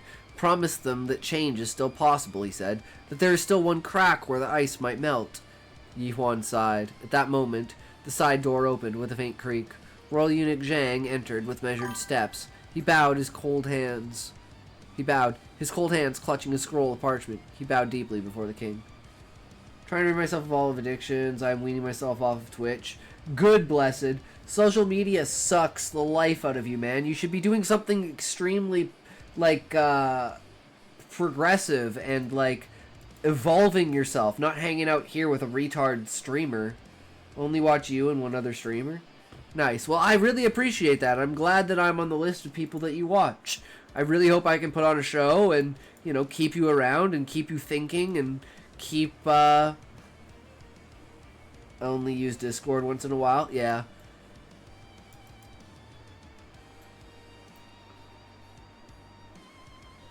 Jian Ha, these are the documents you ordered transcribed. The young secretary, Seo, delivered them yesterday afternoon. Ji Huan barely nodded. He took the scrolls with a certain disdain, as if they weighed more than iron. Read them, he commanded flatly, handing them down. If anything is wrong, tear it out, burn it, and let the royal secretary know that if he wishes to keep his position, he must improve. Zhang blinked, startled, but obeyed. He unrolled the first document and began to read softly. You're interesting? I mean, I try to be interesting. I try to be, you know, dynamic. I try to be understanding. I try to be like unbiased, or at least say that I think that I'm biased on something, or try to get people's opinion on if I'm biased on something. And I like spreading information. I like talking about topics. And there's a lot of people that don't talk about certain topics because it's like, you know, you don't talk about money, politics, and religion at the table, right? So it's like just generally that's weaned its way into general society where you just can't have conversations about things anymore. So I feel this is a great space for people to come in and not feel judged for having those kinds of conversations and thoughts. And I don't want other people to be like, well, it's like the idea of like you can judge someone, just don't use that judgment in your actions, right? You can have the thoughts in your head of what they think and if it's ridiculous or not, but just don't use it as a way that you act with that person, right? I think that's simply the only rule we have here, which is honestly just be respectful. Just be respectful and, you know, agree to disagree where it has to. Other than that, you know, as long as you can avoid... I avoid most people. Same here. I fucking hate people. People are fucking annoying. Leet6164. I'm DB Cooper. I need $500. I'll return $100,000 to you. Okay, good sir. What you need to do right now is you need to pull out your wallet. Okay. And inside your wallet there will most likely be 3 cards. And you're going to need 2 of those 3 cards. One of them is going to be your driver's license or some sort of piece of identification. Okay, good sir? You are going to want to take that out of your wallet and place that on the table. Next, you are going to want to look inside of your wallet and you are going to want to find the card that you want to use. Okay? You will grab that card and you will put it on the table next to your ID. Now, the first thing that I need is the last 4 digits of your credit card. Okay, good sir? And then I need the 3 numbers on the back. That would be wonderful. Then we can adjust with the payment. So if you will give me the payment, and then I will allow that for the money to be released. Okay? Does that make sense? No scam, no shower. True, brother. There is nothing you can do. So, you tell me what your name is, your social insurance number, your credit card information, and I will be able to use it in order to unlock the funds, be able to get into your account. Does that make sense, good sir? Dr. Price Waterhouse Cooper. Okay.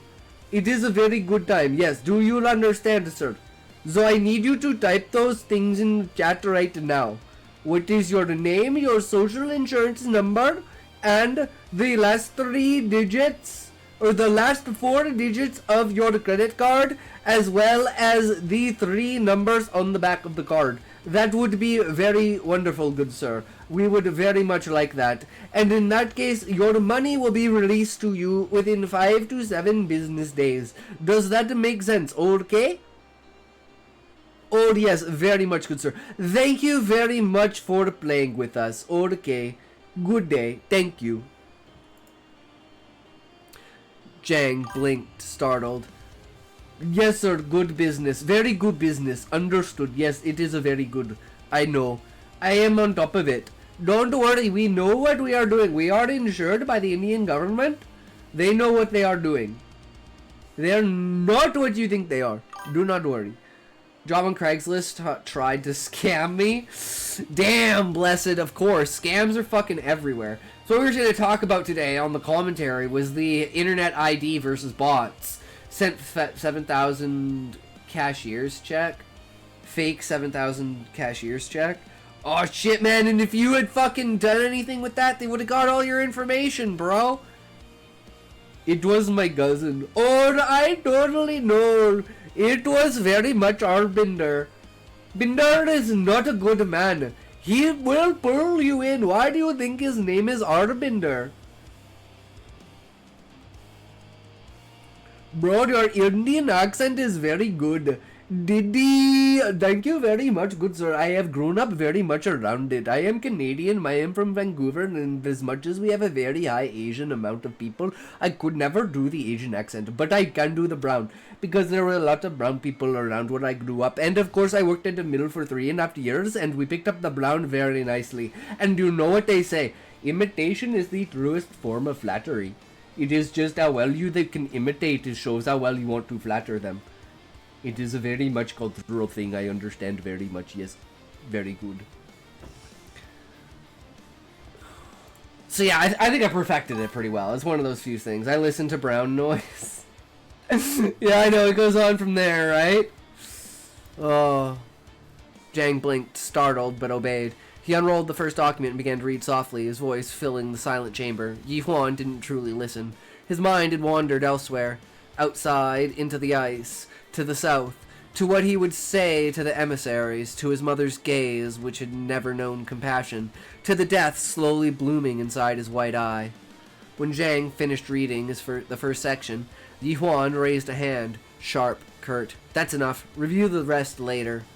He turned to Lady Yun, who draped the guambok, his ceremonial robe, over his shoulders. Golden threads glinted in the pale light. His head throbbed. Pain spilling across his nerves, but still he bent forward slightly to place the royal crown upon himself. What are you doing? I am reading a story. Currently. It is called Flame and... Flame in the Frost. From this author on Royal Road. If you want, I will open up their author page and I can send you the link if you want to go and support them. This is chapter 22. I've been reading this for like a month now or something like that. Maybe a little bit over a month. Super invested into the story. It's really good world building. Oh my god, it's such good world building and politics and stuff like that. I love it.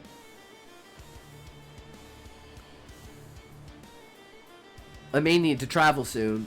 Can you give me a summary?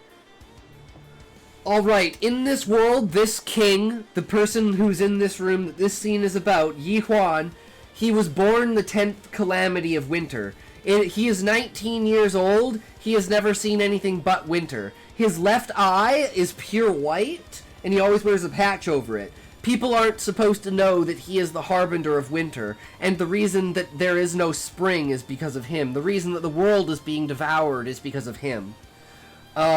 His father, on his birth, made a pact with a demon that made people forget about spring so they wouldn't cause harm to his son.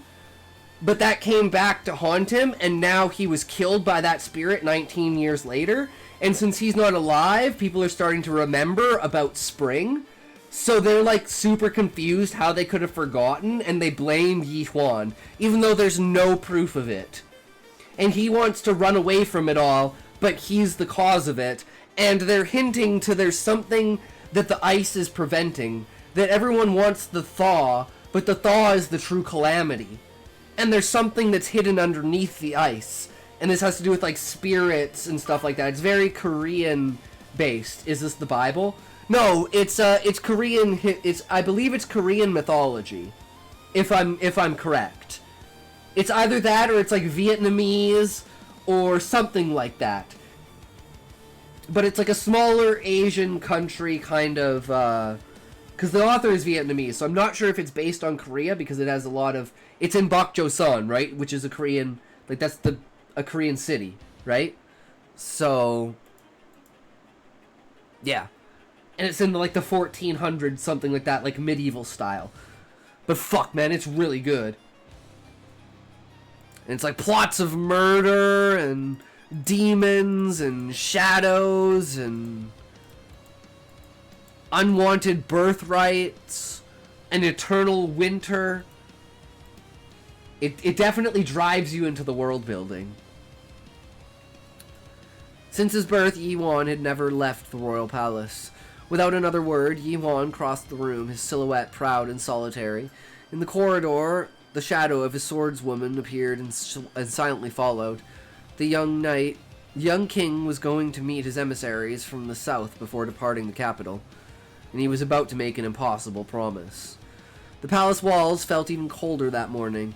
At the southern gates of the royal complex, the banners hung limp, barely stirred by the glacial breeze. The air was still, far too still. King Yi Huan stood on the stone plaza, his silhouette a dark stain against the whiteness of the world. Though his posture was immaculate, his expression betrayed unease. The black patch covering his left eye glinted faintly under the pale morning light, hiding the fire that burned within. Before him, the envoys of the south awaited atop their horses, bundled in thick furs, their faces hardened by the journey ahead. Behind them, soldiers and servants held formation, though their eyes, like those of the common folk gathered along the edge of the road, searched for something more, a sign, a promise, a truth to cling to. Yi Huan said nothing at first. His gaze stretched beyond them, toward the south, as if he could see the glaciation creeping forth from the depths of the earth, the ice, the endless ice that did not yield, that grew without pause. His silence grew heavy. The horses snorted and pawed the ground. One of the envoys leaned forward in his saddle, voice steady but trembling. Jian Ha, will you grant us your blessing? The people of the south await your voice through ours. Yi Huan slowly lowered his gaze, his lips parting gradually, and then spoke, his voice calm like the cracking of an icicle. I will send no more words, no more paper, no more messages. The envoy glanced at one another, confused. I will go myself. A murmur swept through the crowd like a sudden gust of wind. The envoy's eyes widened. The eldest among them, his beard frosted and lips cracked by the cold swallowed hard. You will go south, Jianha. Yes, the king confirmed. I will seek the root of this frost with my own eyes. I will not rest until I find the place where winter might break. He promised no warmth, no life, but he promised to move, to act, with his own body as offering. That was enough. It was more than they had dared to hope for. The envoys bowed deeply, then turned their horses. Being the king, Grand Counselor Yoon stepped forward, his face solemn and composed. What do you intend to do, Jianhe? He asked softly, his voice for the king alone. Yi Huan gave no answer. Amid the crowd, Yi Myong turned his gaze to the monarch. He stood among ministers and royal guards, not close enough to be part of the moment, yet not so distant as to be unnoticed. Yi Myong didn't need to be at the center to feel the pulse of the moment. Winter wind carried scraps of the frost that crackled against the southern banners, and he, still among the bystanders, kept his eyes fixed on the man who stood before the gates of the capital like a figure carved from ice. Yi Huan, his half-brother, his king, his curse. The chill that radiated from Yi Huan was not what unsettled Yi Myong.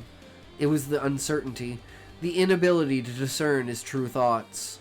The king remained impenetrable. His words were few, restrained, yet enough to rattle the kingdom's balance. I will go south myself. Yi Myong narrowed his eyes. Why now? He murmured. He had expected the king to remain silent, to retreat into his habitual detachment from the nation's afflictions. But something had cracked within him, and that promise, cast like an arrow, had ignited a spark in the air. A spark Yi Myong had not wanted. Are you going south to bring spring, or to bury what's left of it? He could not stop wondering how close Yi Huan was to collapse. Was this journey a retreat, a trap, a death call? He didn't know, but he could feel it. Time was running short. He adjusted the hem of his robe and allowed himself a small smile, though his eyes never strayed from the monarch. He won't last. The thought came unbidden. Not from hatred, not from rage, but from certainty. Yi Huan was already unraveling. The snow inside him was turning to ice and the ice to stone. Nobody could hold winter forever. And when he falls, I will be there to collect the pieces. The clatter of hooves on frozen stone echoed as Seo Jizu rounded the corner of the palace's main corridor and burst through the side gates. The royal avenue leading to the southern gates was filled with spectators and soldiers, but he didn't stop. He ran, breath spilling in white clouds, robes askew. hair still damp from dressing in haste. Penis, wow, a penis, so many penis, I see penis. You're a penis, Smokey. I mean, no offense to Europeans.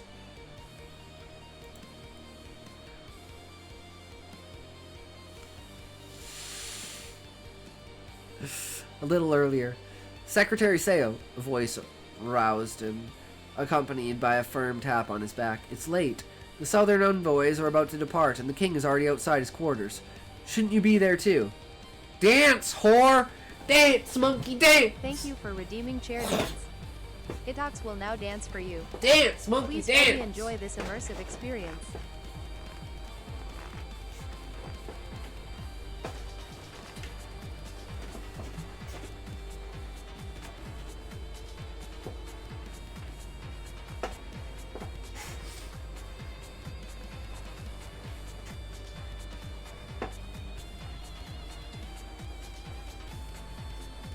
Keep dancing, bitch, it ain't over yet.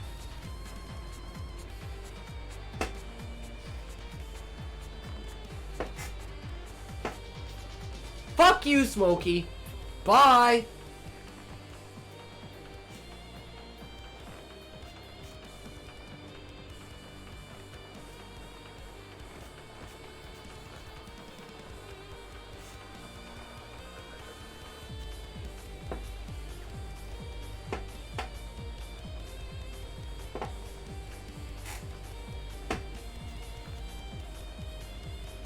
You did good, you can rest now, babe. True. Oh, alright, here we go. Vlad the Impaler, true. I heard this quote on Twitter, guys. You want to hear this?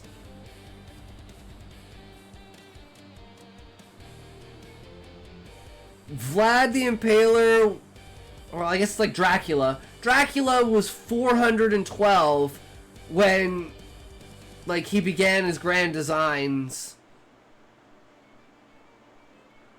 Sauron was 54,000 years old when he forged the One Ring. Cthulhu had seen galaxies come and go before he decided to put madness in the minds of men. Don't ever think it's too late to see your dreams come true. Fucking yes. That fucking speaks to me, boys. That's powerful. Oh, I love it.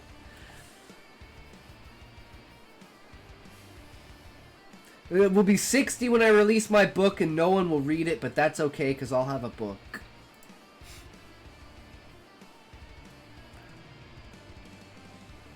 Whoa, Jisoo sat up abruptly, eyes hazy from sleep, a stern faced official from the Office of Internal Affairs stood beyond the screen. What time is it? I fell asleep here again. Late, Royal Secretary. Far too late. It was the second time that week. Jisoo managed to reach the edge of the stone courtyard. The crowd hindered his steps, but his position as a royal scribe opened a narrow path between the palace guards. The farewell was nearly over. The envoys were already retreating along the grand southern road, banners flapping, hooves crunching the frost beneath them. And there he stood, Yi Huan, alone, still spine straight, gaze lost on the horizon. Jisoo stopped a few paces behind him, not daring to speak. He simply watched. He wanted to say something he couldn't even name, but the words didn't come. At that moment, as if sensing his presence, the king turned his face slightly. He didn't look at him directly, but the outline of his profile, carved like a statue, was enough to send a shiver through Jisoo's spine. Then the scream shattered the stillness. My son, Prince Yi Seok, is missing. My son is gone. Oh yeah, that's right. Seok was kidnapped in the last chapter. I totally forgot about that. The shrill voice laden with anguish and rage belonged to the young prince's mother, who burst forth in tears and panic. She was plotting to use him to kill Yi Huan. And then he disappeared. I wonder fucking why. Soldiers began to run, servants, ladies in waiting, eunuchs scattered in horror. The scream grew. Chaos unfolded, spilling through the crowd like cracked porcelain. Yi Myung stepped back as soon as the cry reached his ears. Prince Yi Seok's mother. The scene unraveled. As if the entire court began to split apart at once. Winter is stirring, he thought, and spring will not arrive quietly. One less sun to worry about. Yi Huan, however, did not move. He didn't even blink. Beneath the eye patch, his white eye burned like a moon on the verge of rupture, a sharp, sickening premonition crawling up his spine. Seok, has disappeared? Damn. Alright, so I guess here's the moment. Beezus, are you here? Callie, are you here? Or are we moving on into, writing? Or the reacts? Not quite sure yet. Should we do the reacts, guys? Famous authors' writing rules debunked.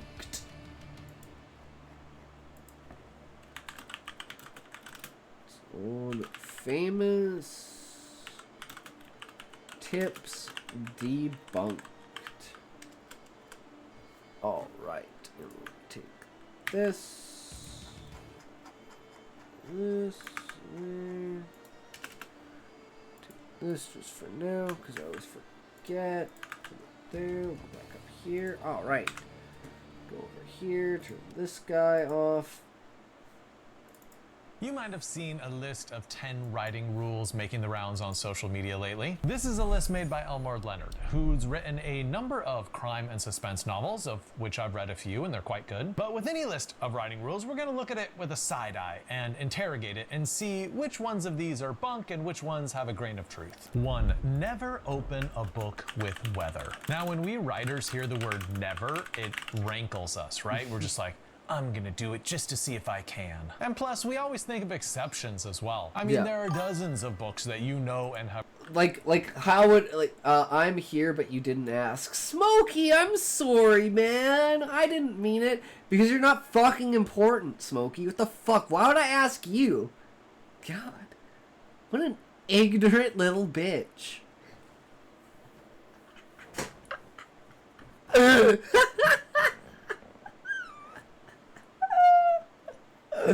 That's right, Smokey. Go back to your room. Maybe write some sad poetry now and then post it in the Discord. This would be Smokey's. This is Smokey's poetry.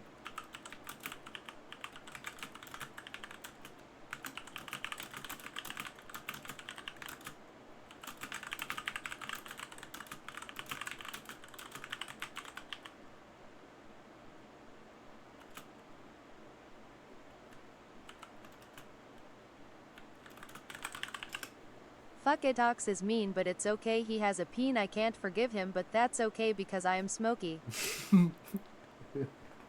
Oh no, it's all I know it all again. This know it all again.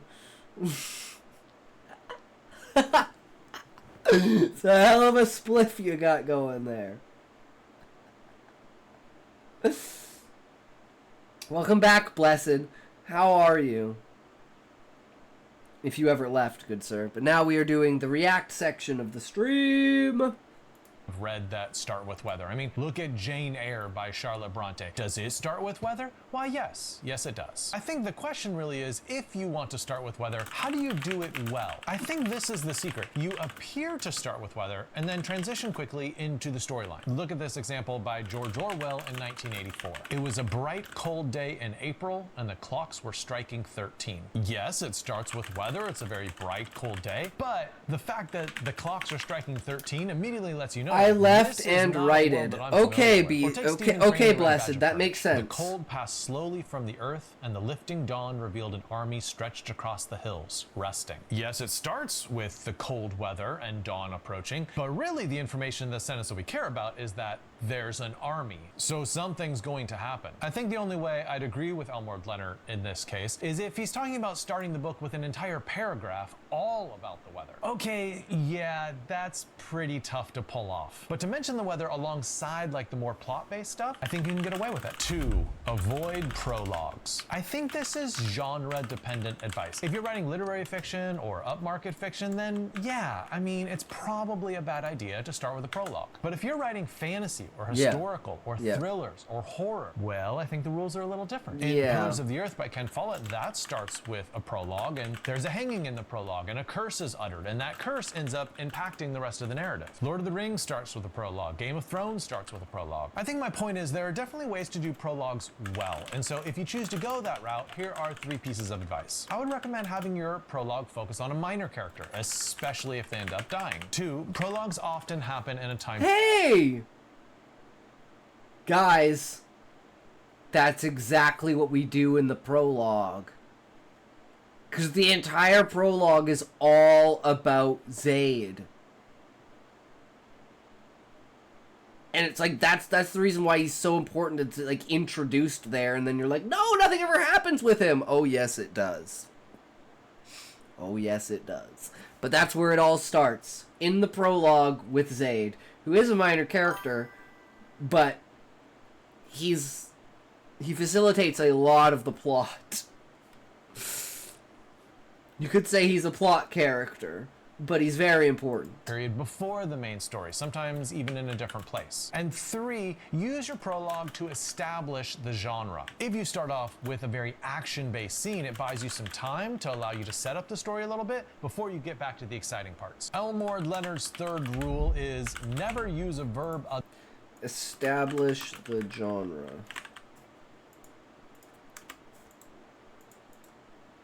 Alright, I'm good for now. Later. Alright, have a good one, Blessed. Take care, good sir. Other than said to carry... Okay, 3 here is... Never use a verb other than said to carry dialogue.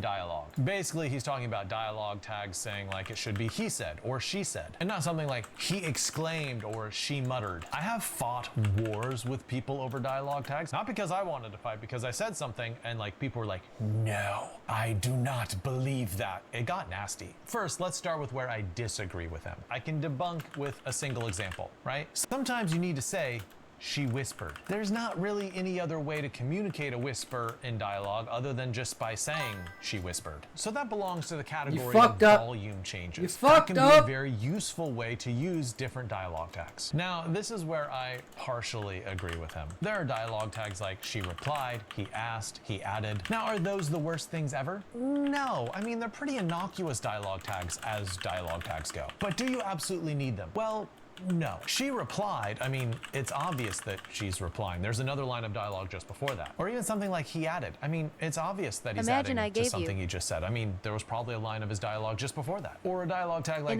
she asked. I mean, there's probably a question mark. So why do you need she asked? But once again, like these are very minor quibbles. It's more like a question of style. If you choose to use them, fine. That's perfectly fine. But third, let's talk about where I actually do agree with him. I think what Elmore Leonard is thinking of is I have a link. Dialogue tag. Yes, Smokey, post it. And a great example of this is action dialogue tags. That's just perfect. He winked. You can't wink words. It's an action. It's not something that you say. Or, your hair is beautiful, he beamed. You don't beam words. You can't beam a line of dialogue. Things like he shrugged or he glared as dialogue tags. These things do not work. If you want to keep them, just in the dialogue and then just have it as a separate sentence. And the worst example of all time, drumroll, get the gun, he ejaculated. Please, for the love of God, never, never, never use that as a dialogue tag. I beg you. If you find that you are using she said or he said too often, the solution is not to find synonyms. The solution is to use fewer dialogue tags. The problem is the number of dialogue tags, it's not the verb. I actually do not spend very much time on dialogue tags in my dialogue course because I think there's like 10,000 different things which are way more important about dialogue than, you know, he said, she said. But if you do want to take my course and find out, you should, because it's I might one day, guys. We'll figure it out. Never use an adverb to modify the verb. Never use an verb to modify. There's the link? Okay, sweet. To modify the verb said. He admonished gravely. Said. He admonished.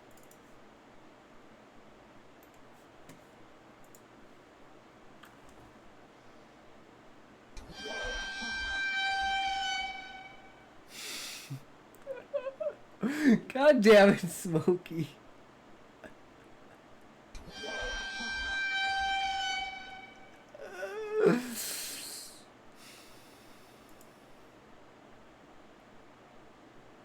Do you know what that face is based off of, Smokey? Do you know whose face that Those face? who know. Yeah, those who know. True, Levi. Those who know. Admonished gravely. Okay, I gotta admire Leonard for at least like poking fun at himself with that he admonished gravely. It's like in Strunk and White when they tell you, oh, never use these words, very, rather, little, and pretty. And then in the very next line, they use all 4 of those words. But for Leonard's advice, I would have to say it really depends on genre. Yes, if you're writing unmarked literary fiction, no, you should not use them. However, if you're writing romance, I would actually say readers want adverbs on their dialogue tags. Forever, he murmured huskily. My love, he declared smolderingly. I'm yours, she purred silkily. You're perfect, he breathed loin-firingly. Okay, maybe that last one went too far. Too far. But you get the point, right? In certain genres, readers actually like that stuff. 5, keep your exclamation points under control. Oh no, I have a problem with this. Your exclamation points under control. You are allowed no more than 2 or 3 per 100k words of prose. You are allowed no more than 2 or 3 per 100,000 words of prose. Jeez, Leonard, you're getting a little strict with parceling out like the precise number we can use. But look, there are very famous writers who break this rule quite well. Look at Tom Wolfe and something like the Electric Kool-Aid Hop has a problem with this for some reason. acid test. I just picked a random page and counted the exclamation marks. Oh, there were 7 of them, which is more than what Leonard would say he should use for the entire book. But what Tom Wolfe ends up accomplishing with all those exclamation points is he conveys this enormous sense of like over-the-top energy. That book is a wild ride. Terry Pratchett also uses exclamation points really well, for example, in The Hogfather. Look at this example where just in 3 lines he uses 3 exclamation points. And what's more, one of the characters always talks in all caps, which kind of makes like it it's sound like he's political theory. It seems like you shouldn't be using them at all. Well, you should be using them like, I think there should be a different way to use exclamation points in that particular aspect, Levi, where it would be like this exclamation point is like highlighting the main point overall. Like, you know, these are lesser kind of points, and it's like, oh, this is a big one. And put an exclamation point at the end. Exclamation points. It's like, oh, that's the one you need to pay attention to. To use exclamation points Does that make sense? measuredly, conservatively, and only when you really need them. And I will say one thing, that you should never use more than 1 exclamation point in a row. Like if you're using 6 exclamation points in a row, way over the top. Leonard Elmord's 6th piece of advice is never... No, they're definitely being used radically. Oh, okay.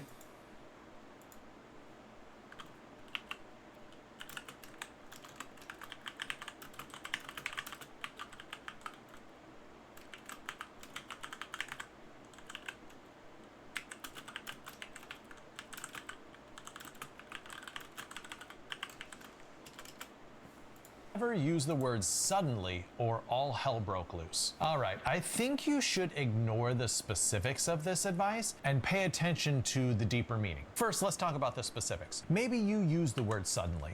Okay, that's all right. I mean, it's not the worst thing in the world. Is it always necessary? Well, no, it's not. And you should see, like, can you cut it and the sentence works better? Okay, then cut it. Or maybe you use a cliche like all hell broke loose. Okay, maybe you should see whether you can like cut it or use a different phrasing or something. But here's the deeper meaning of what he's saying here. You, yes you need to have a personal list of words and phrases that you absolutely refuse to use. Now, it doesn't need to be Elmore Leonard's list. Like, you can like the word suddenly or all hell broke loose. But there should be words and phrases that you really dislike and that you refuse to use It's almost the inverse of the sentence. The exclamation mark isn't serious. It's being used on the jabs. Ah.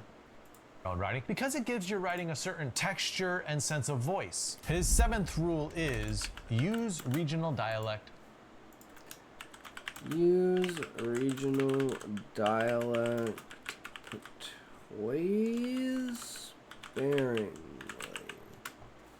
Sparingly. Okay, I mean, tell that to Mark Twain. Here's Huckleberry Finn. Say, who is you? Where is you? Dog my cats if I didn't hear something. Or tell that to Zora Neale Hurston. I know exactly what I got to tell ya, but it's hard to know where to start at. Tell that to Irving Welsh. The sweat was lashing off a sick boy. He was trembling. Ignore my terrible accents and all of those. But is Leonard completely wrong? Well, I mean, no, because I do think misspellings make it a great deal harder for the reader to read. And I do say, as a technique, misspellings to communicate dialect has fallen out of favor in the last 30 years. Most of the time, I think a better route to indicate dialect is through word choice and particularly syntax, like the very order of your words. Yeah. And then if you want to use select misspellings, you can use those judiciously. So yes, dialect is something to be careful about, and you don't want to go whole hog and make your book unreadable. 8. That's kind of the thing with the Beastmen, right? Because they have like this very, very childish way of talking, right? Where they can't understand, like, you know, the full comprehension of ideas and stuff like that. Like, there's just a certain cap where they just can't mentally grasp beyond that point. Avoid detailed description.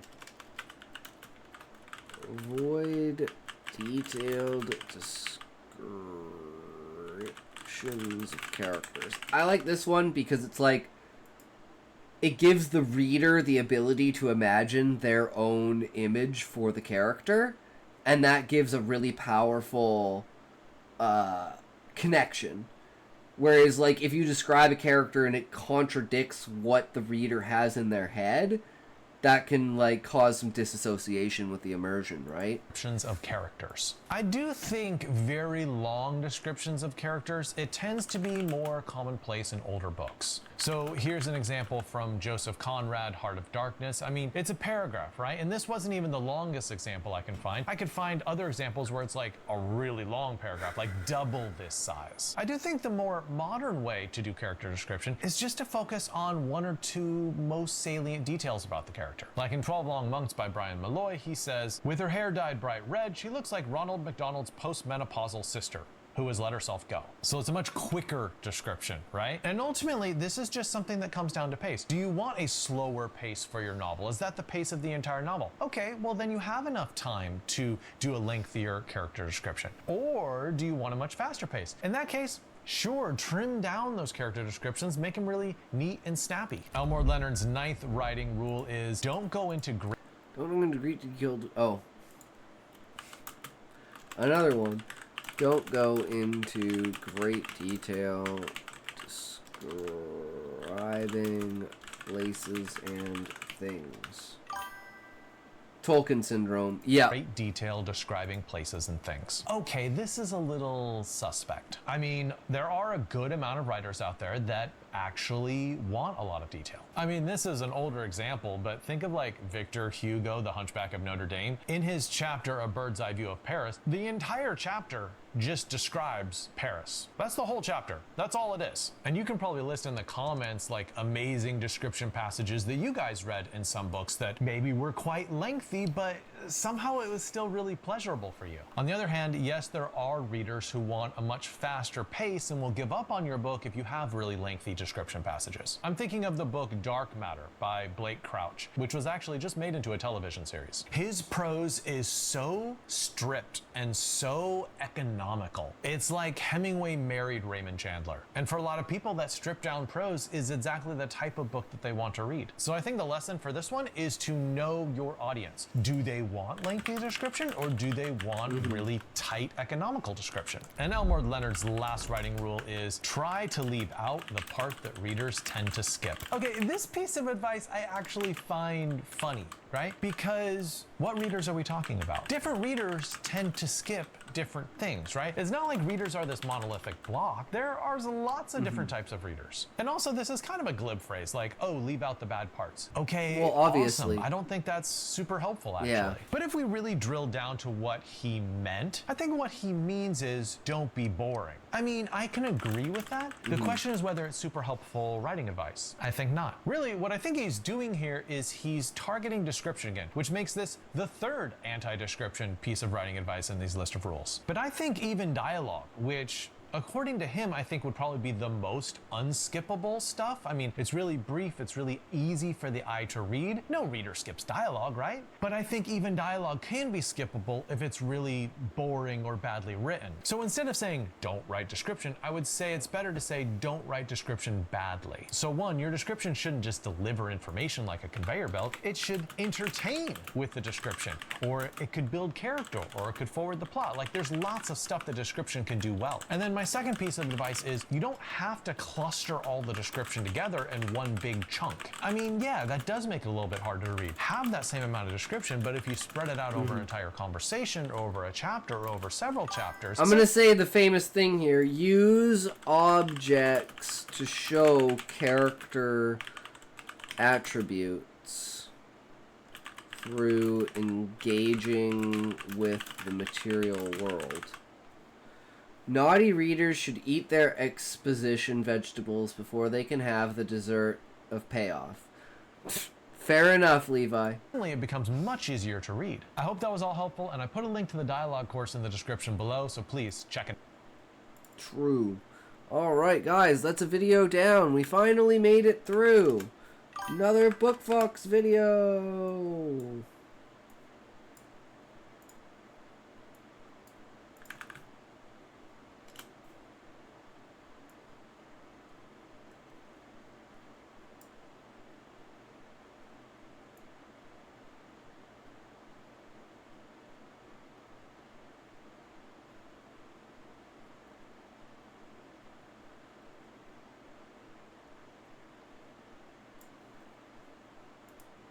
Uh-oh, guys, I missed something. I missed the Rumble chat. I don't know when this was, but there's Bork, Bork, Nom, Bomb.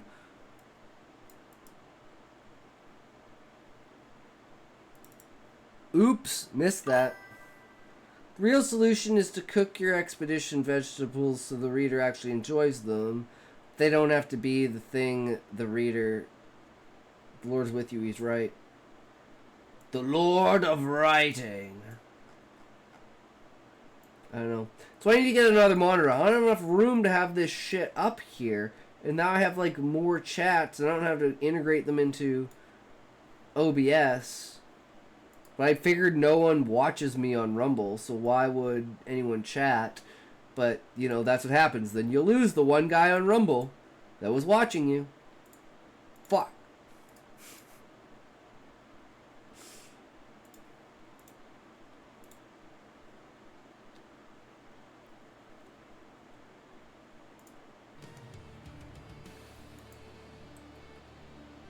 Okay, so let's...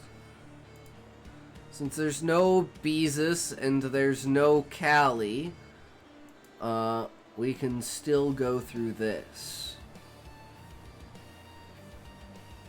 I think we're finished, though. I'm pretty sure. Scene 4. What the final moments of the ritual before I'm pulled back to reality. Okay, good. Good. We had an introduction idea where what I'm going to do is I'm just going to write down what's just straight up going on, and then we'll extrapolate from that into something else. But I gotta go take a piss. I'll be right back. Also gonna grab a drink, because why not while I'm at it?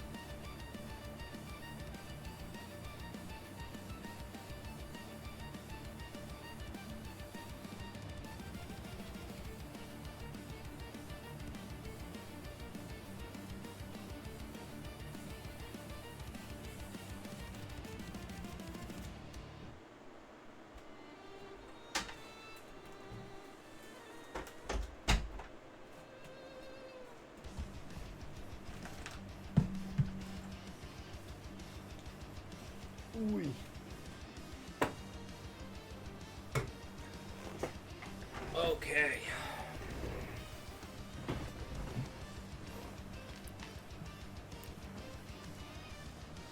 Just gonna rush the fuck through this as best we can. We'll see what we get.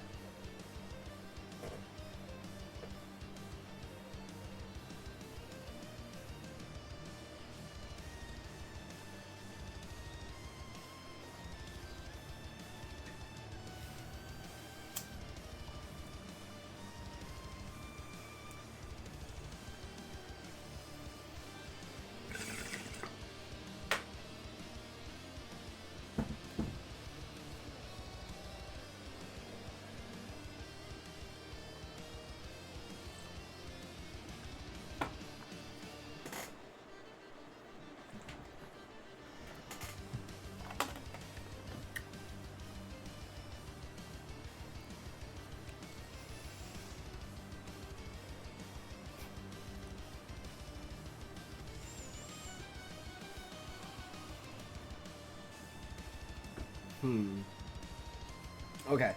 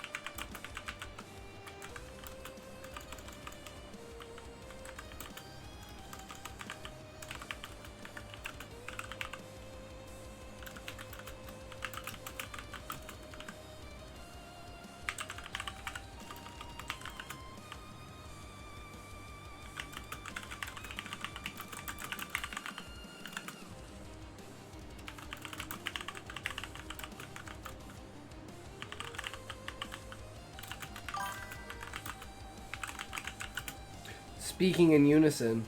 Yo, Dreamy Bloody, what's up, brother? How's it going? Welcome, welcome. We are beginning writing The Banquet. How are you?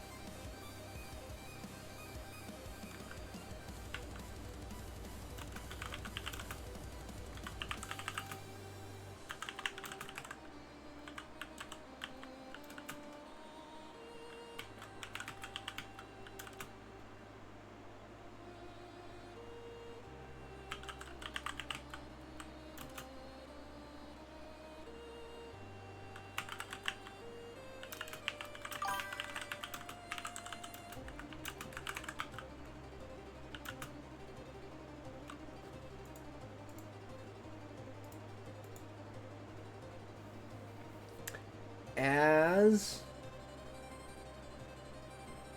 Not sure what you're trying to say there, Bloody Dreamy. You got a little bit of a hua-hua going on there. Not sure what's going on in the hoo-hoo with the wat-wat, you know? A little too hoop-hoop.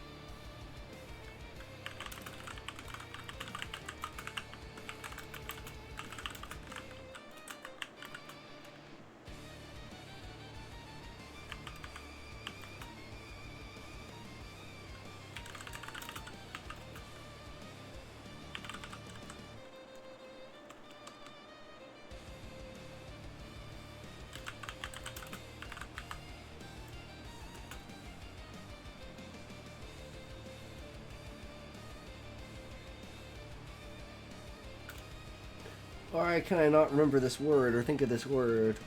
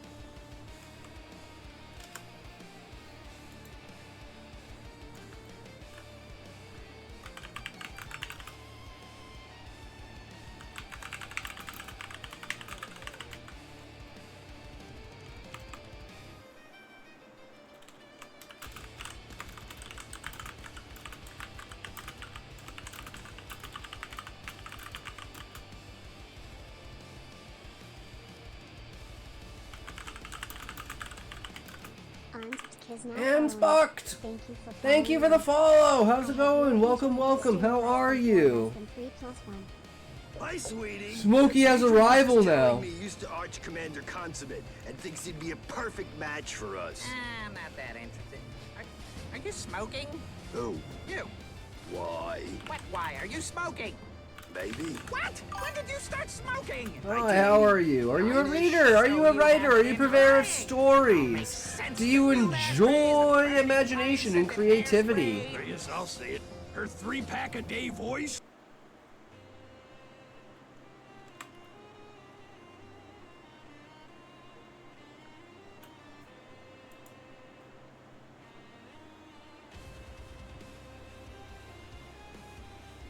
From Saudi Arabia? Nice! Hell yeah, brother. Welcome, welcome.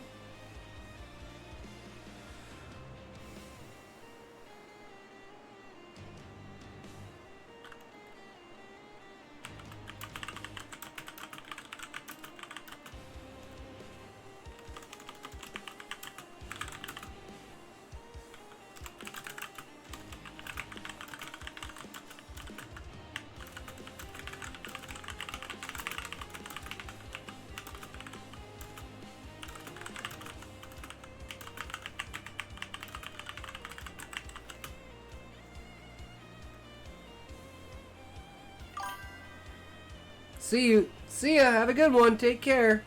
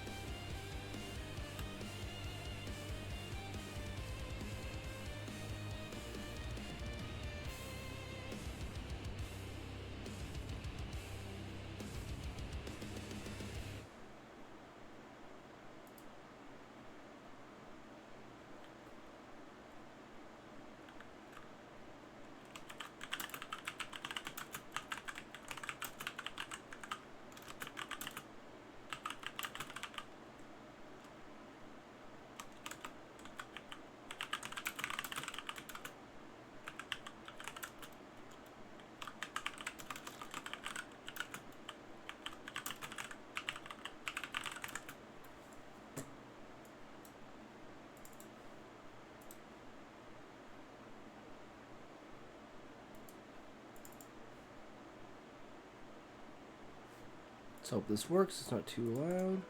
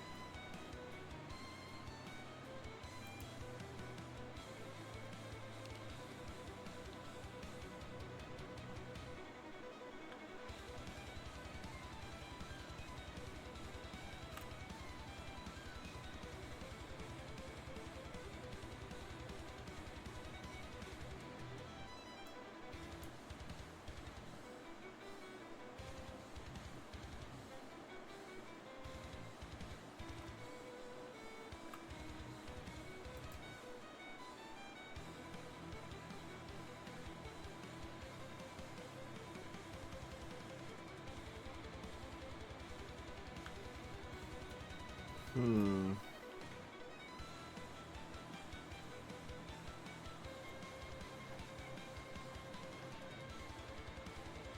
feel like we just skipped this entire scene. And we just kind of added it to the top there.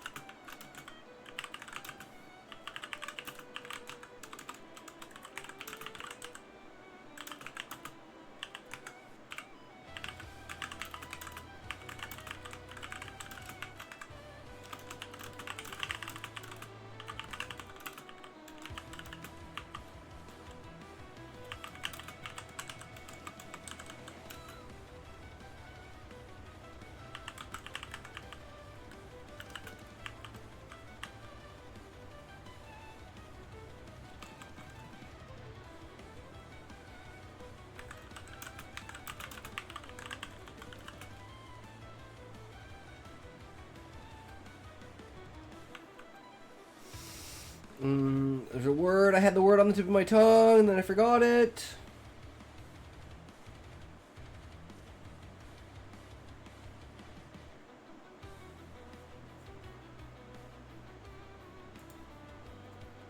A participant.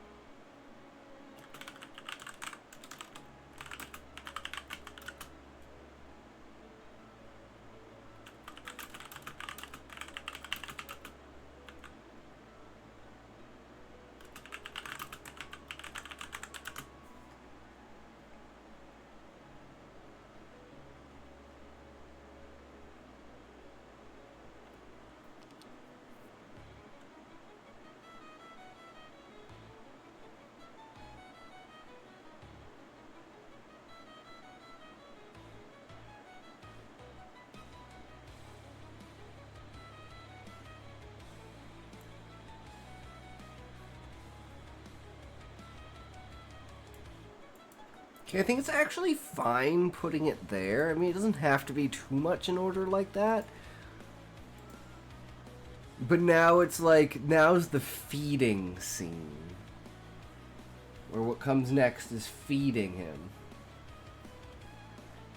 I guess we have to go with, they have to go out and cook, right?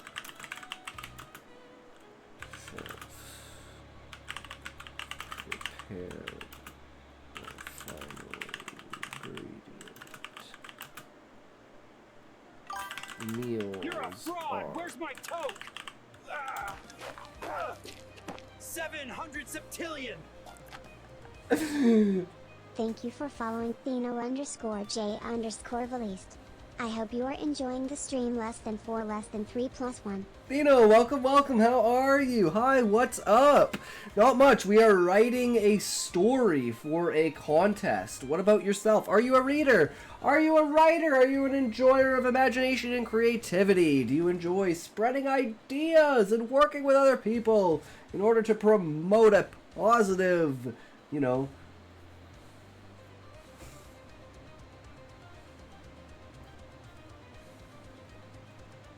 positive outlook on life? Delving into the deepest, darkest, moral, consequential sides of the human psyche. In this story, I am falling into my own story, and the story is of a ritualistic self-cannibalism succession rite. So basically, every person in the village cuts a piece off of me, and they cook it, and then they feed it to me. I'm good, I'm a writer. You might recognize me by the way I write. I mean, fair enough, right?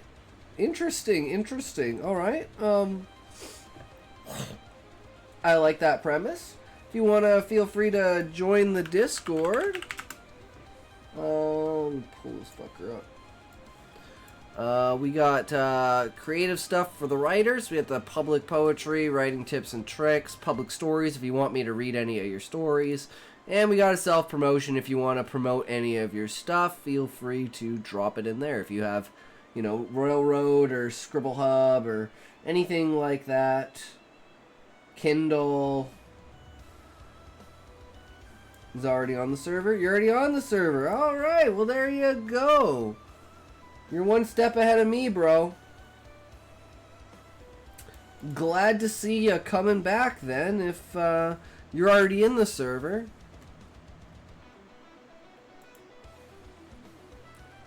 I'm just quite trying to figure out what to do exactly here. I think they're going to travel back over. We've kind of already done this, I feel like. So I think this is a little out of order.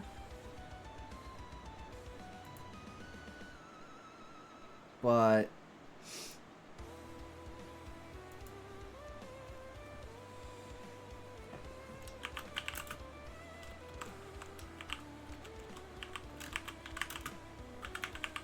yeah, if you have posted anything in there that you want me to read, I don't know exactly what one's yours, but if you want me to read anything that you posted in there, if you're not Rambo, I don't know if I've seen this one. What's this one? No. That's Ram. Oh, Rambo, Ram. Okay, there, no, that makes sense. That makes sense. Yeah, I haven't changed my server profile yet. It may be a bit of a surprise, but I'm graduating from my old name. Oh, okay, okay. You're making it very intriguing and mysterious here. I'm wondering who the hell you are, but I have no idea, because I'm retarded.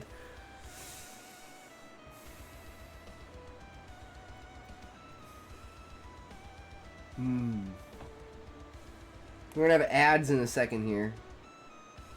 Fucking ads.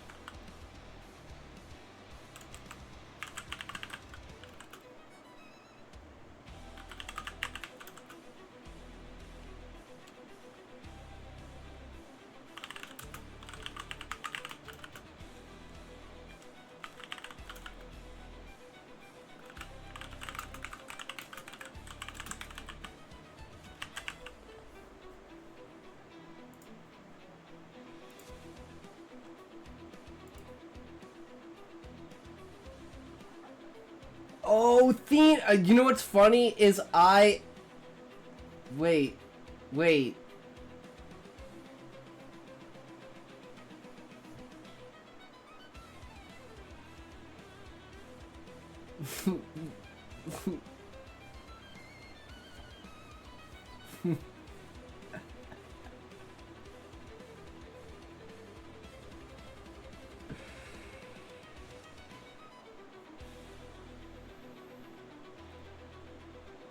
Okay,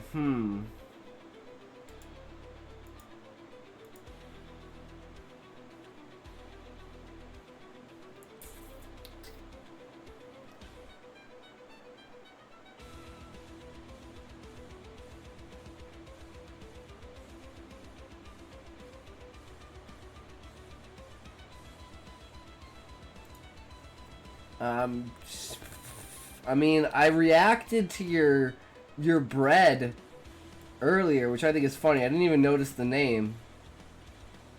So, yeah, I don't know. But congratulations and thank you for joining, man. I have no idea. I could not tell you, Theon. Or Theno.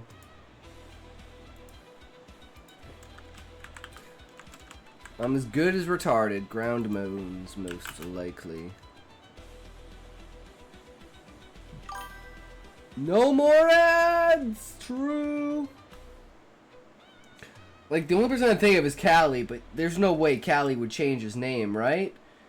There's no way Callie would change his name. I was previously the fan fictioneer guy.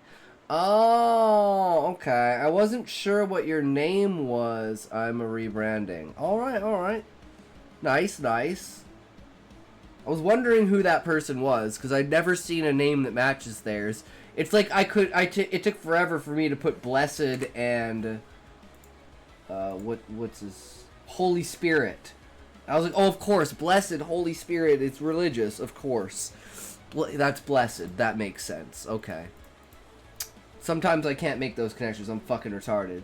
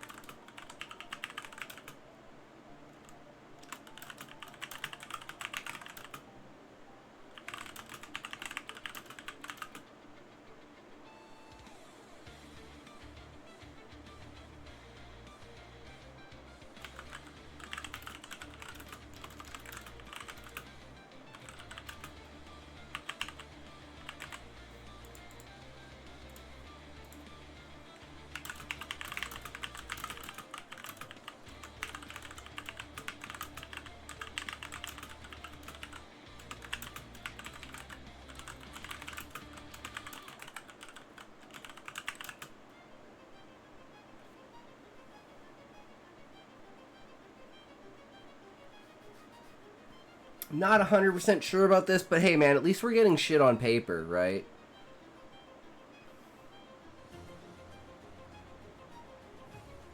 And it doesn't have to be 2,000 words, but, I mean, we'll see what happens when we edit it, right? I'm worried it's just going to get too long. So I'm trying to keep it short and concise, because not a lot really does happen in the story.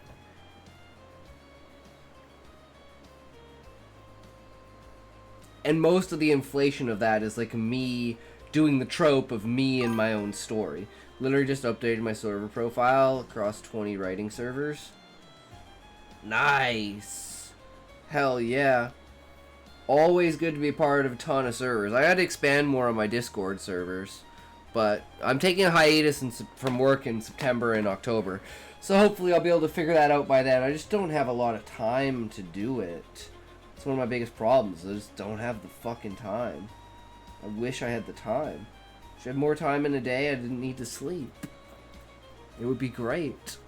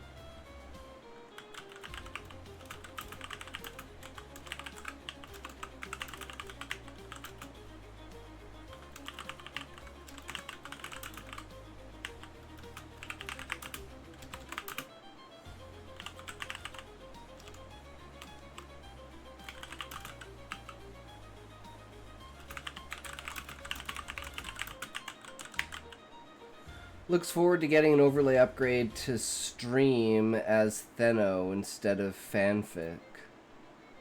Ooh, cool, cool. Yeah, fanfic, I mean, it's like, it's good, right? But it's just so generic. It's like, what are you actually talking about? Are you talking about a streamer, or are you talking about a topic, right? That's why I think the idea of having very unique name is very important. My problem is, like, everything goes to intoxication. Spelt wrong when I put in intoxication. So it kind of sucks when you have a name that is close to another word or based on another word in some way. Because it can go down the wrong route for that.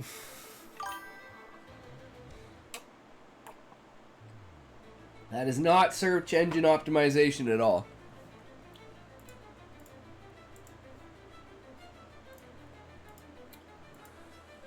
Spirit of the tribe itself, witnessing the grand show of becoming one with its people.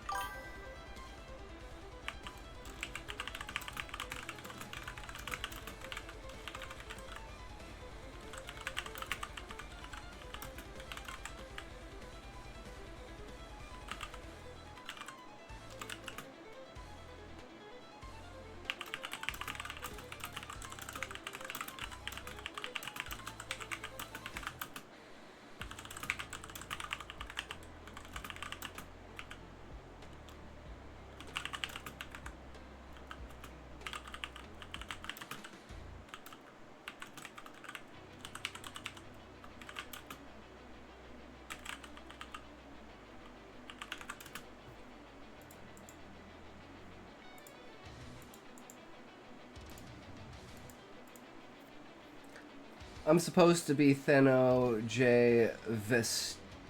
Veliste, but I can't do the accented A.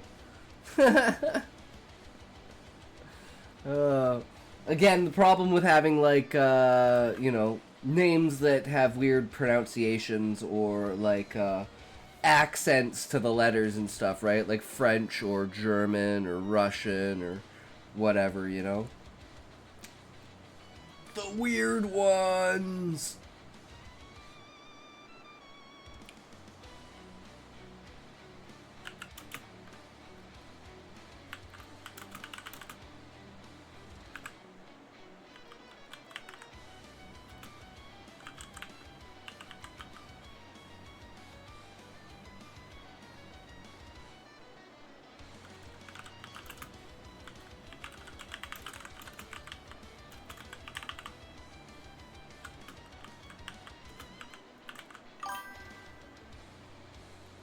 Still happy I found a pen name alias from original work now, though. That's a good thing. Hell yeah. I'm SJ Moron, because I didn't want to put intoxication on it. So there's going to be a distant... That's a bad thing, right? Like, my books are going to... The author that's on the book is not intoxication, right? So you kind of have to understand that, like, there's a separation between the author and, like, the stream itself, right? And it's not very... productive branding for the stream itself to have my author name not be what the stream name is, because when they look for it, they're not going to make a connection, right?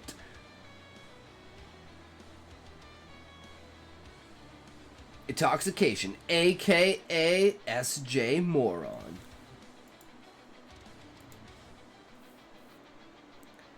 Broken flayed body stewed into the stew, the gashing.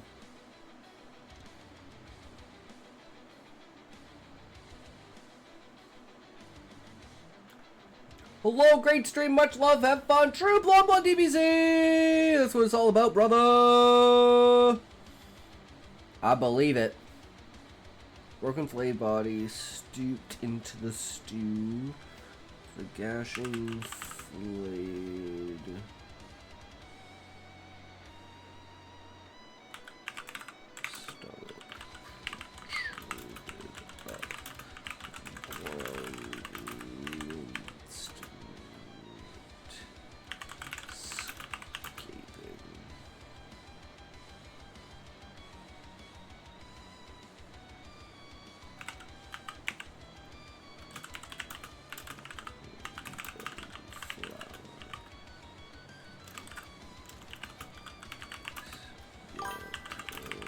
Diamond Yoshi rated my stream. Oh shit, Diamond Yoshi! Yo, what's up? How's it going? Raid?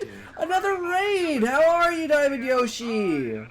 Good to see you. Welcome, welcome, everyone. How are you guys? We're pretty much finished the rough draft of this story now. We need to add a couple of things and refine some, like, emotional tie-ins. But I think it's a great fourth wall break with waking up in your own story. We just need to do the final little bit of the ritual here.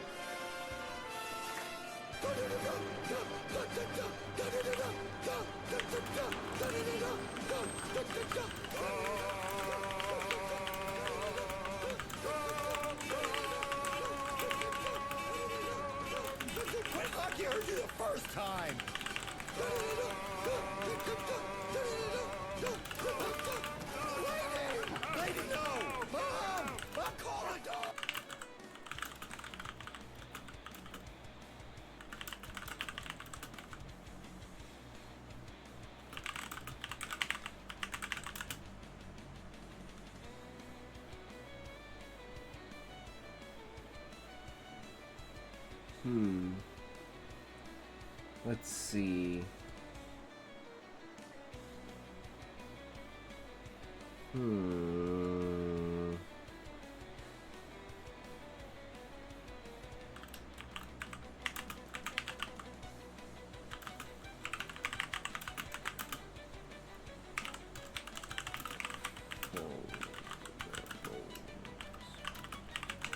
Scribe would not go hungry this night. Be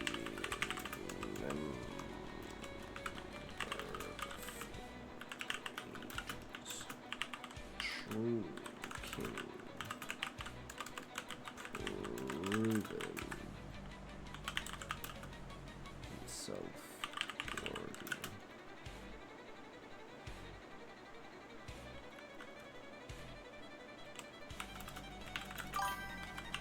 See all around as if I am the world itself.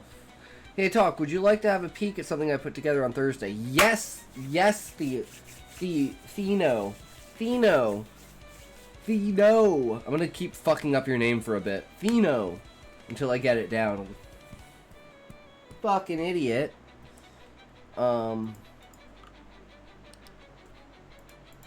I don't know why I can't fucking spell.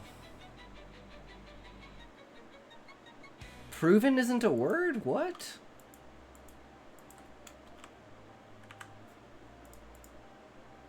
Okay, it was just being weird. I don't know. Raymond Dow! Yo, bro, how's it going? Good, sir. Raymond, you might be interested in this. So I found this.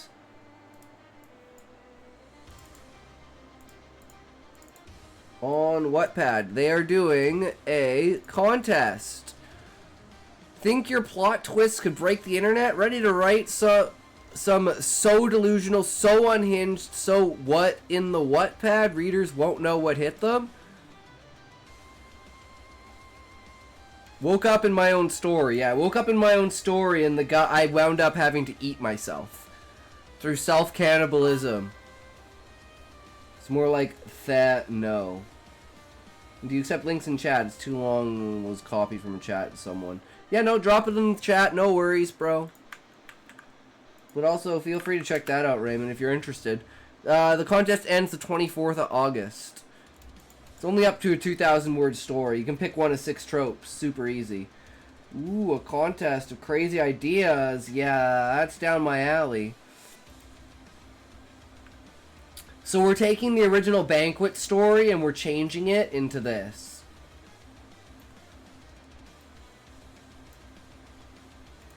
Ooh, a political hierarchy system.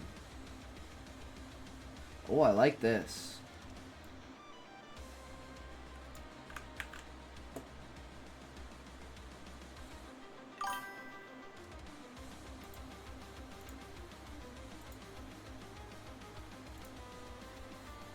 This one.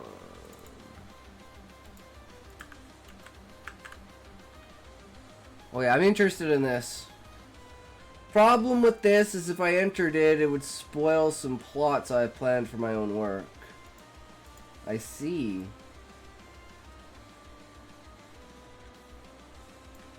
Okay. Well, let's see what you got here.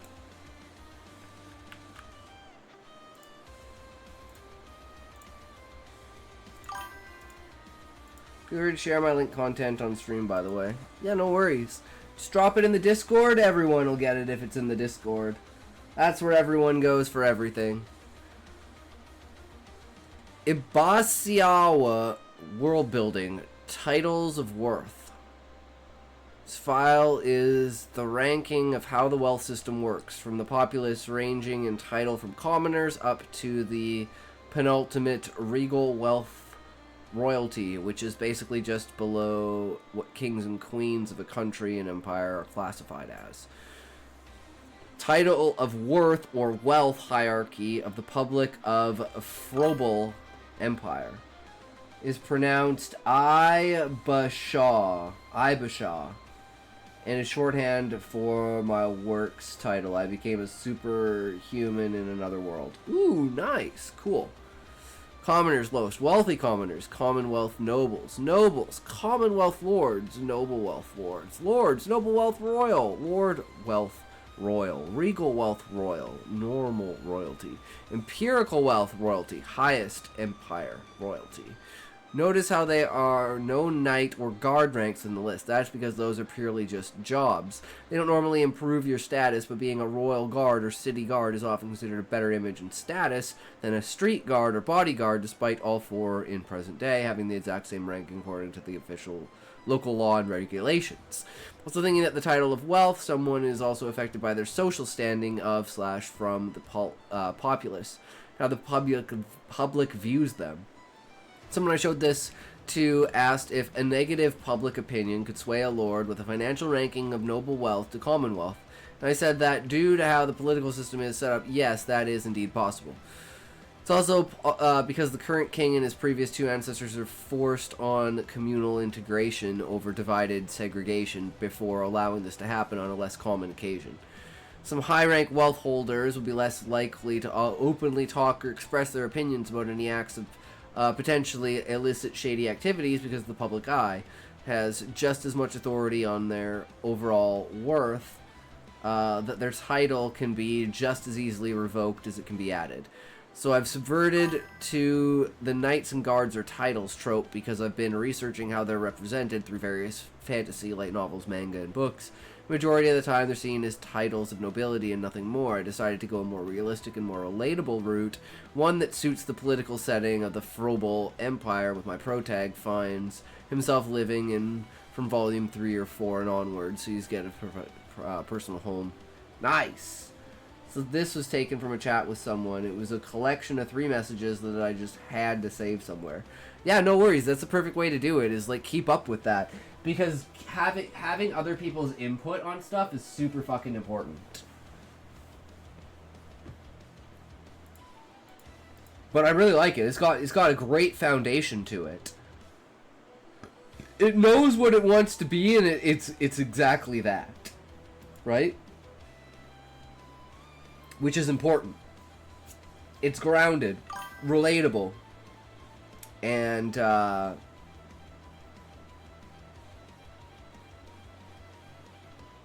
unique in a setting like that, right? Yeah, and breaks away from common tropes and cliches. Yeah, yeah.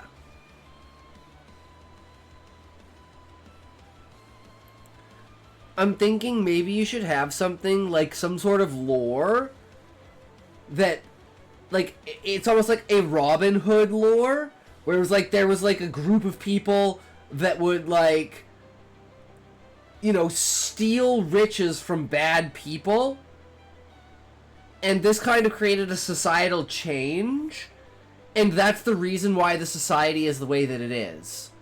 What do you think about something like that? Entire goal of my Ibasaw series is designed to avoid. That is actually a good idea. Why haven't I thought of that? That's why I like talking to people about their work, because I want to see if they have any holes, and if I can fill those holes, that's what I'm here for. So having, yeah, some sort of reason why the society shifted the way that it did, it just needs to be like the tiniest reference, but having a reason to put in the reader's mind that, yes, I did think about that as the author, is super important. I think that's a like an underrated thing, is hinting at something just to let the reader know that the author, yes, indeed, does have an idea for that. And whether that really goes anywhere or not, it can still add validity to the world itself, right? Like the idea of talking about far-off vistas and, like, fairy-tale imagined places, and that keeps the world in this standing of there's always something beyond the edge. There's always something else that you can explore. So anytime you have a far-off vista that you go to, you have to create another far-off vista that expands the world to beyond what the reader initially experiences. And that's a great way of immersing people in the world. And having those tiny little tidbits of lore that go back into how your society is structured is, like, so powerful to have. But I'm a huge lore fan. I love lore and stuff like that. So when if it comes to lore, if you ever need any ideas or you get stuck on anything, just let me know and I can throw some stuff. There's also a subdivision to the Demon King trope that could also be a main factor. Ooh, nice. I like that too. Hell yeah. ads. Fuck ads. No one like ads. Ads bullshit, guys. We don't fucking want ads. Fuck ads.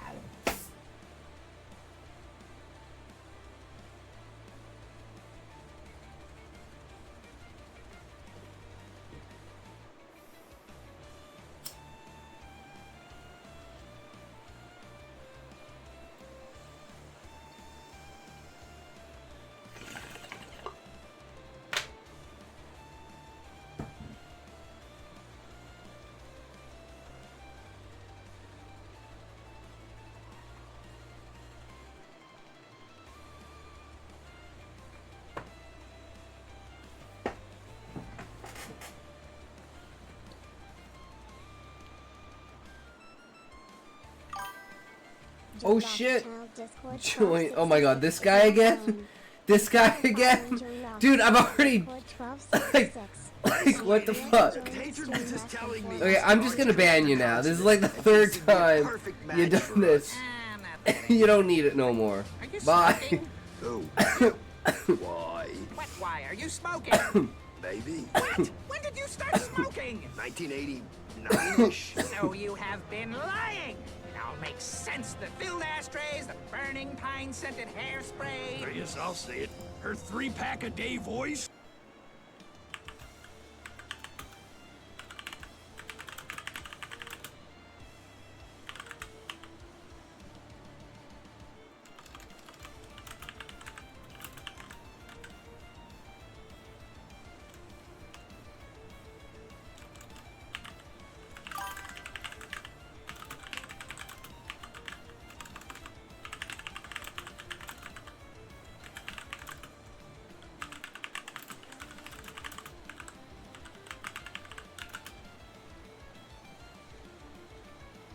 No more ads. True. If only we could get rid of ads, guys.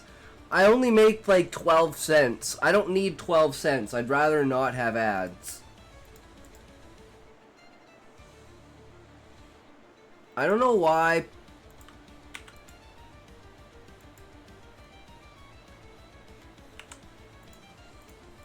Is proven not a fucking word? Am I retarded?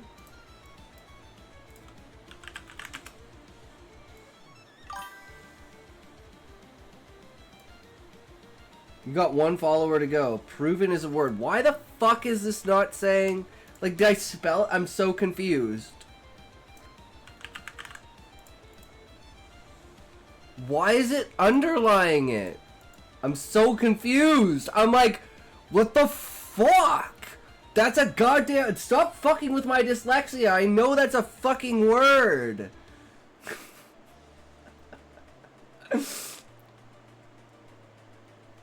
Ruby engraved, peacock feather, woven crown, floated upon the bloodbath. Demonstrated by evidence or argument to be true or existing. True. You can't tell me that isn't a word. Why? Look, it's underlined again. It's underlined again. It just won't be not underlined. So we just say... Learn spelling. Apparently proven was not... Add to diction... Yeah, I just added it to the dictionary. What a fucking joke. Okay,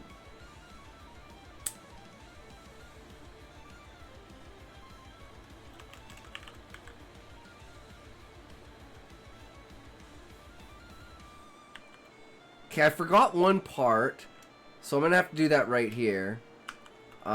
Forgot to do body motions for the main body in the entire story.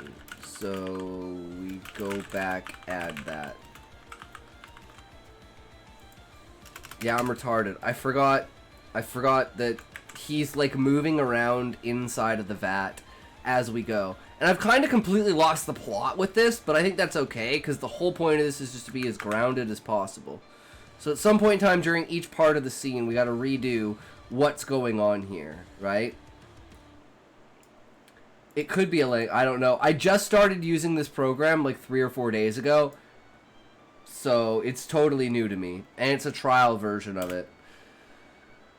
Because Beezus said he would buy me the official version if I liked it. And I'm holding Beezus to that.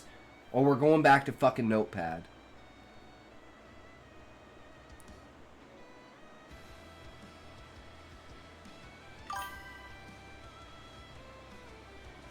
I need to revamp my own chapter beats. Scrivener is great, but it's a big learning curve. Yup. We'll figure it out slowly. We'll find a way. We'll find a fucking way.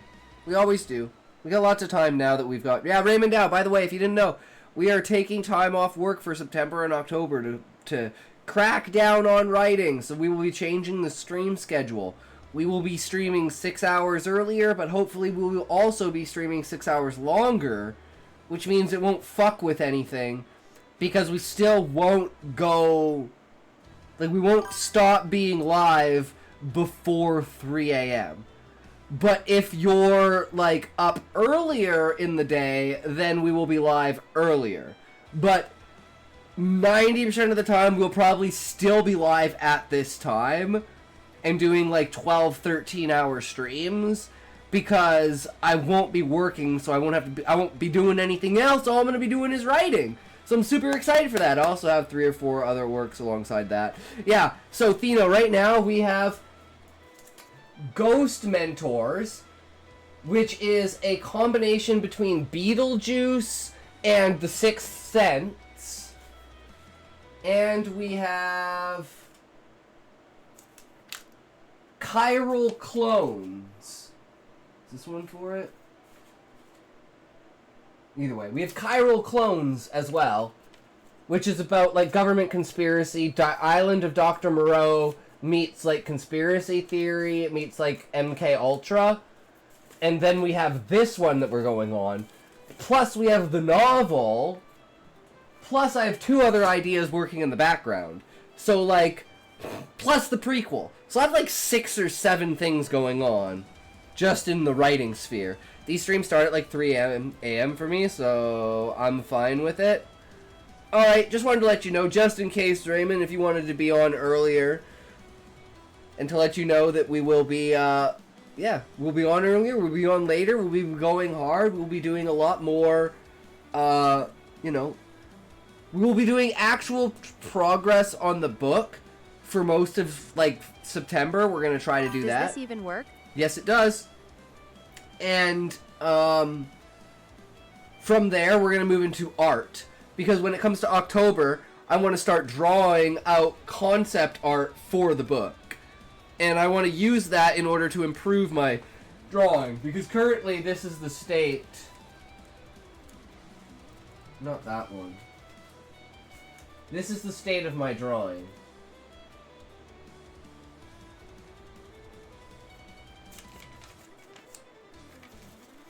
This is a giant mech. This is my octopirate species. So yeah, we need to get good at drawing. We can't draw, we're shit, guys. We're just bad. But that's because I never learned. Fucking mosquito bite. Now I scratched it and now I'm fucked. Okay, so we're just gonna imagine his arms are on the outside.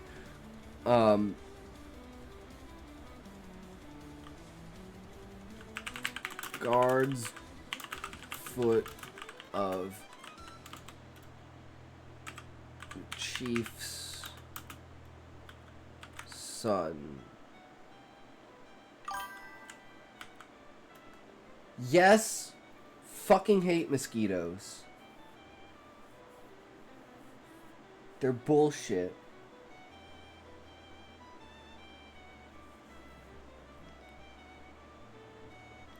It's so fucking hot, you can't help but wear a goddamn t-shirt. And I'm at work, so it's like by the time I'm walking home, I'm covered in sweat. So putting on, like, off and stuff like that doesn't even fucking work, because I just sweat it right off.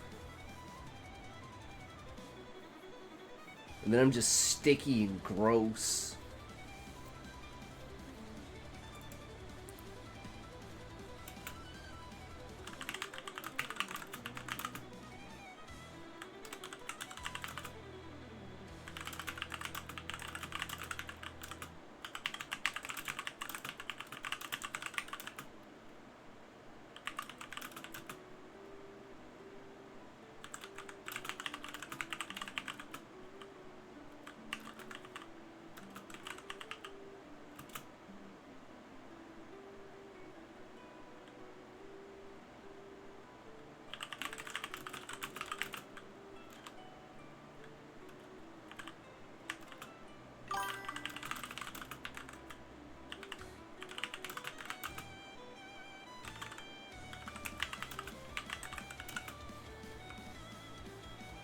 My internet just went down. Oof.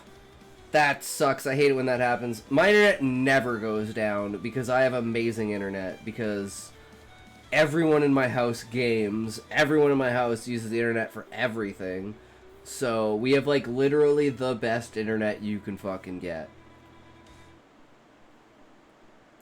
And that's with like a ton, and it's usually at night when I'm on, so it's like I'm the only one using it at that time too, right?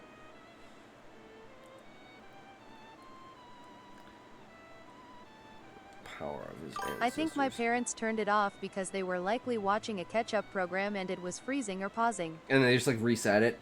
Now that does happen, but they know to tell me before they fucking reset the goddamn internet. Oh, they've heard it from me before.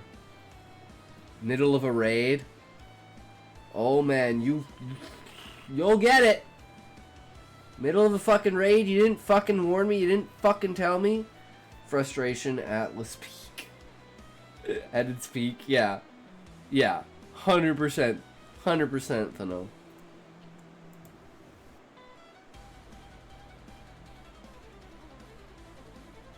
I don't know about the ending, but here you guys go. You want me to read you my story? This is my story, guys.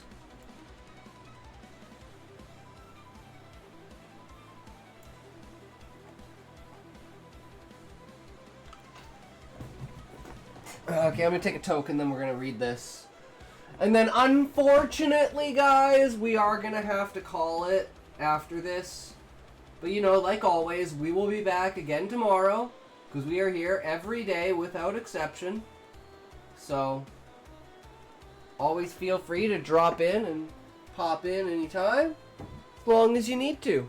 As long as you want.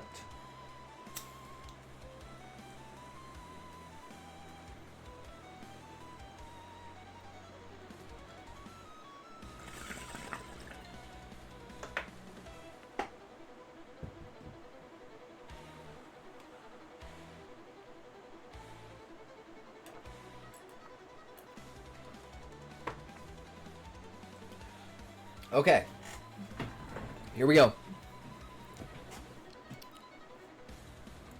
That's already wrong. The Chalukucha, the peacock embroidered clothing fitted with I don't even know what is this word even supposed to be? Embroidered.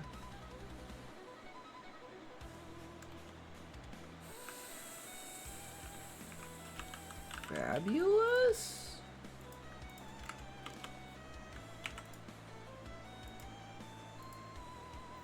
Fitted with fabulous colored. That doesn't seem right. Whatever. Colored bird feathers, each color representing a class. Oh, I forgot about this. I didn't even mention this either in the story. Also add the purple feather and the feather colors for the casts. For the social structure. I totally forgot about that too. The Chillicucha, their peacock embroidered clothing fitted with fabulous colored bird feathers, each color representing a class, the greatest of which was awarded to the chief, purple. My eyes felt heavy. I blinked. The world fell away. Darkness. A faint voice chanting in the distance. Now multiple voices, speaking as one. I cannot understand them. I feel a weight against my body as if I had inflated. The voice grows in my head. It is reverent and tempered, calm and binding. A will of strength I could not fathom. Sharp, stiff, deep inhale. Spices, flowers, smoke. The aromas fill my mind. The urge to sneeze tackles me. I reflex to pull my arm across my face. Nothing. I try to move my fingers. Nothing. I try to open my eyes. I am not in control of this body. My skin is soaked in liquid and leans against a rough, cold surface. The eyes open to me. My sight beheld something out of mind. The sounds of the outside world began to flow into me. The clamor of ladles against pots. The steady crack of fire. I could not make out any words from the shuffle of voices, just a chant. The voice in my head speaks to me. I cannot understand what it says, but I know it is directed towards me. The soft chopping as knives hit tables can be heard as the voices drop to a murmur. The figures stirring the pots stop. The congregation moves in a practiced, ordered fashion, gathering a plate in their one hand, a blade in another. The Kulkaku. I felt my mind freeze. These were the Chulakucha. I had to be dreaming or something. I knew I had a vivid imagination, but I never had such a visceral reaction to a dream. I must have been deep into the world building. I try by any means to wake myself. I know what is coming next if I don't. Do you feel pain in dreams? I'd always wondered. I supposed if I did, they would be the ones I would forget, right? I had to keep my mind moving to pull from the alternatives. I would wake up before it began, right? The people moved closer, coming clearly into view by the fires being lit. Wait, fires are being lit under the vat I'm sitting in. I try with all my might to move, but I have no control over this body. I'm merely an observer along for the ride. My mind races, thinking if this isn't a dream. Had creating the stories of these people brought a connection across time? It's my spirit experiencing this. I try again, desperately, to struggle as the villagers are now surrounding the pot. The platter is placed inside the vat, and it floats upon the water. Slice, cut, strip, peel. The fire in my head would not abate. I screamed, but no words came. The water began to simmer. My eyes, these eyes, were closed. I felt every inch of this body relaxed, the mind almost praying to me. How much had he done to come here? If it was true, then the fortitude and strength he was showing would pass to the villagers. A strong, worthy king would be engraved in time tonight. I was here to witness it, the full extent. No, not a witness, a participant. Feeling, learning, being, a part of these people. If I am of this flesh, if they become of it, do I become of them? This had been the thought that led me to birth this tribe. Its rituals birthed an ancestral longing and spiritual devotion. The spirit and the flesh are one. You cannot have one without the other. Bring unto me all the spirits of the world. This was the prime doctrine of the Chalakucha. These thoughts carried through the fire, the pain, unending, worse, unable to act. Frozen in your own body as it is divided and shared. The true body of Christ, I thought to myself. Some people did take it literally. The desperation to cling to anything but the physical sensations had me clutching at straws. The tiniest inkling of an idea I had to chase to its bitter end. Was this a personification of my creative drive? Finding a boundary that does not exist, escaping the maze of spiraling ideas. Such is the curse of a grand imagination. The chefs have prepared their final ingredient. The meals are complete. The vat is filled with dark, oozing blood. The water and blood mix into a coagulation. Spices, vegetables, flours, several powders, ground bones most likely. The pot was now at a boil. The skin on my arms, what was left of it, bubbled and peeled. The stew was stirred as the villagers gathered for the final rite. Each person took their cooked meat and began to place it inside my mouth. I chewed, tasted delicate, subtle. It dissolved in your mouth. The thought of what it was, however, had my imagined bile in my lap. Even as the meat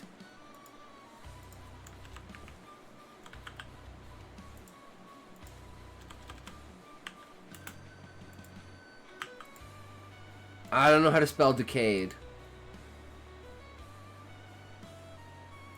I guess it's just decays. And slid down my throat. Slides. We'll deal with tenses later. There was a never-ending stream. It soon clogged. I coughed, or I tried to. The onlookers could see the struggle as they took their tools and pressed the meat down. How was this chant inside my head from this man unmoved by the happenings of his flesh? To be fortified and convicted enough to endure this was unfathomable. It sparked a thought of what I put my characters through. They are not real, I think to myself, but what if they are? You cannot deny the reality in front of you. It cannot be a simple dream. This is something more.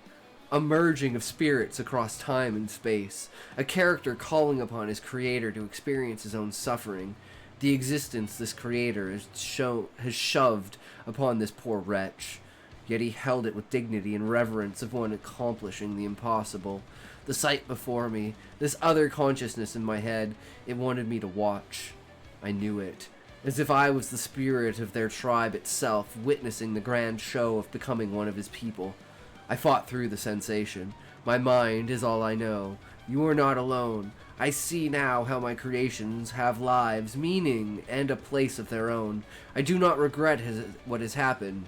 It is a necessity. Great things cannot be accomplished without sacrifice. Trust that I will bring your story to light, and all shall witness the power and fortitude of a Chokucha chieftain. As his broken flayed body stooped into the stew, the gashing flayed stomach protruded up, the ground and minced meat escaping the body like a budding flower. My spirit left the body, the pain subsided, calm overcame me. An understanding that I am not above my creations. I am a part of them. They live inside of me, as real as this experience. The crowd gathered and filled their bowls. The tribe would not go hungry this night. This night would be remembered for ages. A true king had proven himself worthy. I can see all around, as if I am the world itself. The ruby engraved peacock feather-woven crown floated upon the bloodbath. The guards at the foot of the chief's sons leaned down and pulled his arms from the vat, severing them at the elbow. With a long, deep breath, the new chief reached out for the power of his ancestors and consumed them. What the fuck, Smokey?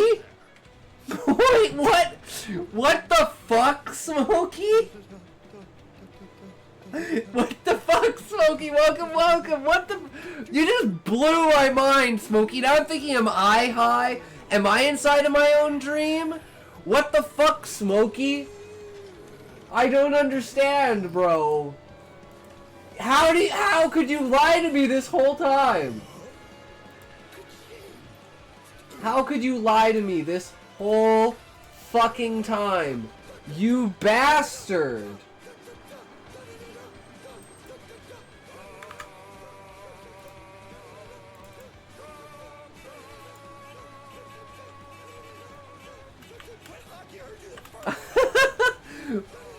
Hey, what the fuck?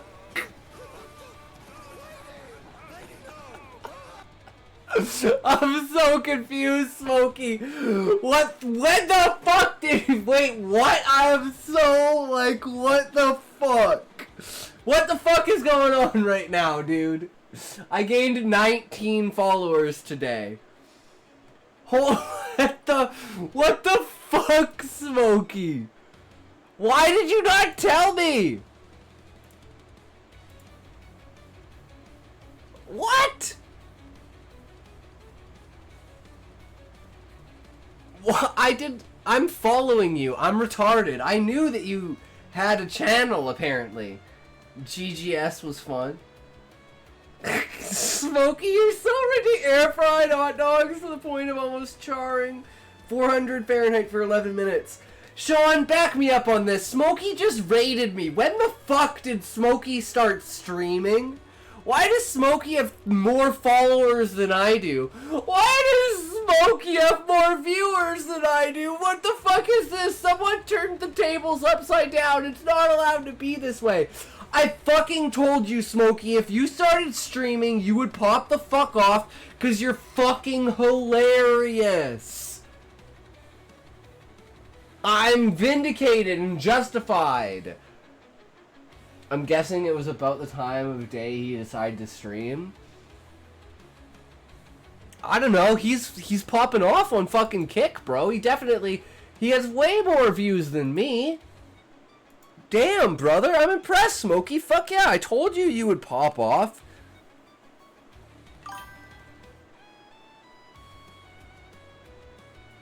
Yeah, on kick? On kick, yeah? My kick, you're the only person on kick, Smokey, but you ran with 5 people. And there were actually people talking in your chat. So don't lie to me. But can you tell me how my story is? Sean, did you hear my story or did you miss my story? Can anyone tell me what they think of my story so far?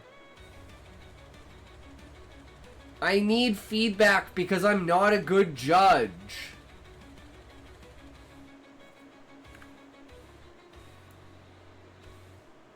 I love it and I love the story part. What'd you like more, Smokey? The guy who jacked himself off or the guy who didn't jack himself off? I know which one you're gonna choose, by the way. We all know which one you're gonna choose.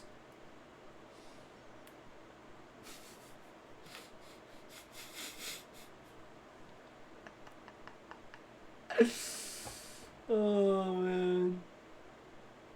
Keep puffing. Keep puffing. Keep puffing till it's gone, bro. Keep puffing till it's gone.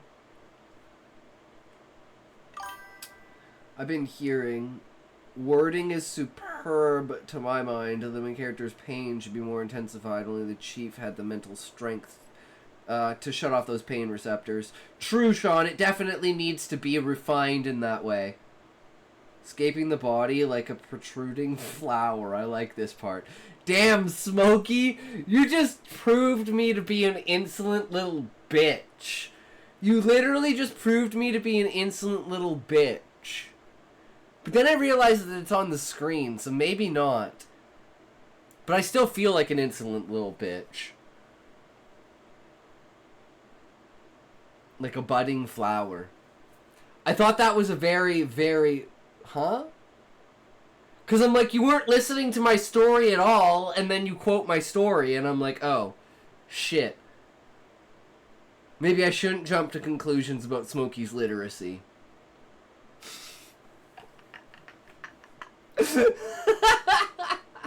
There's what you present to the world, Smokey, and then there's what you really are. And it scares me what you really are, because I know this is all, like, the way that you troll, you clearly know what the fuck you're doing. You're like a savant with, like, trolling. You know exactly how to pull the right strings at the right time to get, like, the maximum reaction. But still maintain decorum. Whereas, like, you know, someone like Zoinko or Valiant Boy can't find that nuanced centerfold where Puppet Master, what can I say? It's very true. I love it. I absolutely love it, Smokey. It makes my fucking dick wet. But yeah. So that so far is the first draft, guys. Yes, it leaks. But only... You know. Yeah, okay, you're not gay at all. It's not gay if it's true. Oh, it's only 189%? Damn, who's really gay today, guys? Not me. I ain't really gay today. Alright, well, anyways, guys, it's that time. But I'm a bitch, so I'm gonna wait another 30 seconds, because I think I know what's gonna happen right now. Wait for it. You are not very gay today. I'm not very gay today. I'm sad. Do not drink water.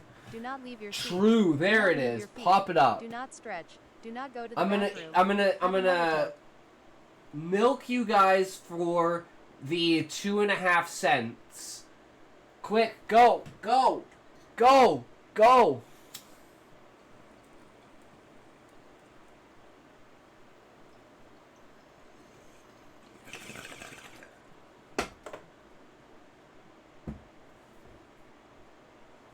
Did you fall asleep, Callie?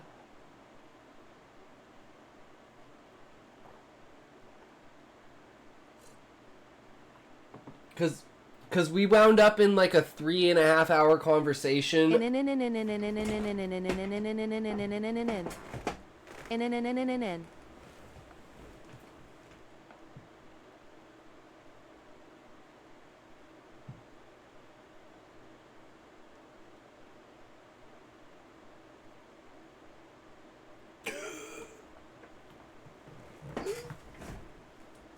Fuck you, Smokey. Ha ha ha ha, it's not working today. Bitch. I need help. Abdallah5143. Of course you do. What is it like to die by 1,000 bullets? I don't know, you've never sent... I'll help you.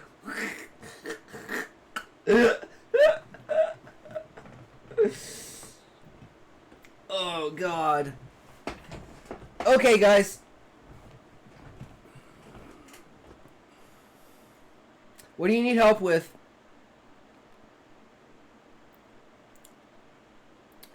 But yeah, Cal, you missed a really, really intense, epic conversation about universal basic income, what the basic necessities of life are, how to deal with homeless people, and what was the final point in the conversation that we had? Beyond ethics and morals.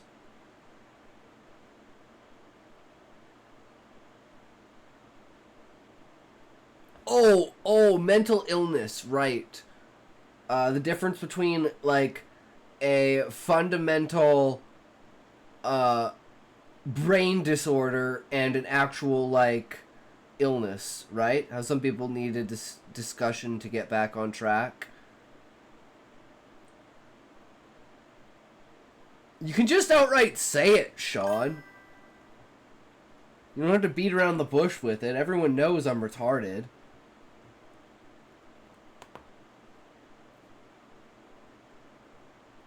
But there is nuance to it. And like I said, I would like give up 99% of the ground just to make society better. And it all comes back to how do we make society to a point where it doesn't need these things, right?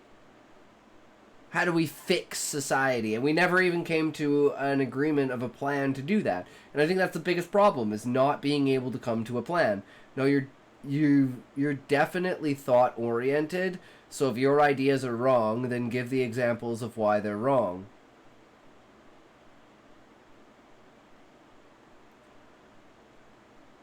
Well, I just misunderstood angsthace of me saying that I think having homeless people setting up homeless camps in the middle of public spaces is not a good thing, and it's a problem. And then they were arguing that it's not a problem.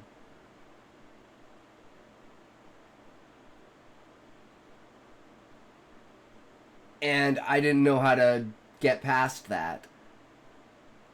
Because I don't understand how you don't see that as a societal problem. I don't know. But, you know, that's what happens. People have different perspectives towards things, right? That's why you discuss stuff. Because then you can get the perspectives out there and you can change people's minds. If you don't talk about it and discuss it, you're never going to be able to change someone's mind. I just didn't feel that there was really... Like, for the mental illness one, I completely secede absolutely everything I said. I was talking, like, absolute extremes. Like, Alzheimer's, Parkinson's, Huntington's, like actual, like, brain diseases versus, like, mental diseases. And I think I'm retarded because that's a great distinction. Is one is a brain disease, one is a mental disease. One to do with your mind, one to do with your physical brain. Does that make sense, Sean? See, this is my problem, is I'm bad at communication. At that time, if I had said, oh, well, I think there should be a difference between brain illness and mental illness, I think that conversation would have gone in a completely different direction. Does that make sense, Sean? It's a problem because it's illegal and because others are terrified that those who are less endowed with wealth are going to resort to theft, among other crimes. Yes. It's just, The taking the bad and the worst parts of society and imposing those on everyone, when most people are pretty reasonable and accepting and follow the rules. Because the rules are reasonable and they're set by those people, because that's how a society should be. The law should be adherable to society as much as society is adherable to law, because the law is only there because the society puts it there. Brain defects are different from mental illness, true, but at a fundamental level they must be treated the same. Okay, I can get behind that. But having a differential in class cases for brain defect versus mental illness is true. And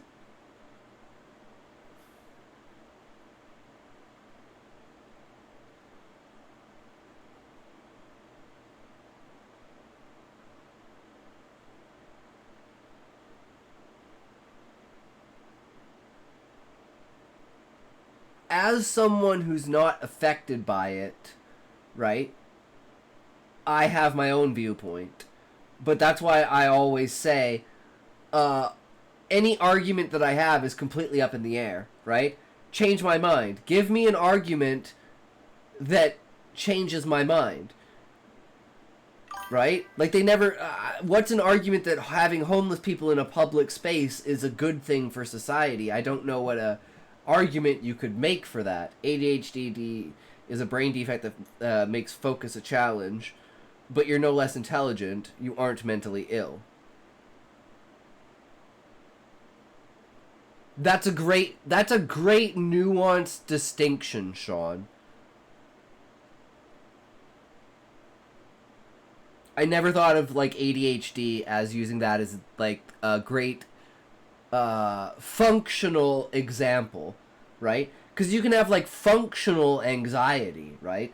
It's perpetual, but it's like you still function as a member of society, and you can still function as a human. You just basically feel like you have the sword of Damocles hanging over your head, right? And you don't know why you feel like that, but it's just, that's the feeling that you have. And you're just kind of in this hyper fight or flight state at all points in times, right? And it's like, I understand how someone like that would feel, right? I can put myself in their shoes and extrapolate that experience, because everyone's experienced anxiety, right? It's just, usually when I feel something, like, my thing is, when I feel something, like I said, I have my 3 responses. My first response is immediately emotional. I discard that 90% of the time, at least I try to. Then the second one is just a logical, like, surface level. Then the third is a fully critical, thought-through process that I finally come to the conclusion of should I throw this idea away or keep it. Autism is another example. It's a brain defect, and depending on its severity, it can easily be managed or else must be handled with kid gloves and kept in a safe, stable environment where change is rare. Yeah. It has to basically be boxed in, right? Which is unfortunate. But those are the victims that are going to be sacrifices of the system, because you can't have that person running around in society, right? Because they're going to get hit by a fucking car. They're going to start a fucking fire. And they don't understand what they're doing, so they're just going to cause havoc. So you kind of have to protect them and society by sectioning them off. And it's unfortunate, but that's the, lesser of two evils, pretty much.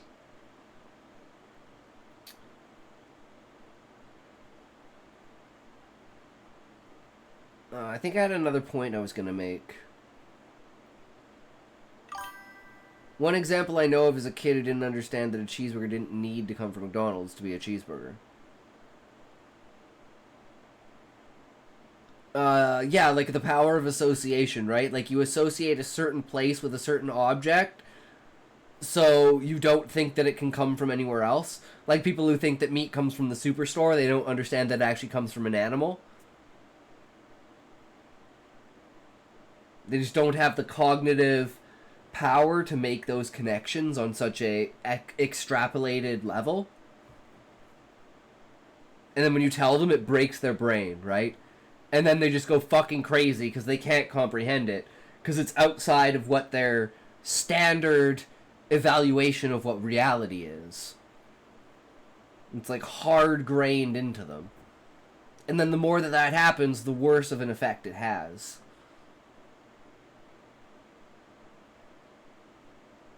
But anyways, guys, I need to go to bed, so yeah, we gotta end here. But hey, it was a great day today. We did some fucking great writing. We got some shit done, and we had some fun. And we had a really, really interesting, long-ass debate conversation, which I thoroughly enjoyed. And it changed my perspective on a lot of things, which is good. So, remember, guys, thanks for sticking around. Thanks for hanging out. You guys are fucking amazing. I fucking love you. Until next time, which is tomorrow, of course, because we're here every fucking day, right? No excuses. If you can't say fuck you to your friends, who can you say fuck you to? Fuck you. They had a good experience when they first had a cheeseburger, which was at McDonald's, and then that was the definition of a cheeseburger to them. Yep. Totally understandable. Alright, where is this? This is the one we want? Okay. Go here. Go here. First of all, let's look on the Discord.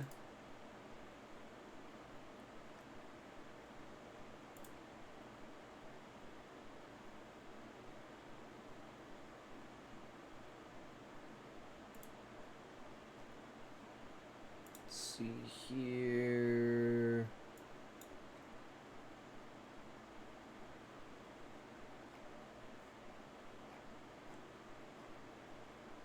We moved into a new rank, guys. Okay, we got one possible here. Wait, nope, never mind. Alright, well, we tried. Okay, next one. Let's go. We tried.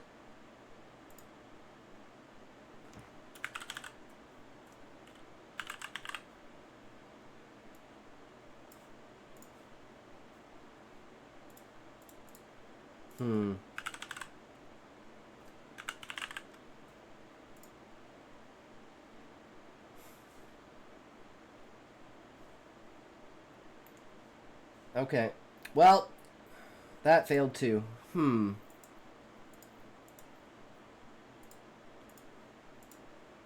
Hey, we tried, guys. We tried. Let's see here. We got this, we got this, we got this, we got this. Ooh.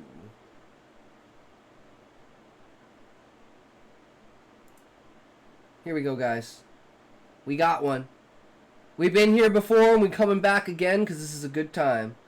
You know what I'm talking about? Let's do it.